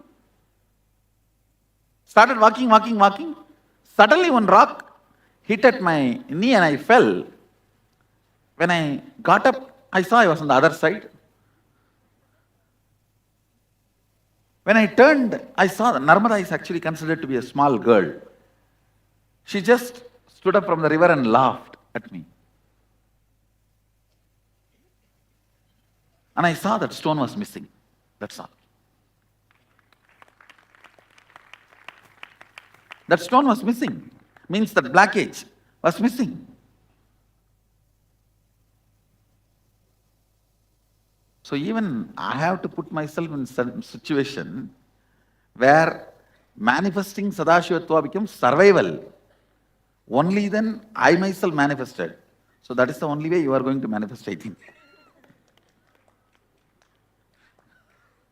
Now sometime, even if you know you have everything, you do not want to shake the status quo. You are afraid people will make fun of you. You went 21 days and sat with that Swami, jumped around. I saw your photographs all over the Facebook. And that stupid big mala and big bindi, rudraksh and everything. Now you are coming and claiming you have extraordinary powers.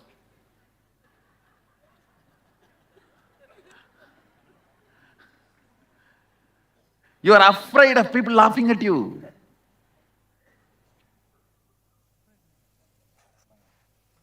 But I tell you, people will never laugh at you if you decide and start manifesting. I tell you, I will not let you down.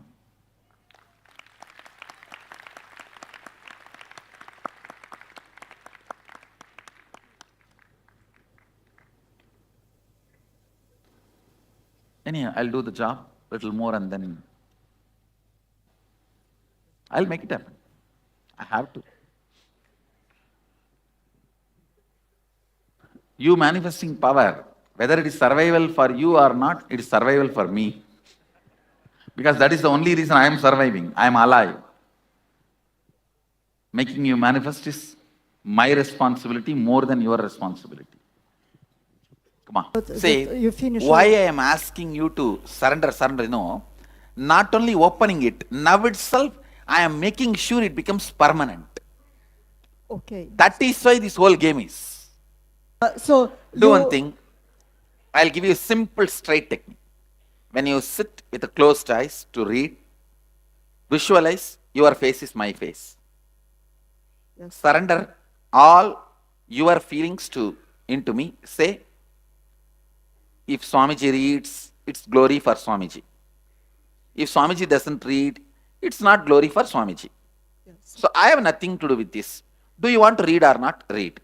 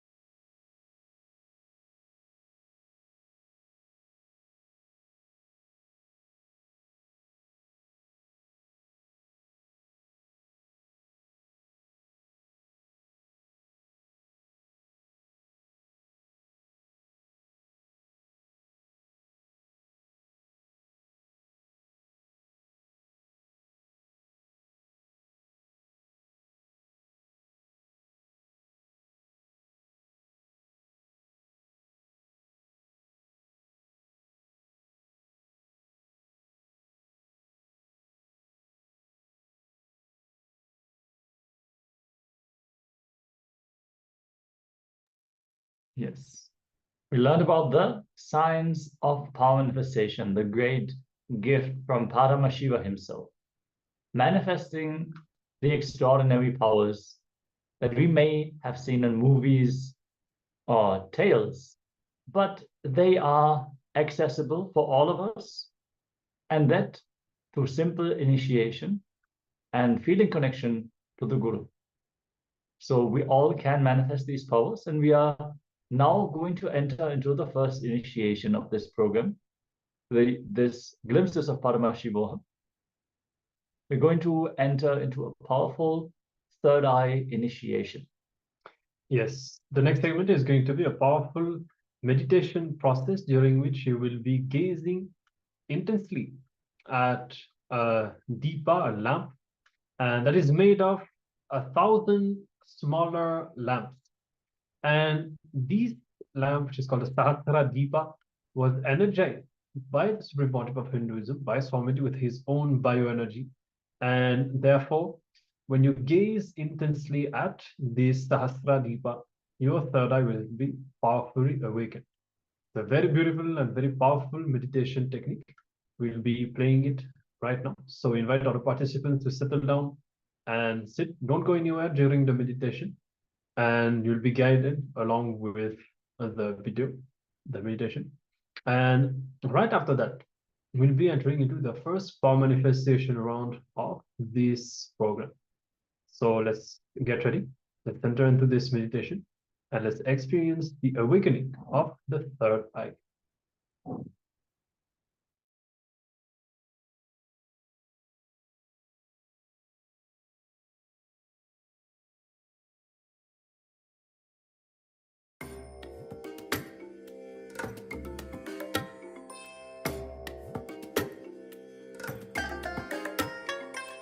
I bless you all. Let you all open all your three eyes and manifest the powers of Mahasadashiva. Oh.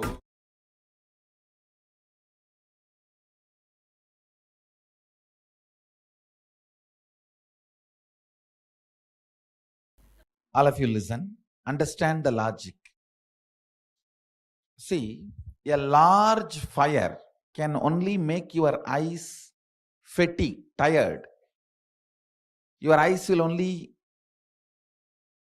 try to get diverted. But small fire in lot number, like this diyas, like this deepas, will demand your attention so much on your eyes. Naturally, your whole attention will start falling on the third eye. Small but large number will demand your attention on the third eye in a very soft way. So naturally, the third eye will be intensely awakened. Now, I am putting the bioenergy of Sadashiva into all these lamps. So just intensely try to look all the fires at a time. Please listen. This is the key of the technique. Every light in front of your eyes, try to look at them all spontaneously, simultaneously. Understand these two words, spontaneously and simultaneously. Just spontaneously and simultaneously try to see all the light in front of your eyes. Whatever light is in front of your eyes, try to see spontaneously, means without planning, just naturally and simultaneously. Don't try to see the bottom first, then middle, next, top. No, try to grasp whole thing simultaneously. Listen carefully. Look at all the lights seen in front of you in the Sahasradipa Stamba simultaneously and spontaneously.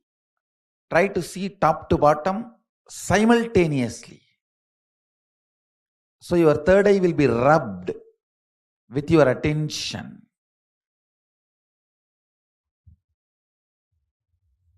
Shiva. Shiva. Sadashivoham. Try to see all the deepas, all the light simultaneously from the top to bottom without moving the eyeballs. Without the movement of the eyeballs, try to grasp the whole thing simultaneously. Shiva, Shiva,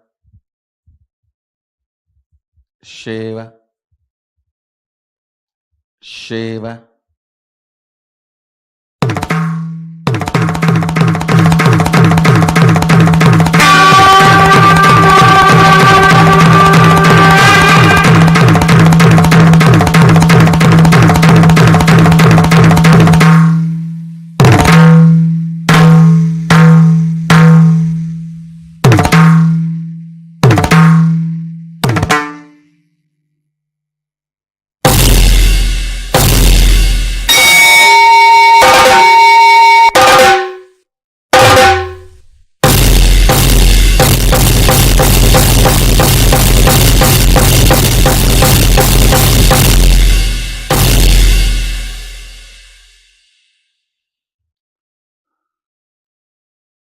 Shiva, Shiva, Shiva, Shiva, Shiva, Shiva, Shiva, Shiva.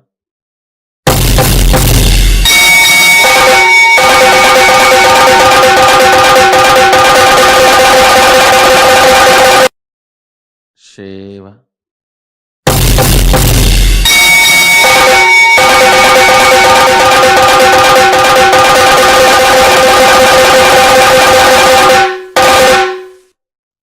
Anya, Shambhavi, Bala, Tripura Bhairavi, Adi Shakti,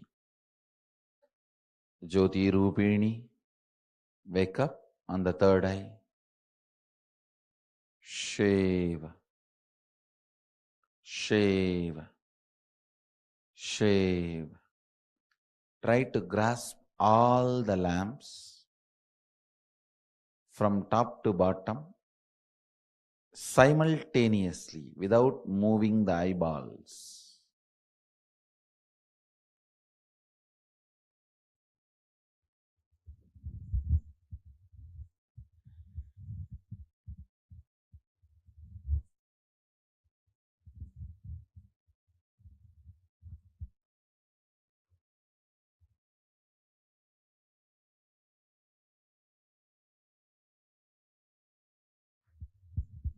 Shiva Tvamasi, Shiva,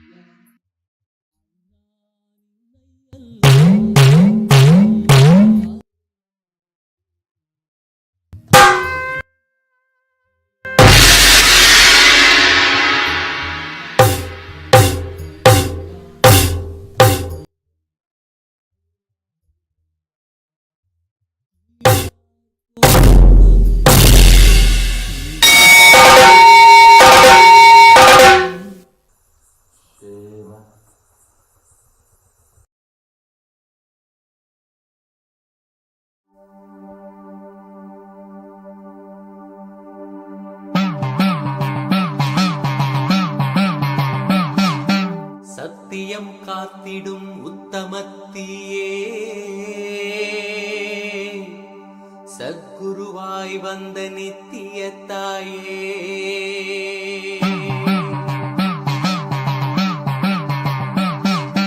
வேதங்கள் வணங்கிடும் ஆதியும் நீயே ஜோதிமலையிலே அவதரித்தாயே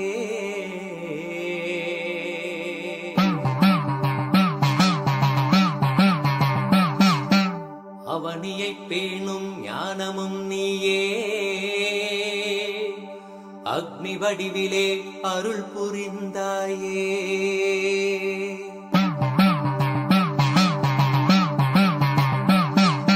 பூதங்கள் ஐந்தையும் ஈன்றவள் நீயே அழல் உருவாகவே ஈண்டெழுந்தாயே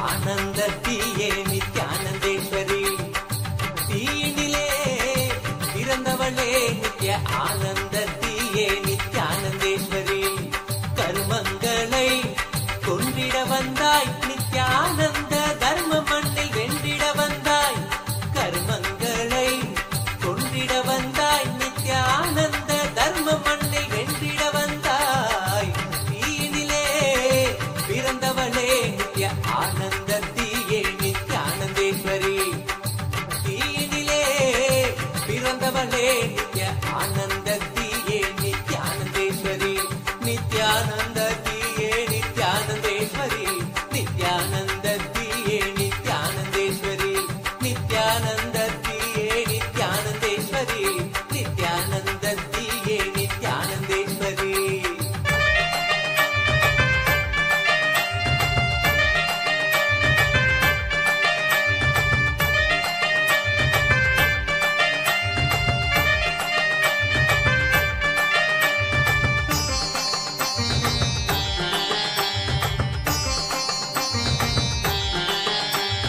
அண்டமெங்கும் ஆளுகின்ற தேவியும் நீயே இந்த பிண்டத்திலும் வாழுகின்ற ஆவியும் நீயே அண்டமெங்கும் ஆளுகின்ற தேவியும் நீயே இந்த பிண்டத்திலும் வாழுகின்ற ஆவியும் நீயே குண்டத்திலே தீயனவே சிரிப்பவள் நீயே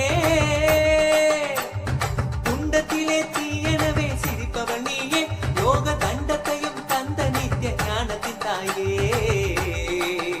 யோக தண்டத்தையும் தந்த நித்திய ஞானத்தின் தாயே தீயினிலே பிறந்தவளே நித்ய ஆனந்தத்தியே நித்யானந்தேஸ்வரி நித்யானந்தத்தியே நித்யானந்தேஸ்வரி நித்யானந்தத்தியே நித்யானந்தேஸ்வரி நித்யானந்தத்தியே நித்யானந்தேஸ்வரி நித்யானந்தத்தியே நித்யானந்தேஸ்வரி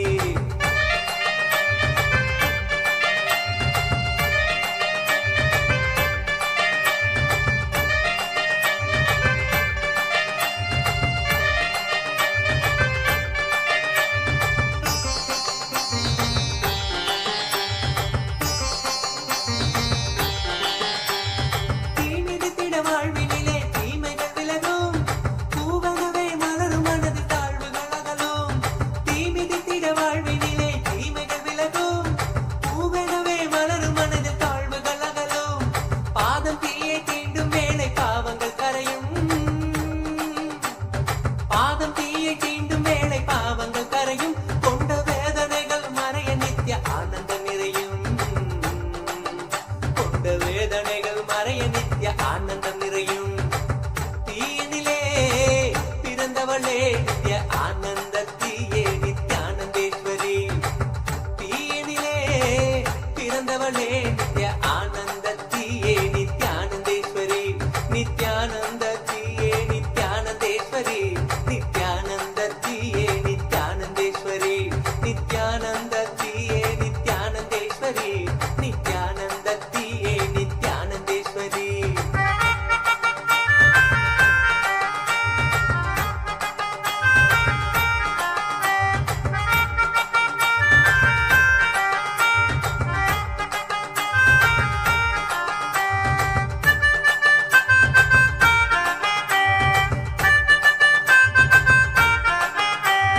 தீயன பூக்குழியினிலே கனன்று எறிவதும் பெற்ற தூயவளே நீ என்றும் நாங்கள் அறிவோம் தீயன பூக்குழியினிலே கனன்று எறிவதும் பெற்ற தூயவளே நீ என்றும் நாங்கள் அறிவோம் அச்சங்களை துச்சமாக மிச்சமின்றியே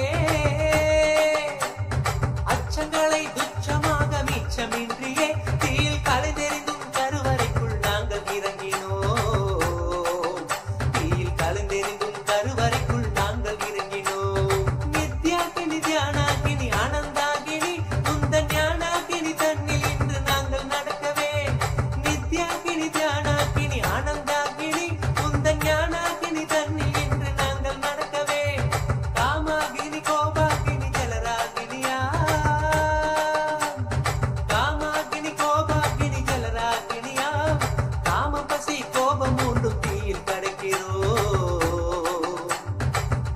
பசி கோபம் மூன்று தீயில் கடக்கிறோம். தீயினிலே பிறந்தவளே நித்ய ஆனந்த தீயே நித்யானந்தேஸ்வரி. தீயினிலே பிறந்தவளே நித்ய ஆனந்த தீயே நித்யானந்தேஸ்வரி. நித்யானந்த தீயே நித்யானந்தேஸ்வரி. நித்யானந்த தீயே நித்யானந்தேஸ்வரி.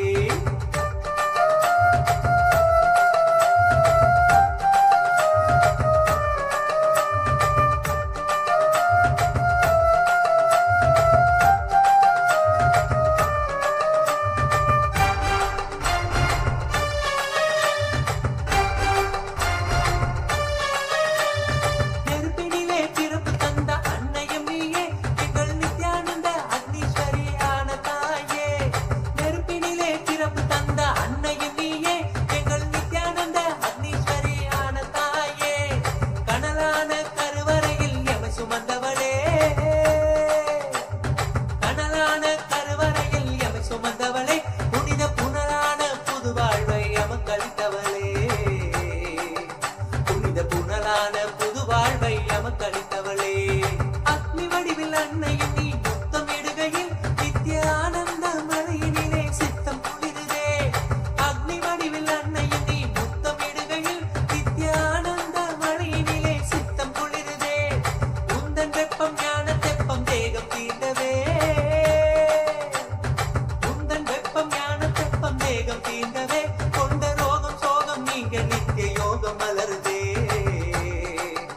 கொண்ட ரோகம் சோகம் நீங்க நித்ய யோகம் மலருதே. தீனிலே பிறந்தவளே நித்ய ஆனந்த தீயே நித்யானந்தேஸ்வரி. Nityananda தீயே நித்யானந்தேஸ்வரி. Nityananda தீயே நித்யானந்தேஸ்வரி.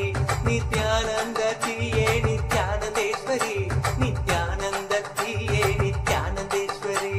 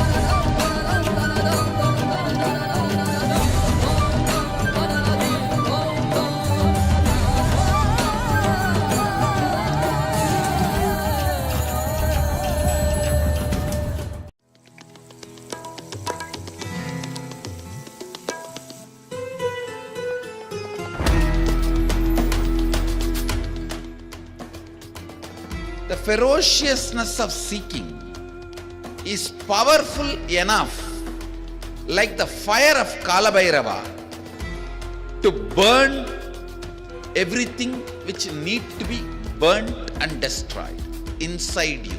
Laziness, tiredness, boredom, everything which need to be taken out of you can be just like that burned.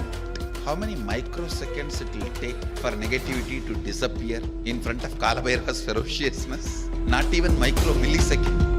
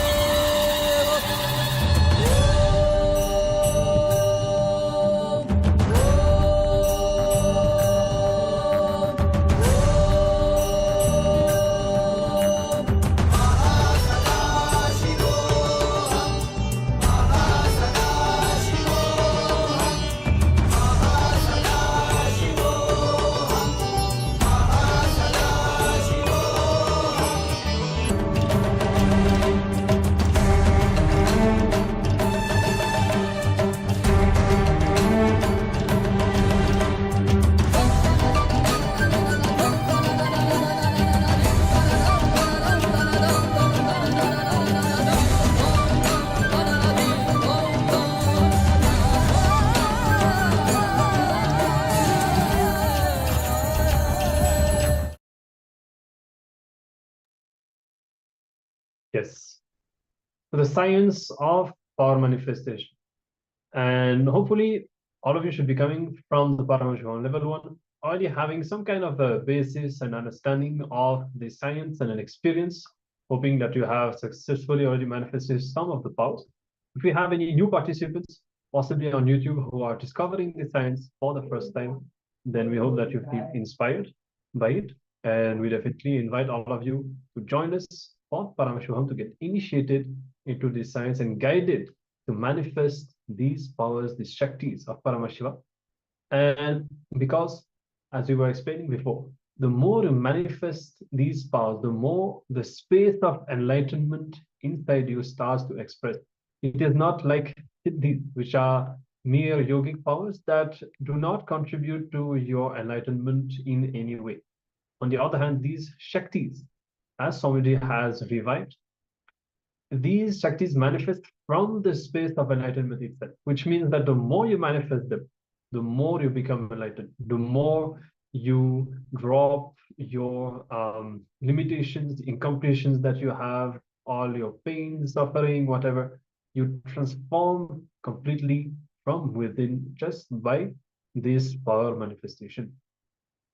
So with this, we'll be now entering into the first power manifestation for the day, which is going to be the power of seeing through the third eye. With our eyes blindfolded, we will not be using the physical eyes, just seeing through the third eye, we will be able to describe whatever is shown to us. And not only describing, but even revealing details that the two physical eyes may not be able to discern. So let's get ready. If you have a blindfold in your home, you can get it and use it to cover your eyes. If you don't have, you can use any cloth, opaque cloth that is available. And the darkness will help a lot to activate the third eye, to recognize all the visuals that the third eye will show you. And we'll be beginning the power manifestation now. You know, the third eye is literally the space of Paramashiva inside you. That's why somebody says man plus a third eye is God, Paramashiva. So remember Swamiji, who is the very embodiment, the very manifestation of Paramashiva in your third eye. After this powerful meditation, we hope that you're able to experience the energy buzzing in your third eye. And if not, don't worry, some people experience it, some people don't, it's usual. Visualize the form of Swamiji in your third eye. And connect to Swamiji. Experience the space of oneness with Swamiji. This is the space where you have this intense feeling connection with Swamiji. You may experience it at an energy level, at a being level, however you connect, however you relate with Swamiji. Essentially connecting with Swamiji and allowing Swamiji to manifest the power through you. So we'll be chanting the Mahavakya, which is the password for the power manifestation, the password to establish ourselves in this space of oneness. And from this space, we'll be entering into the power manifestation. Om Nityananda Paramashivoham. Om Nityananda Paramashivoham. Om Nityananda Paramashivoham. Keep vibrating intensely with the Mahavakya. And let us enter into this round of the power manifestation. We are going to project the image on screen now. Let's begin. Let Swamiji manifest this power through you.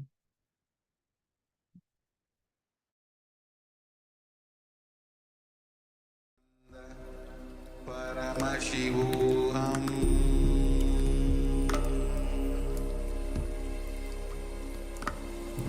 Om Nityananda Paramashivoham.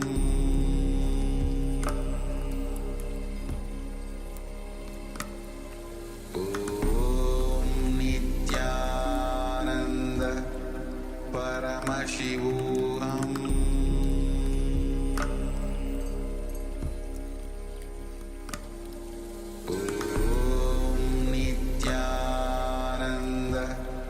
Paramashivoham.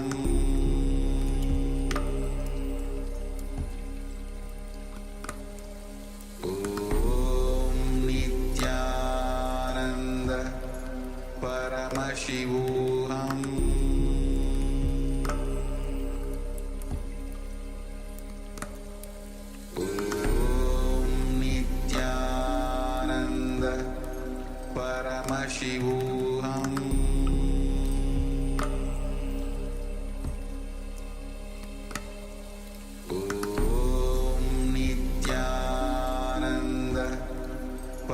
Paramashivoham.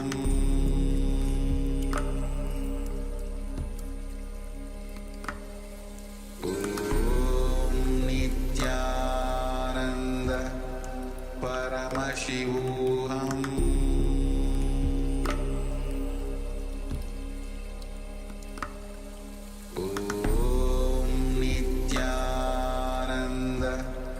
Paramashivoham.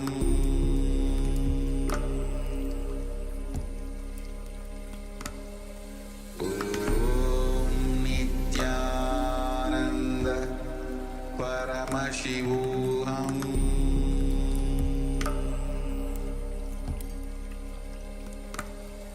Om Nityananda Paramashivoham.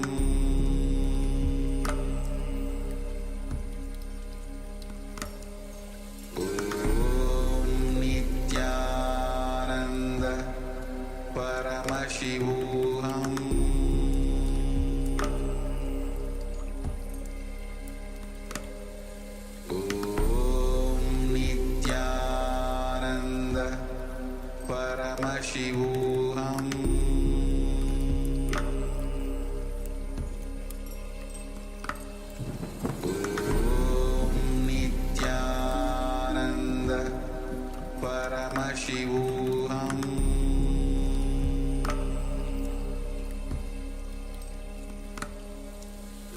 Om Nityananda Paramashivoham.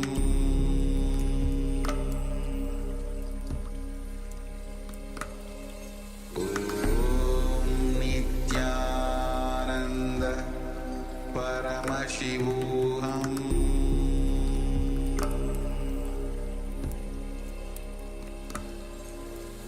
Om Nityananda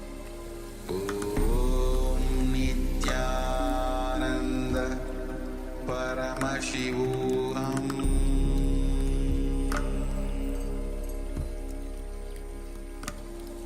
Om Nityananda Paramashivoham.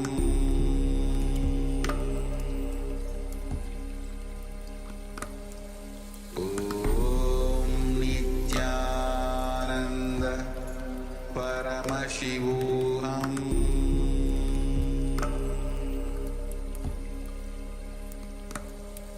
Om Nityananda Paramashivoham.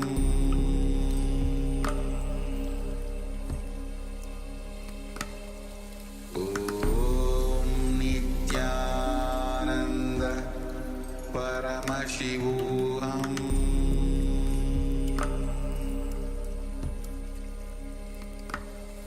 Om Nityananda Paramashivoham.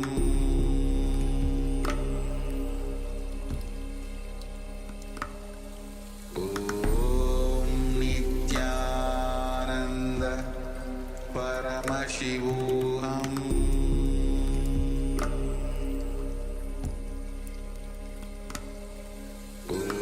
Om Nityananda Paramashivoham.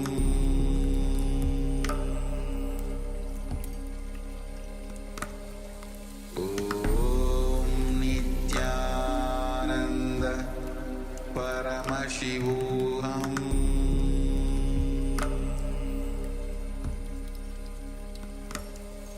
Om Nityananda Paramashivoham.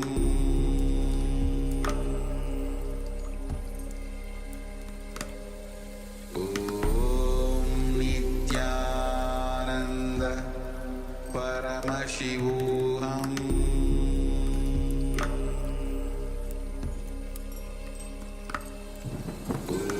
Om Nityananda Paramashivoham.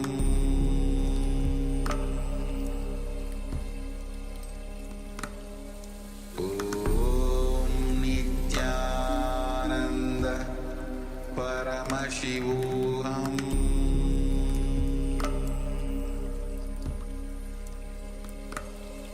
Om Nityananda Paramashivoham.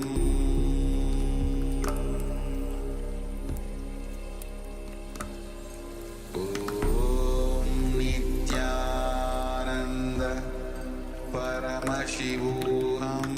Om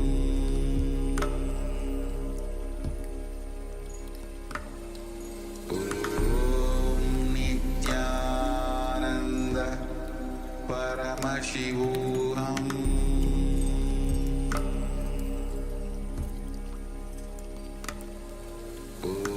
Om Nityananda Paramashivoham.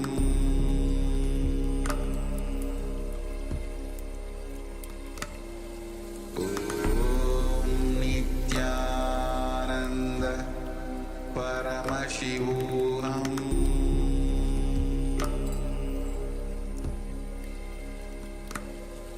Om Nityananda Paramashivoham.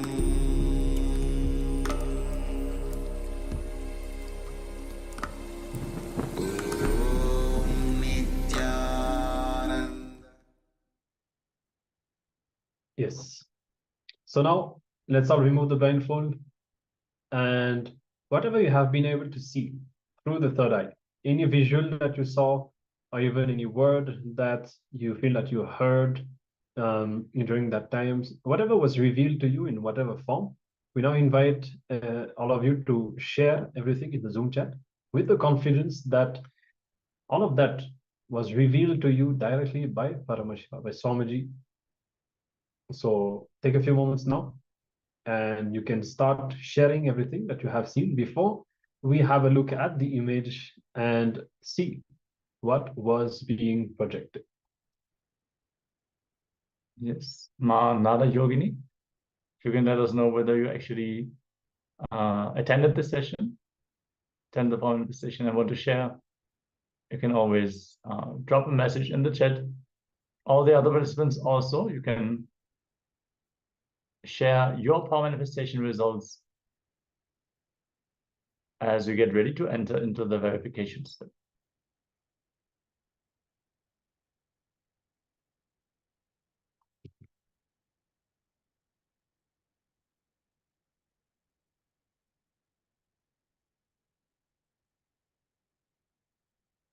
All right, so you can go and share. You can go ahead and share whatever you have seen, and we'll be having a look at the image, and so you can see a beautiful crystal opal and a lot of colors. See the stone and the crystal which is embedded into it with shades of blue, green, yellow, brownish, orange. So if you saw any of these colors or those kind of shapes and the reflection that is on the crystal, congratulations. Or maybe you would have seen, you would have been able to know what kind of stone it is, which you would not be able to necessarily with your physical eyes. But the third eye can reveal to you exactly which stone it is, even some of the properties of that stone, everything. So when we become adepts at manifesting the power of the third eye, all of these details as well become accessible to us through the third eye. And at the same time, it is not something that has to be achieved through training. We have also seen many times, even people who never manifested the power before, when they brought the intensity in that moment of power manifestation, and they just surrendered everything, they landed spot on. So don't think that you need to be like well established or trained in order to be able to manifest this power. It happens spontaneously, instantaneously. If you are yet to manifest the power, don't worry, just keep manifesting it, bring more intensity. It is not about forcing to make anything happen, but it's just a firm decision to sit and manifest it until it expresses to you fully. Sometimes there might be physiological things that need to align. Sometimes we just need to settle in that space of oneness. Or sometimes we just need to have a little bit of patience until it expresses fully. So I want to thank all the participants who joined for this round of the power manifestation. And we're going to start with the main topic of the day, which is the science of Kalpataru. And we're going to learn the initial science that is required in order for us to manifest our reality through our will. And the first dimension of the science of Kalpataru that we need to understand is completion. Now, many of you would have heard of completion as a means to overcome our restrictive thought and behavioral patterns. But today in this context, it is a tool for us to use to manifest our reality the way we want. So without further ado, let us enter into this session.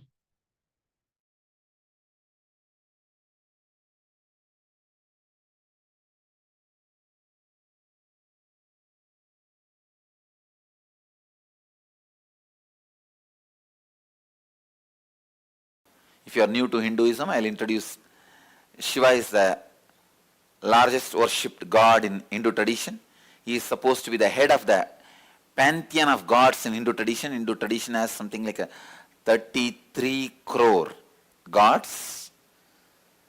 And I believe that was the population in those days. Each one can have your own personalized, customized god. That's the freedom Hinduism gave for everybody. And Mahadeva, Shiva is supposed to be the head, lord of all the gods, and Ganesha is the first son of Shiva. Whether Shaivite or Vaishnavite or Shaktite or Gaumara or Guru worshippers, they always worship Ganesha first. Ganapati. I can tell you really, I have become successful in my life because I started my life with Ganesha. My first spiritual effort was trying to feed Ganesha. Please understand. My first extraordinary experience beyond the materialistic world is also from Ganesha. That is why I think Ganesha has given success in my spiritual venture.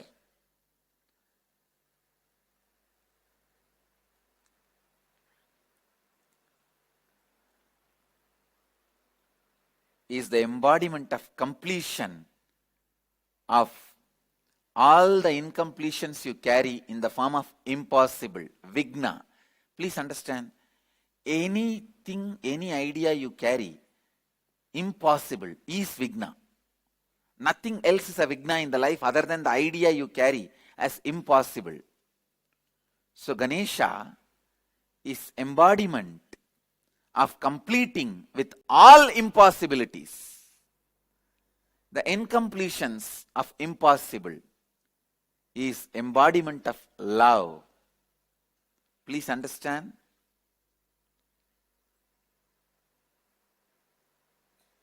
Even though I don't want to describe him with some seriousness, his power, I can say, is established in completion and simplicity. The problem is always the simplicity is taken as an incompletion and non-seriousness. But he is paradox, established in the space of completion and established in non-seriousness, a joy, overflowing joy. And he is embodiment of all the completions of the incompletion impossible. You will never think Ganesha as embodiment of love, because you always have the idea of love from either Krishna or Devi. You need to understand, Ganesha makes you complete with all the incompletions and the ideas of impossible. Ideas of impossible. He makes you complete with all the impossibilities.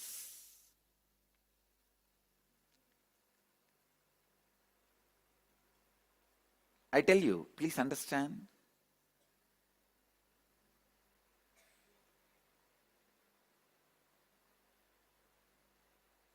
You need to understand this truth about love. Let me describe. There is one kind of love where a bird eats wherever she gets the food she eats and stores little in the mouth, comes to the nest where she is staying and feeds the, what do you call? The kids of the babies, the birds. The bird eats and stores the little food in the mouth and comes and feeds its babies. This is one kind of love. There's another kind of love where lion takes the cub to teach hunting. Understand? There are two kinds of love where the bird eats and brings little food and she feeds her kids, baby birds. This is one type of love. There is another type of love where the lion takes the cub for hunting. understand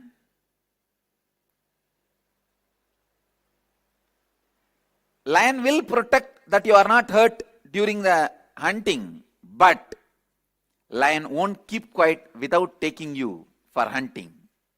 It will not let you rest. It may protect that you don't get hurt, but it will not leave you without taking for hunting. You have to hunt. And you have to take the responsibility. And of course, if you don't get anything in the hunting, lion may, he will feed you. She will feed you. Whatever she gets from that, she will feed you. But she will continue to train you for hunting. I can say the Ganesha's love is like a lion. It's like lion's love. See, a lion has to come down to make the cub feel he is equal. The cub is equal. Only then he can encourage the cub to come with him for hunting and to try for hunting. That coming down does not reduce the state of lion. Same way, Ganesha comes down to our level, raises us to his level. There's a big difference. The love of the Devi or Krishna, all that is more or less like a bird. The bird's love towards the baby birds.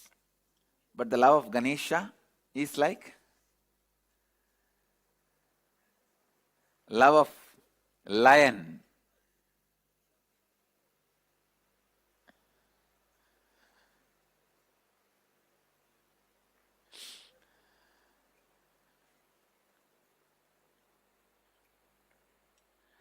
So understand, I tell you, this love only needs a lot of sacrifice.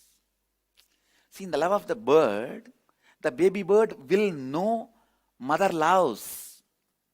Baby bird also will reciprocate. In that love, nothing, you don't need much sacrifice. But in the love of the lion and the cub will not even realize lion loves it. Cub will not even realize lion is loving the cub, and so lion has to do a lot of sacrifice. He has to sacrifice.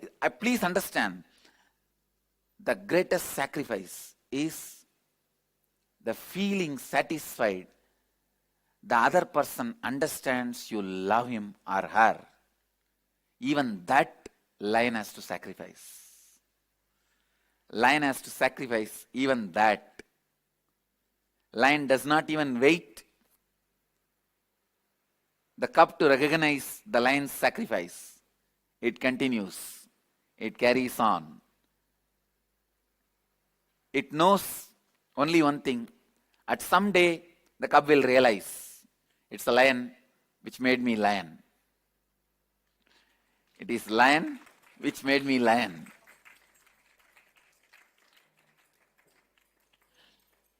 So the greatest sacrifice is the people whom you love.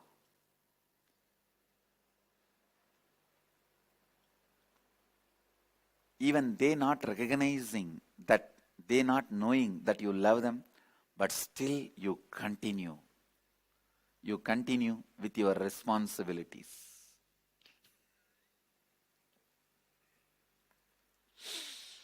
I can say this is the most powerful love. The love of a master. Ganesha is embodiment of lion's love, who makes you complete. And without completion, even Shiva cannot win starting anything. That is what Ganesha proves. For a war with the Tripurasuras, Shiva starts without doing completion. Of course, it is not Shiva's responsibility. Shiva is always established in the space of completion. But the people who organized, the other energies who are involved, they did not do the completion and start the war. So immediately Ganesha comes and breaks the chariot. Then all the devatas come and complete with Ganesha. Mahadeva himself completes with Ganesha. Immediately Ganesha says, come on, now let's start. He removes all the incompletions and Tripurasuras are immediately burnt. The purpose is achieved. So understand the necessary importance of completion. Ganesha is embodiment of that completion. Ganesha is embodiment of the completion with all the incompletions of impossible.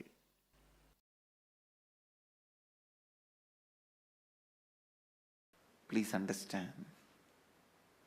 The first truth,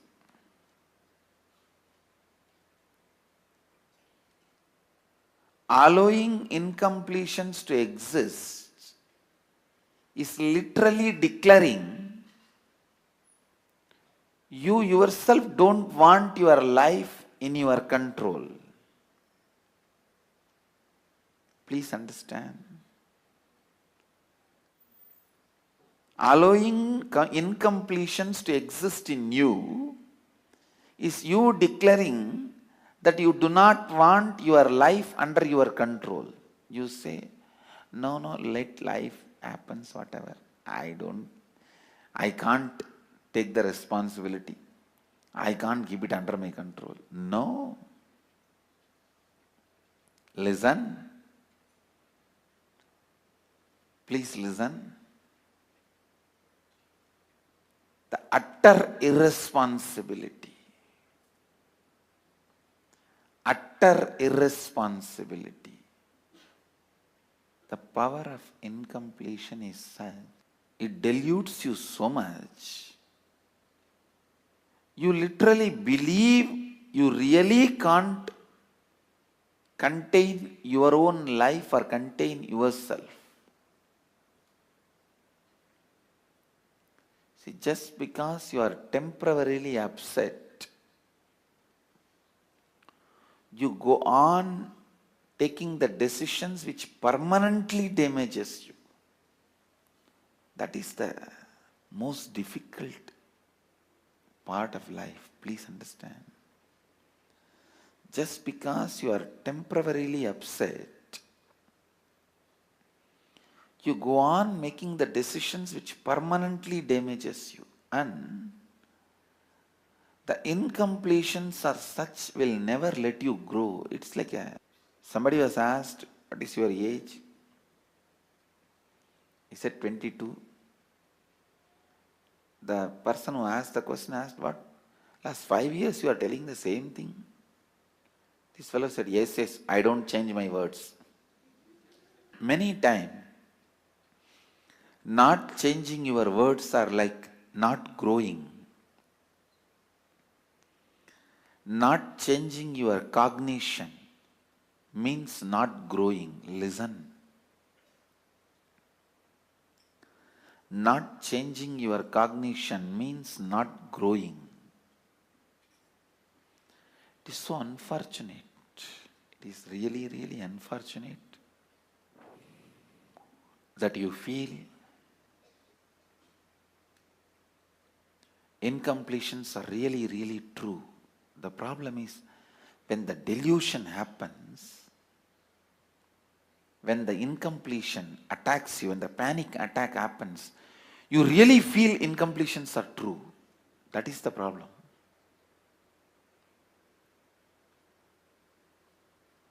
When the dust storm, sandstorm happens, you really feel you can't do anything. You are paralyzed. You are crippled.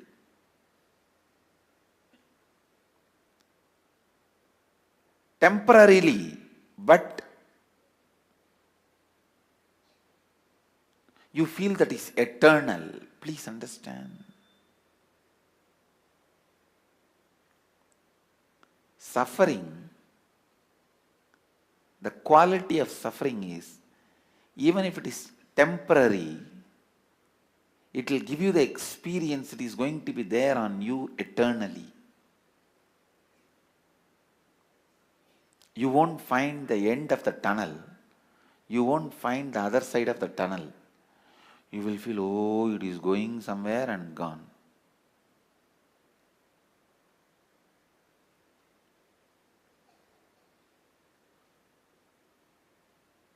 Same way the bliss. When you experience it completely, without self-doubt, will this bliss be with me or go away? That gives you the experience. It will be with you forever, eternally. Understand? Anything you experience at this moment intensely gives you the experience of eternity.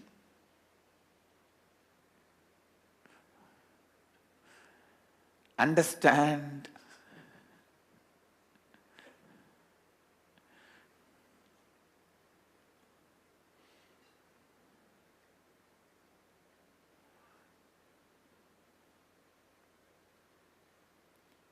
So many qualities attributed to Ganesha are qualities of completion.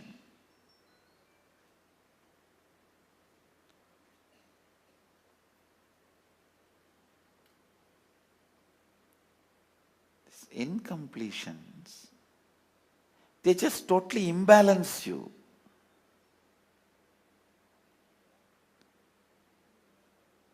Constantly decide you will be in the space of completion.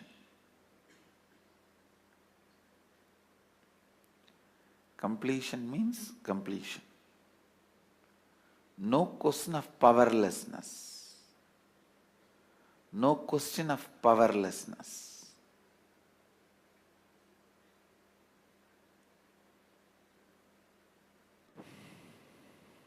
Everything you do,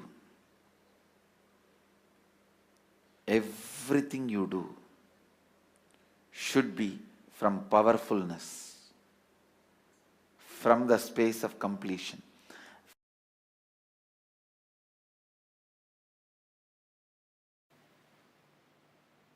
Let's first work on psychologically conquering psychological time.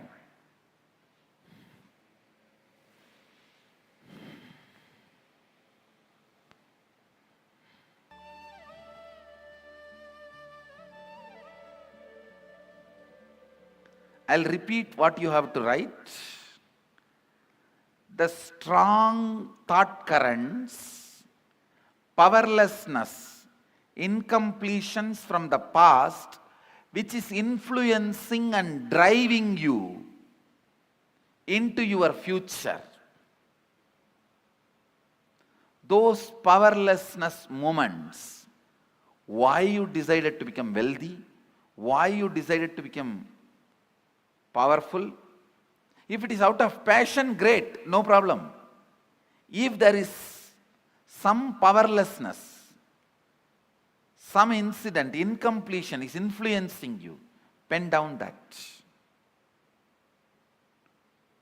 Let's catch the influence of the past on your thinking system. 94th verse, 22nd technique from Shivanyana Upanishad, which is part of Shivagama. Chittat yantaha kritir nasti mamantar bhavayet iti vigalpanam abhavena vigalpair uchito bhavet. I'll translate and give you the precise method. The essence of this verse is reliving is relieving. Means the past powerlessness which is influencing your thinking, relive those incidents, not remembering. Please understand, there is a big difference between remembering and reliving. For example, something happened in your life at the age of 8, 9, which is still influencing your thinking.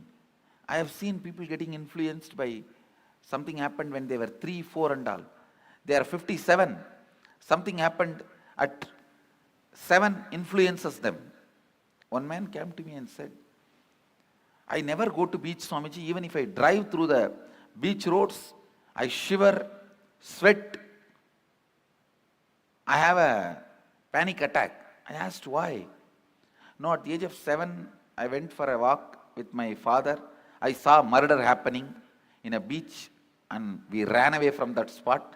From that spot till I can't, now I am 57, I can't go to beach. 40 years, the pattern with which he is suffering.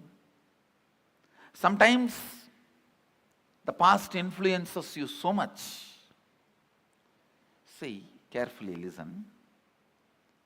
You are now 57, something happened at the age of 7. If you remain as 57 and visualize what happened at that age of 7, that is called remembering. Reliving means forget your present identity. Just dump it, throw it. Become that person. At the age of 7, what intelligence you had, how you were, visualize and become that person. Enter into that person's physiological, psychological frame.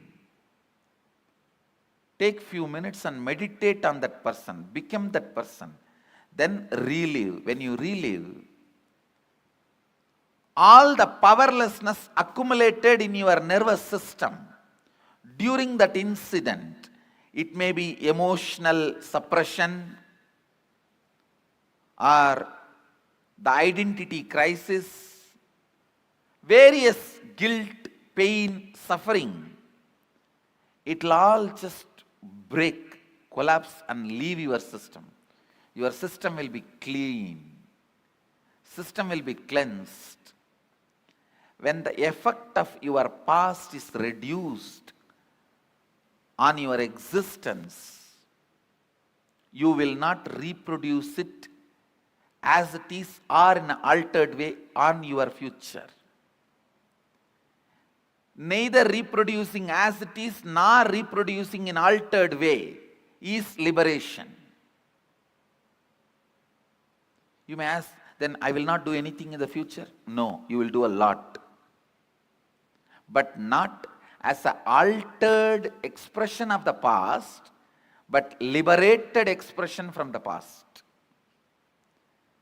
The liberated expression means even if you make money, you will do it just to enjoy, celebrate. But if you are making money because you have been teased as a poor, because you have been challenged as a poor, because you have an identity crisis as a poor, even if you become rich, you will continue to suffer. I have seen many moneyed poor people. Understand, paradoxical word. Moneyed poor people. Poor are those who have only money. Uneducated are those who are educated only in schools, especially modern Indian schools. I have to put this on record. Any of you think I'm little intelligent? I tell you, I never went to school properly.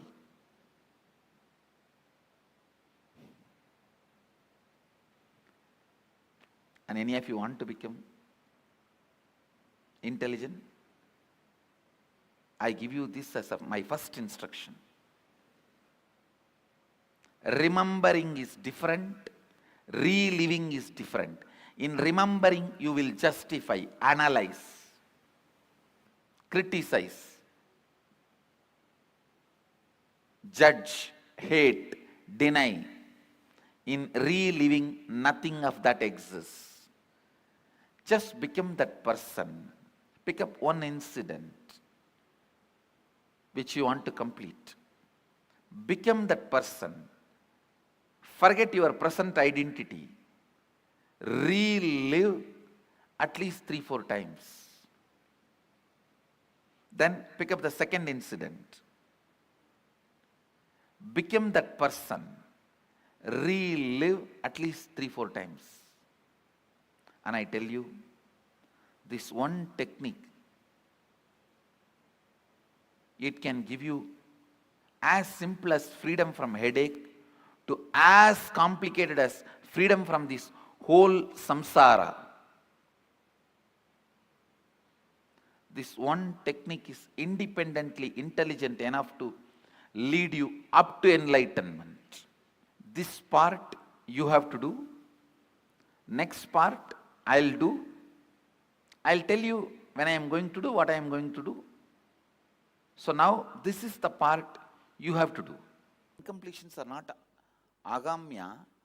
I can say it's a mixture of prarabdha and sanjita causing its effect in ahamya.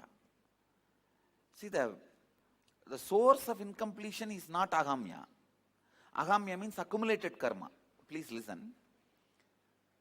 Prarabdha is brought karma. Sanjita is your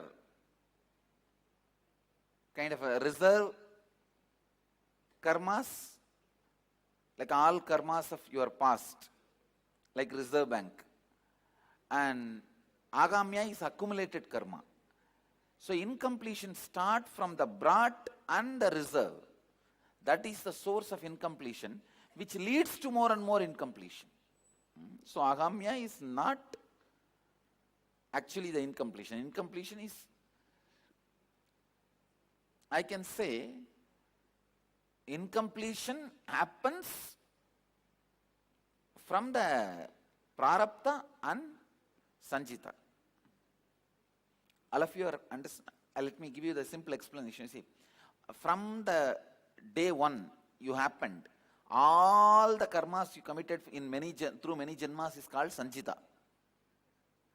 Like a reserve of karmas. Then the karma you brought in this body to work it out, complete it. That's called prarabdha. And while you are working these karmas out, what you accumulate is ahamya. Ahamya. But unfortunately, your sanjita and prarabdha has incompletions. Agamya also incompletion starts.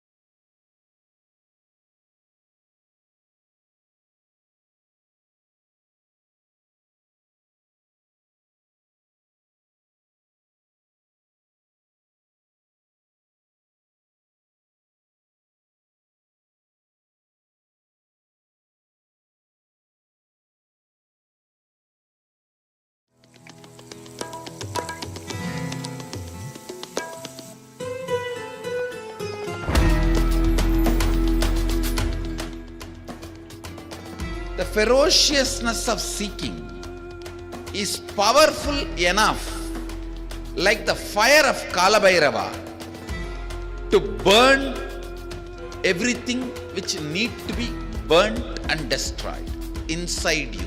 Laziness, tiredness, boredom, everything which need to be taken out of you can be just like that burned. How many microseconds it will take for negativity to disappear in front of Kalabhairava's ferociousness? Not even micro millisecond.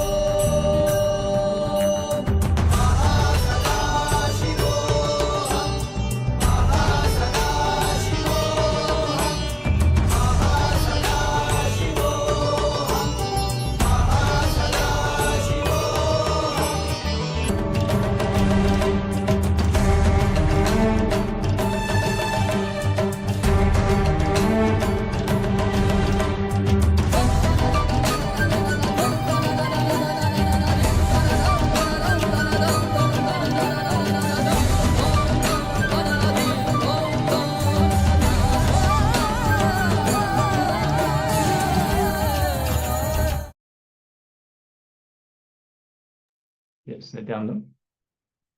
After this beautiful session, where Swamiji was revealing about the signs of completion, and Bhagavan Ganesha, the deity of this first day of the glimpses of Paramashivoham, we're actually going to dive right into the completion process. So first, let us learn about the completion technique. The 94th verse, 22nd technique of Vijnana Bhairava Tantra. Paramashiva gives the definition of completion. Chitta dhyanta kritir nasti mamanta bhavayet iti vikalpa nama bhavena vikalpair ujhito bhavet. Consciously feel within that the mind stuff, chitta, of past memories of incompletion, with its activities as mind, manas, thoughts, intellect, buddhi, mental cognitions, and ego, ahamkara, root patterns, are not existing in me. So consciously feel within that all this mind stuff does not exist in you. By contemplating this way in your inner space, disidentify or unclutch from the past impressions of name and form and the memories of incompletion. Put your active attention on the space of the past happening. Relive these imagined impressions and memories of incompletion. Then the mind stuff, having fully ceased from its present characteristics of forming thought patterns and cognitions, is complete. Thus, you become complete and achieve the original space of complete completion. This is very dense, a very powerful pramana that you can ponder on for a long time. But let's summarize this. You have certain thought patterns that make you feel incomplete, like something is missing, that you are powerless, you're not fully in charge, you're not fully capable to handle a situation. That is based on the chitta, the mind stuff, the cognitions that you carry.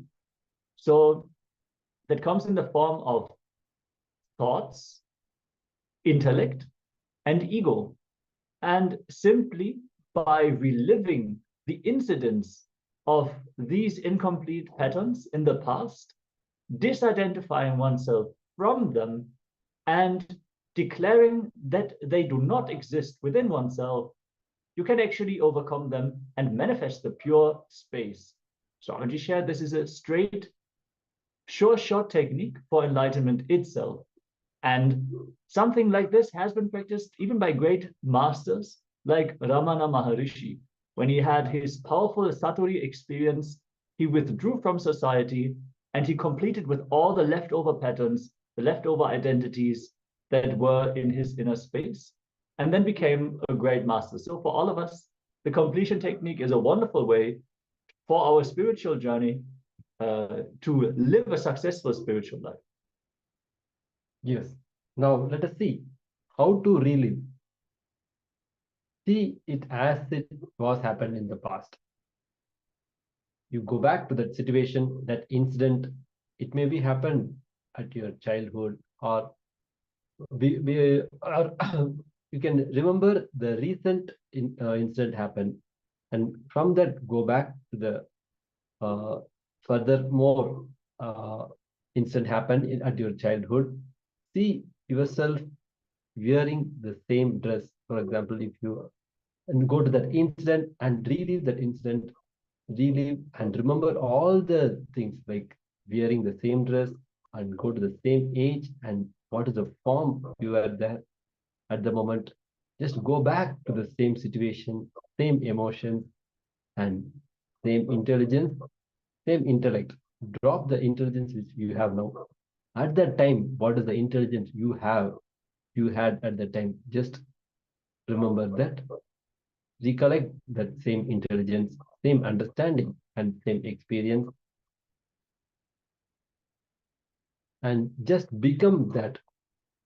Just become a child again.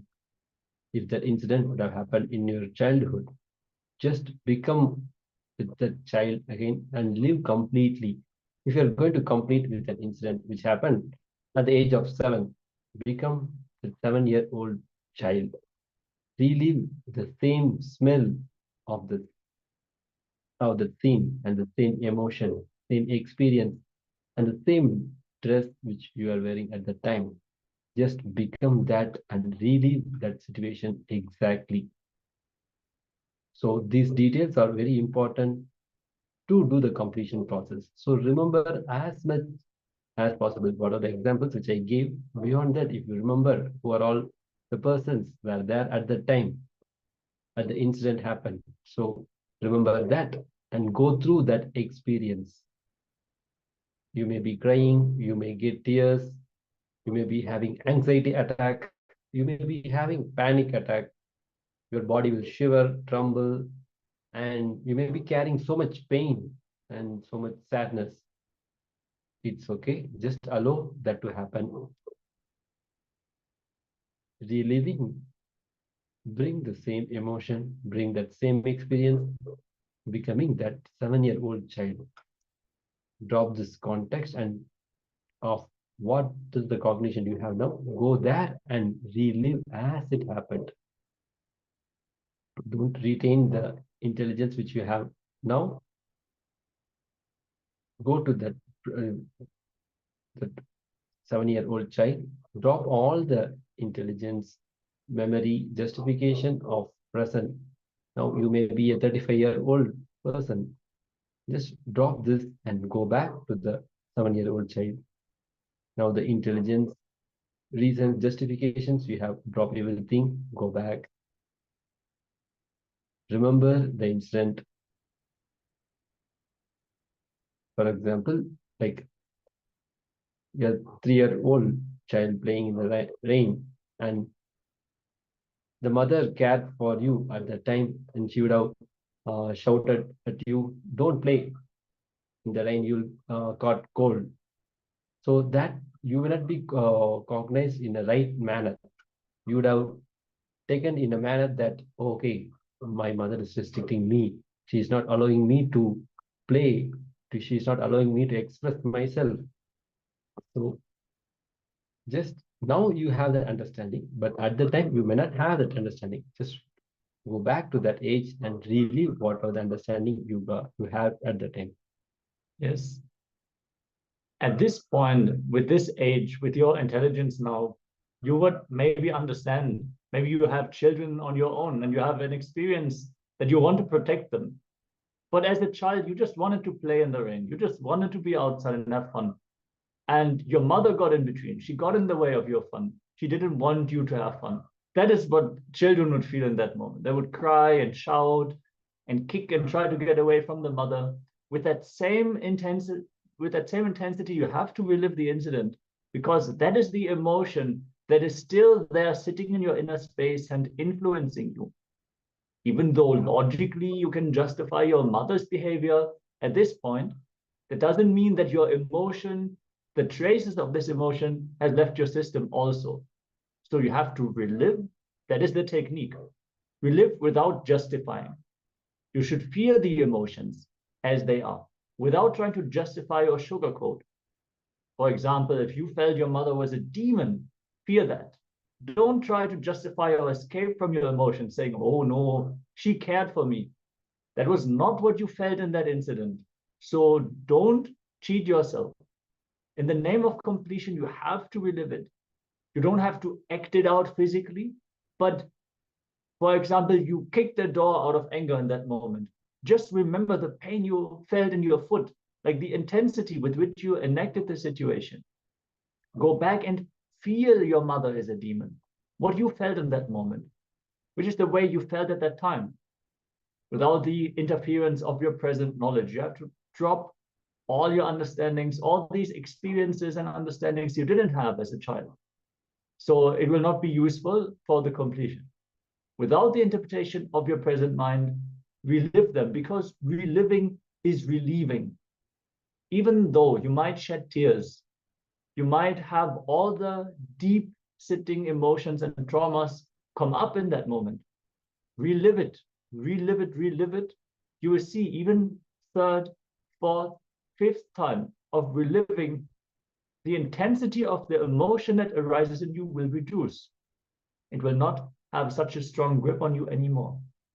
You might ask, how can that be? I've been remembering this incident so many times. Why didn't the intensity reduce until now? Because you did not relive. You just remembered the incident with your current logic, with your judgments, your justifications. You did not go back to the incident as you experienced it. You did not allow yourself to live the experience completely. So the trace of that experience stayed within you and manifests itself as all kinds of accidents and incidents in your life, because that emotion wants to be completed. So it has to rise up in you, lead you to bring awareness to it, for it to be able to leave your system.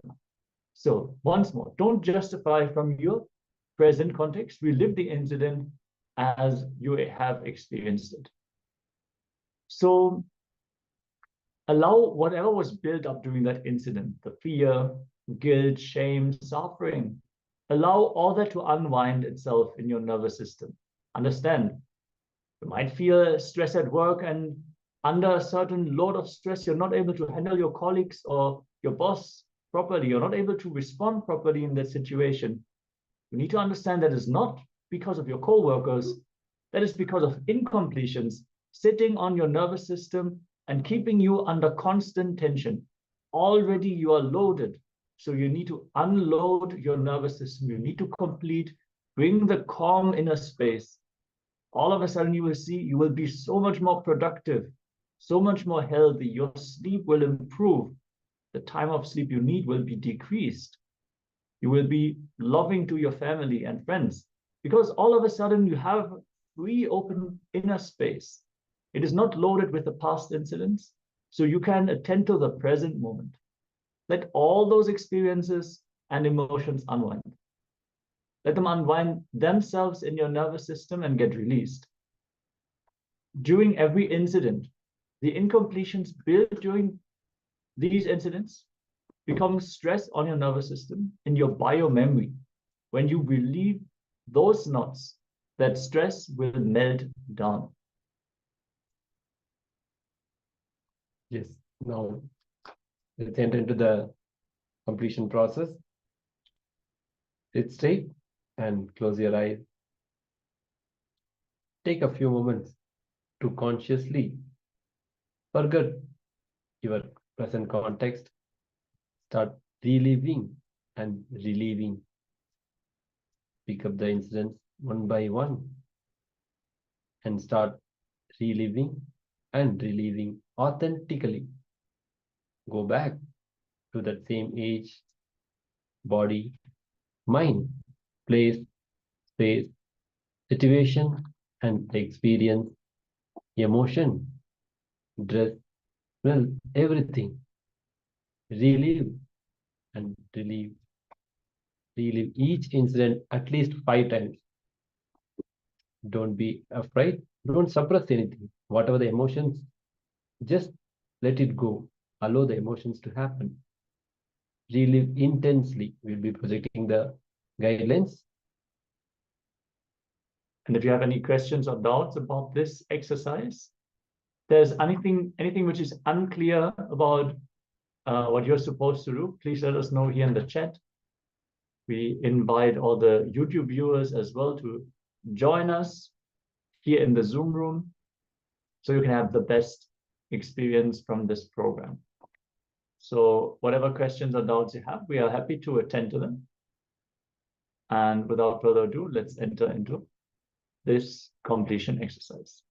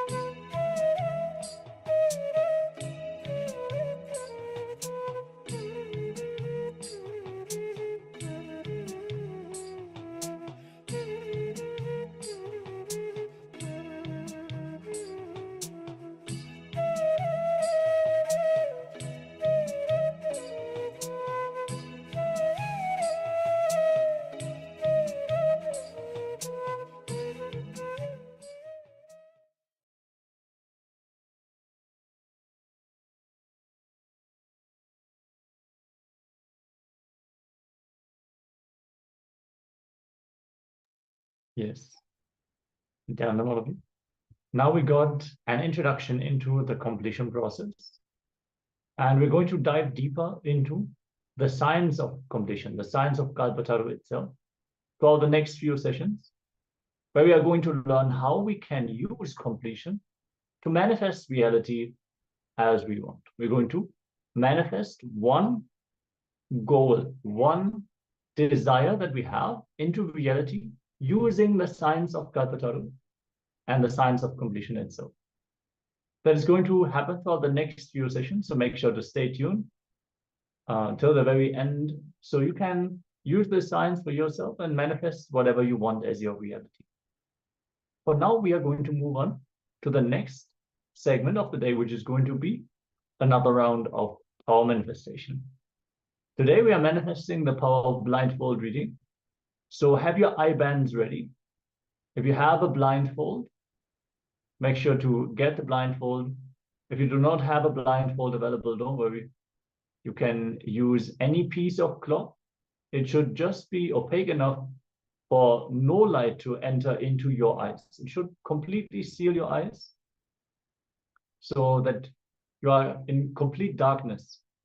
No doubt should come whether you saw something through the blindfold or anything like that. So let's get ready. For all of you who joined in new, let's settle down, have your blindfolds, and completely tie your eyes and connect to Swamiji in your inner space. Let's get ready for the power manifestation. Visualize Swamiji in your inner space and let us start chanting the Mahavakya. Om Nityananda Paramashivoham. Om Nityananda Paramashivoham. Om Nityananda Paramashivoham. Keep vibrating with the Mahavakya. Let Swamiji manifest through you as we are going to project an image on screen for you to scan with your eyes completely blindfolded, using only the third eye to see.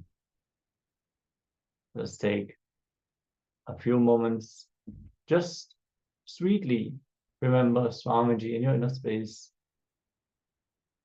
as we are going to project the image now. If you have not yet tied the blindfold, make sure to do so now. Keep chanting the Mahavakya and let this round of the power manifestation begin.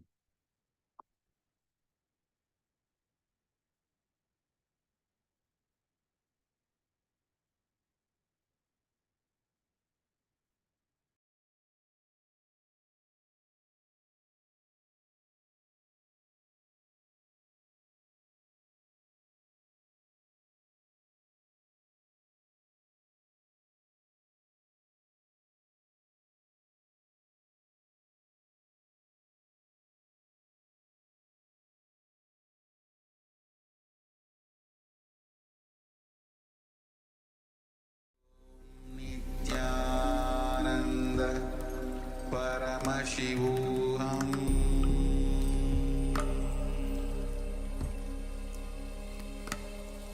Om Nityananda Paramashivoham.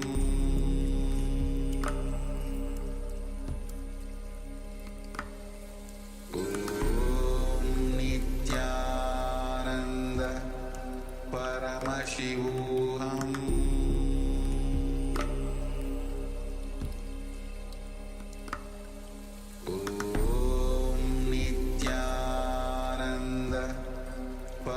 Paramashivoham.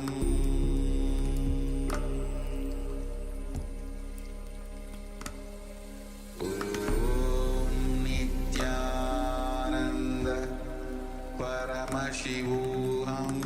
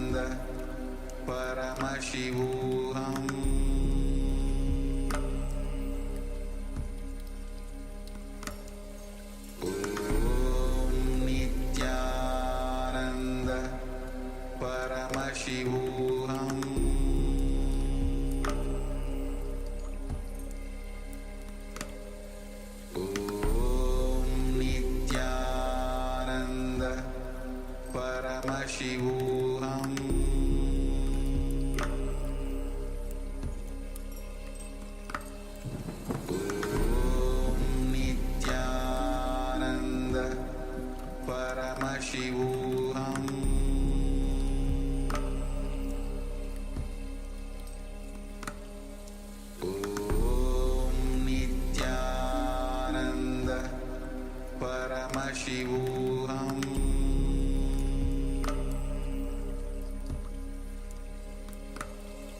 Om Nityananda Paramashivoham.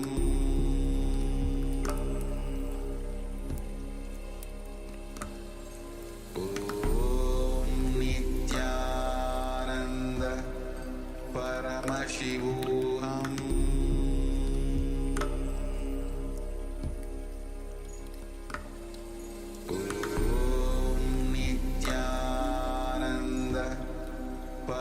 Paramashivoham.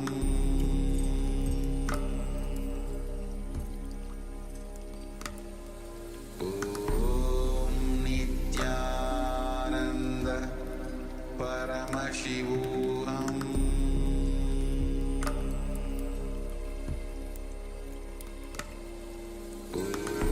Om Nityananda Paramashivoham.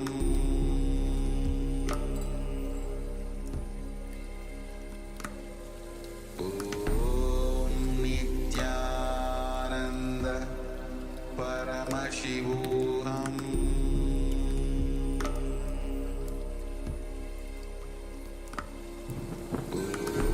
Om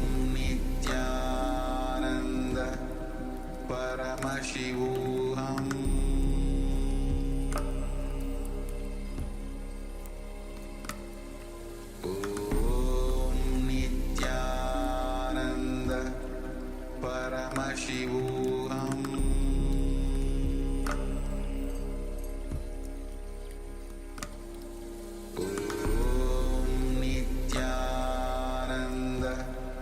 Paramashivoham.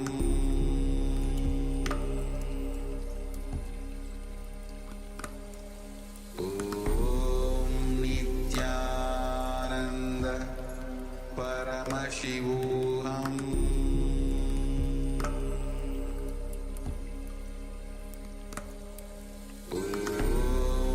Nityananda Paramashivoham. Paramashivoham.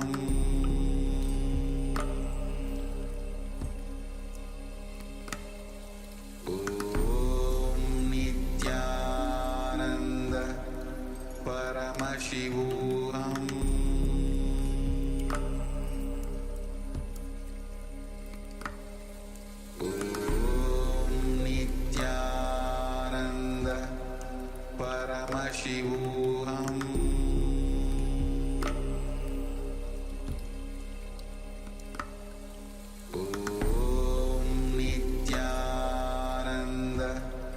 Paramashivoham.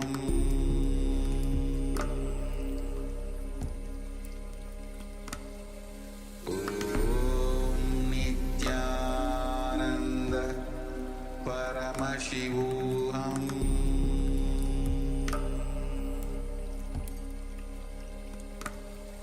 Om Nityananda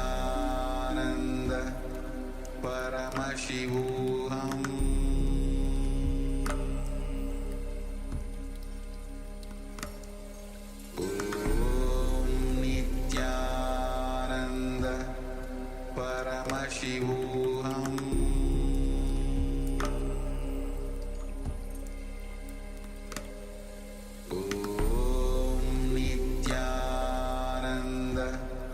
Om Nityananda Paramashivoham.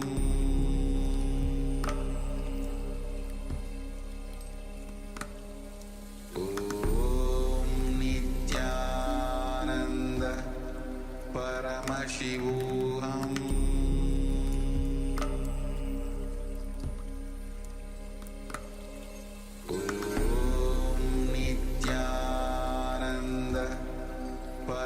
Paramashivoham.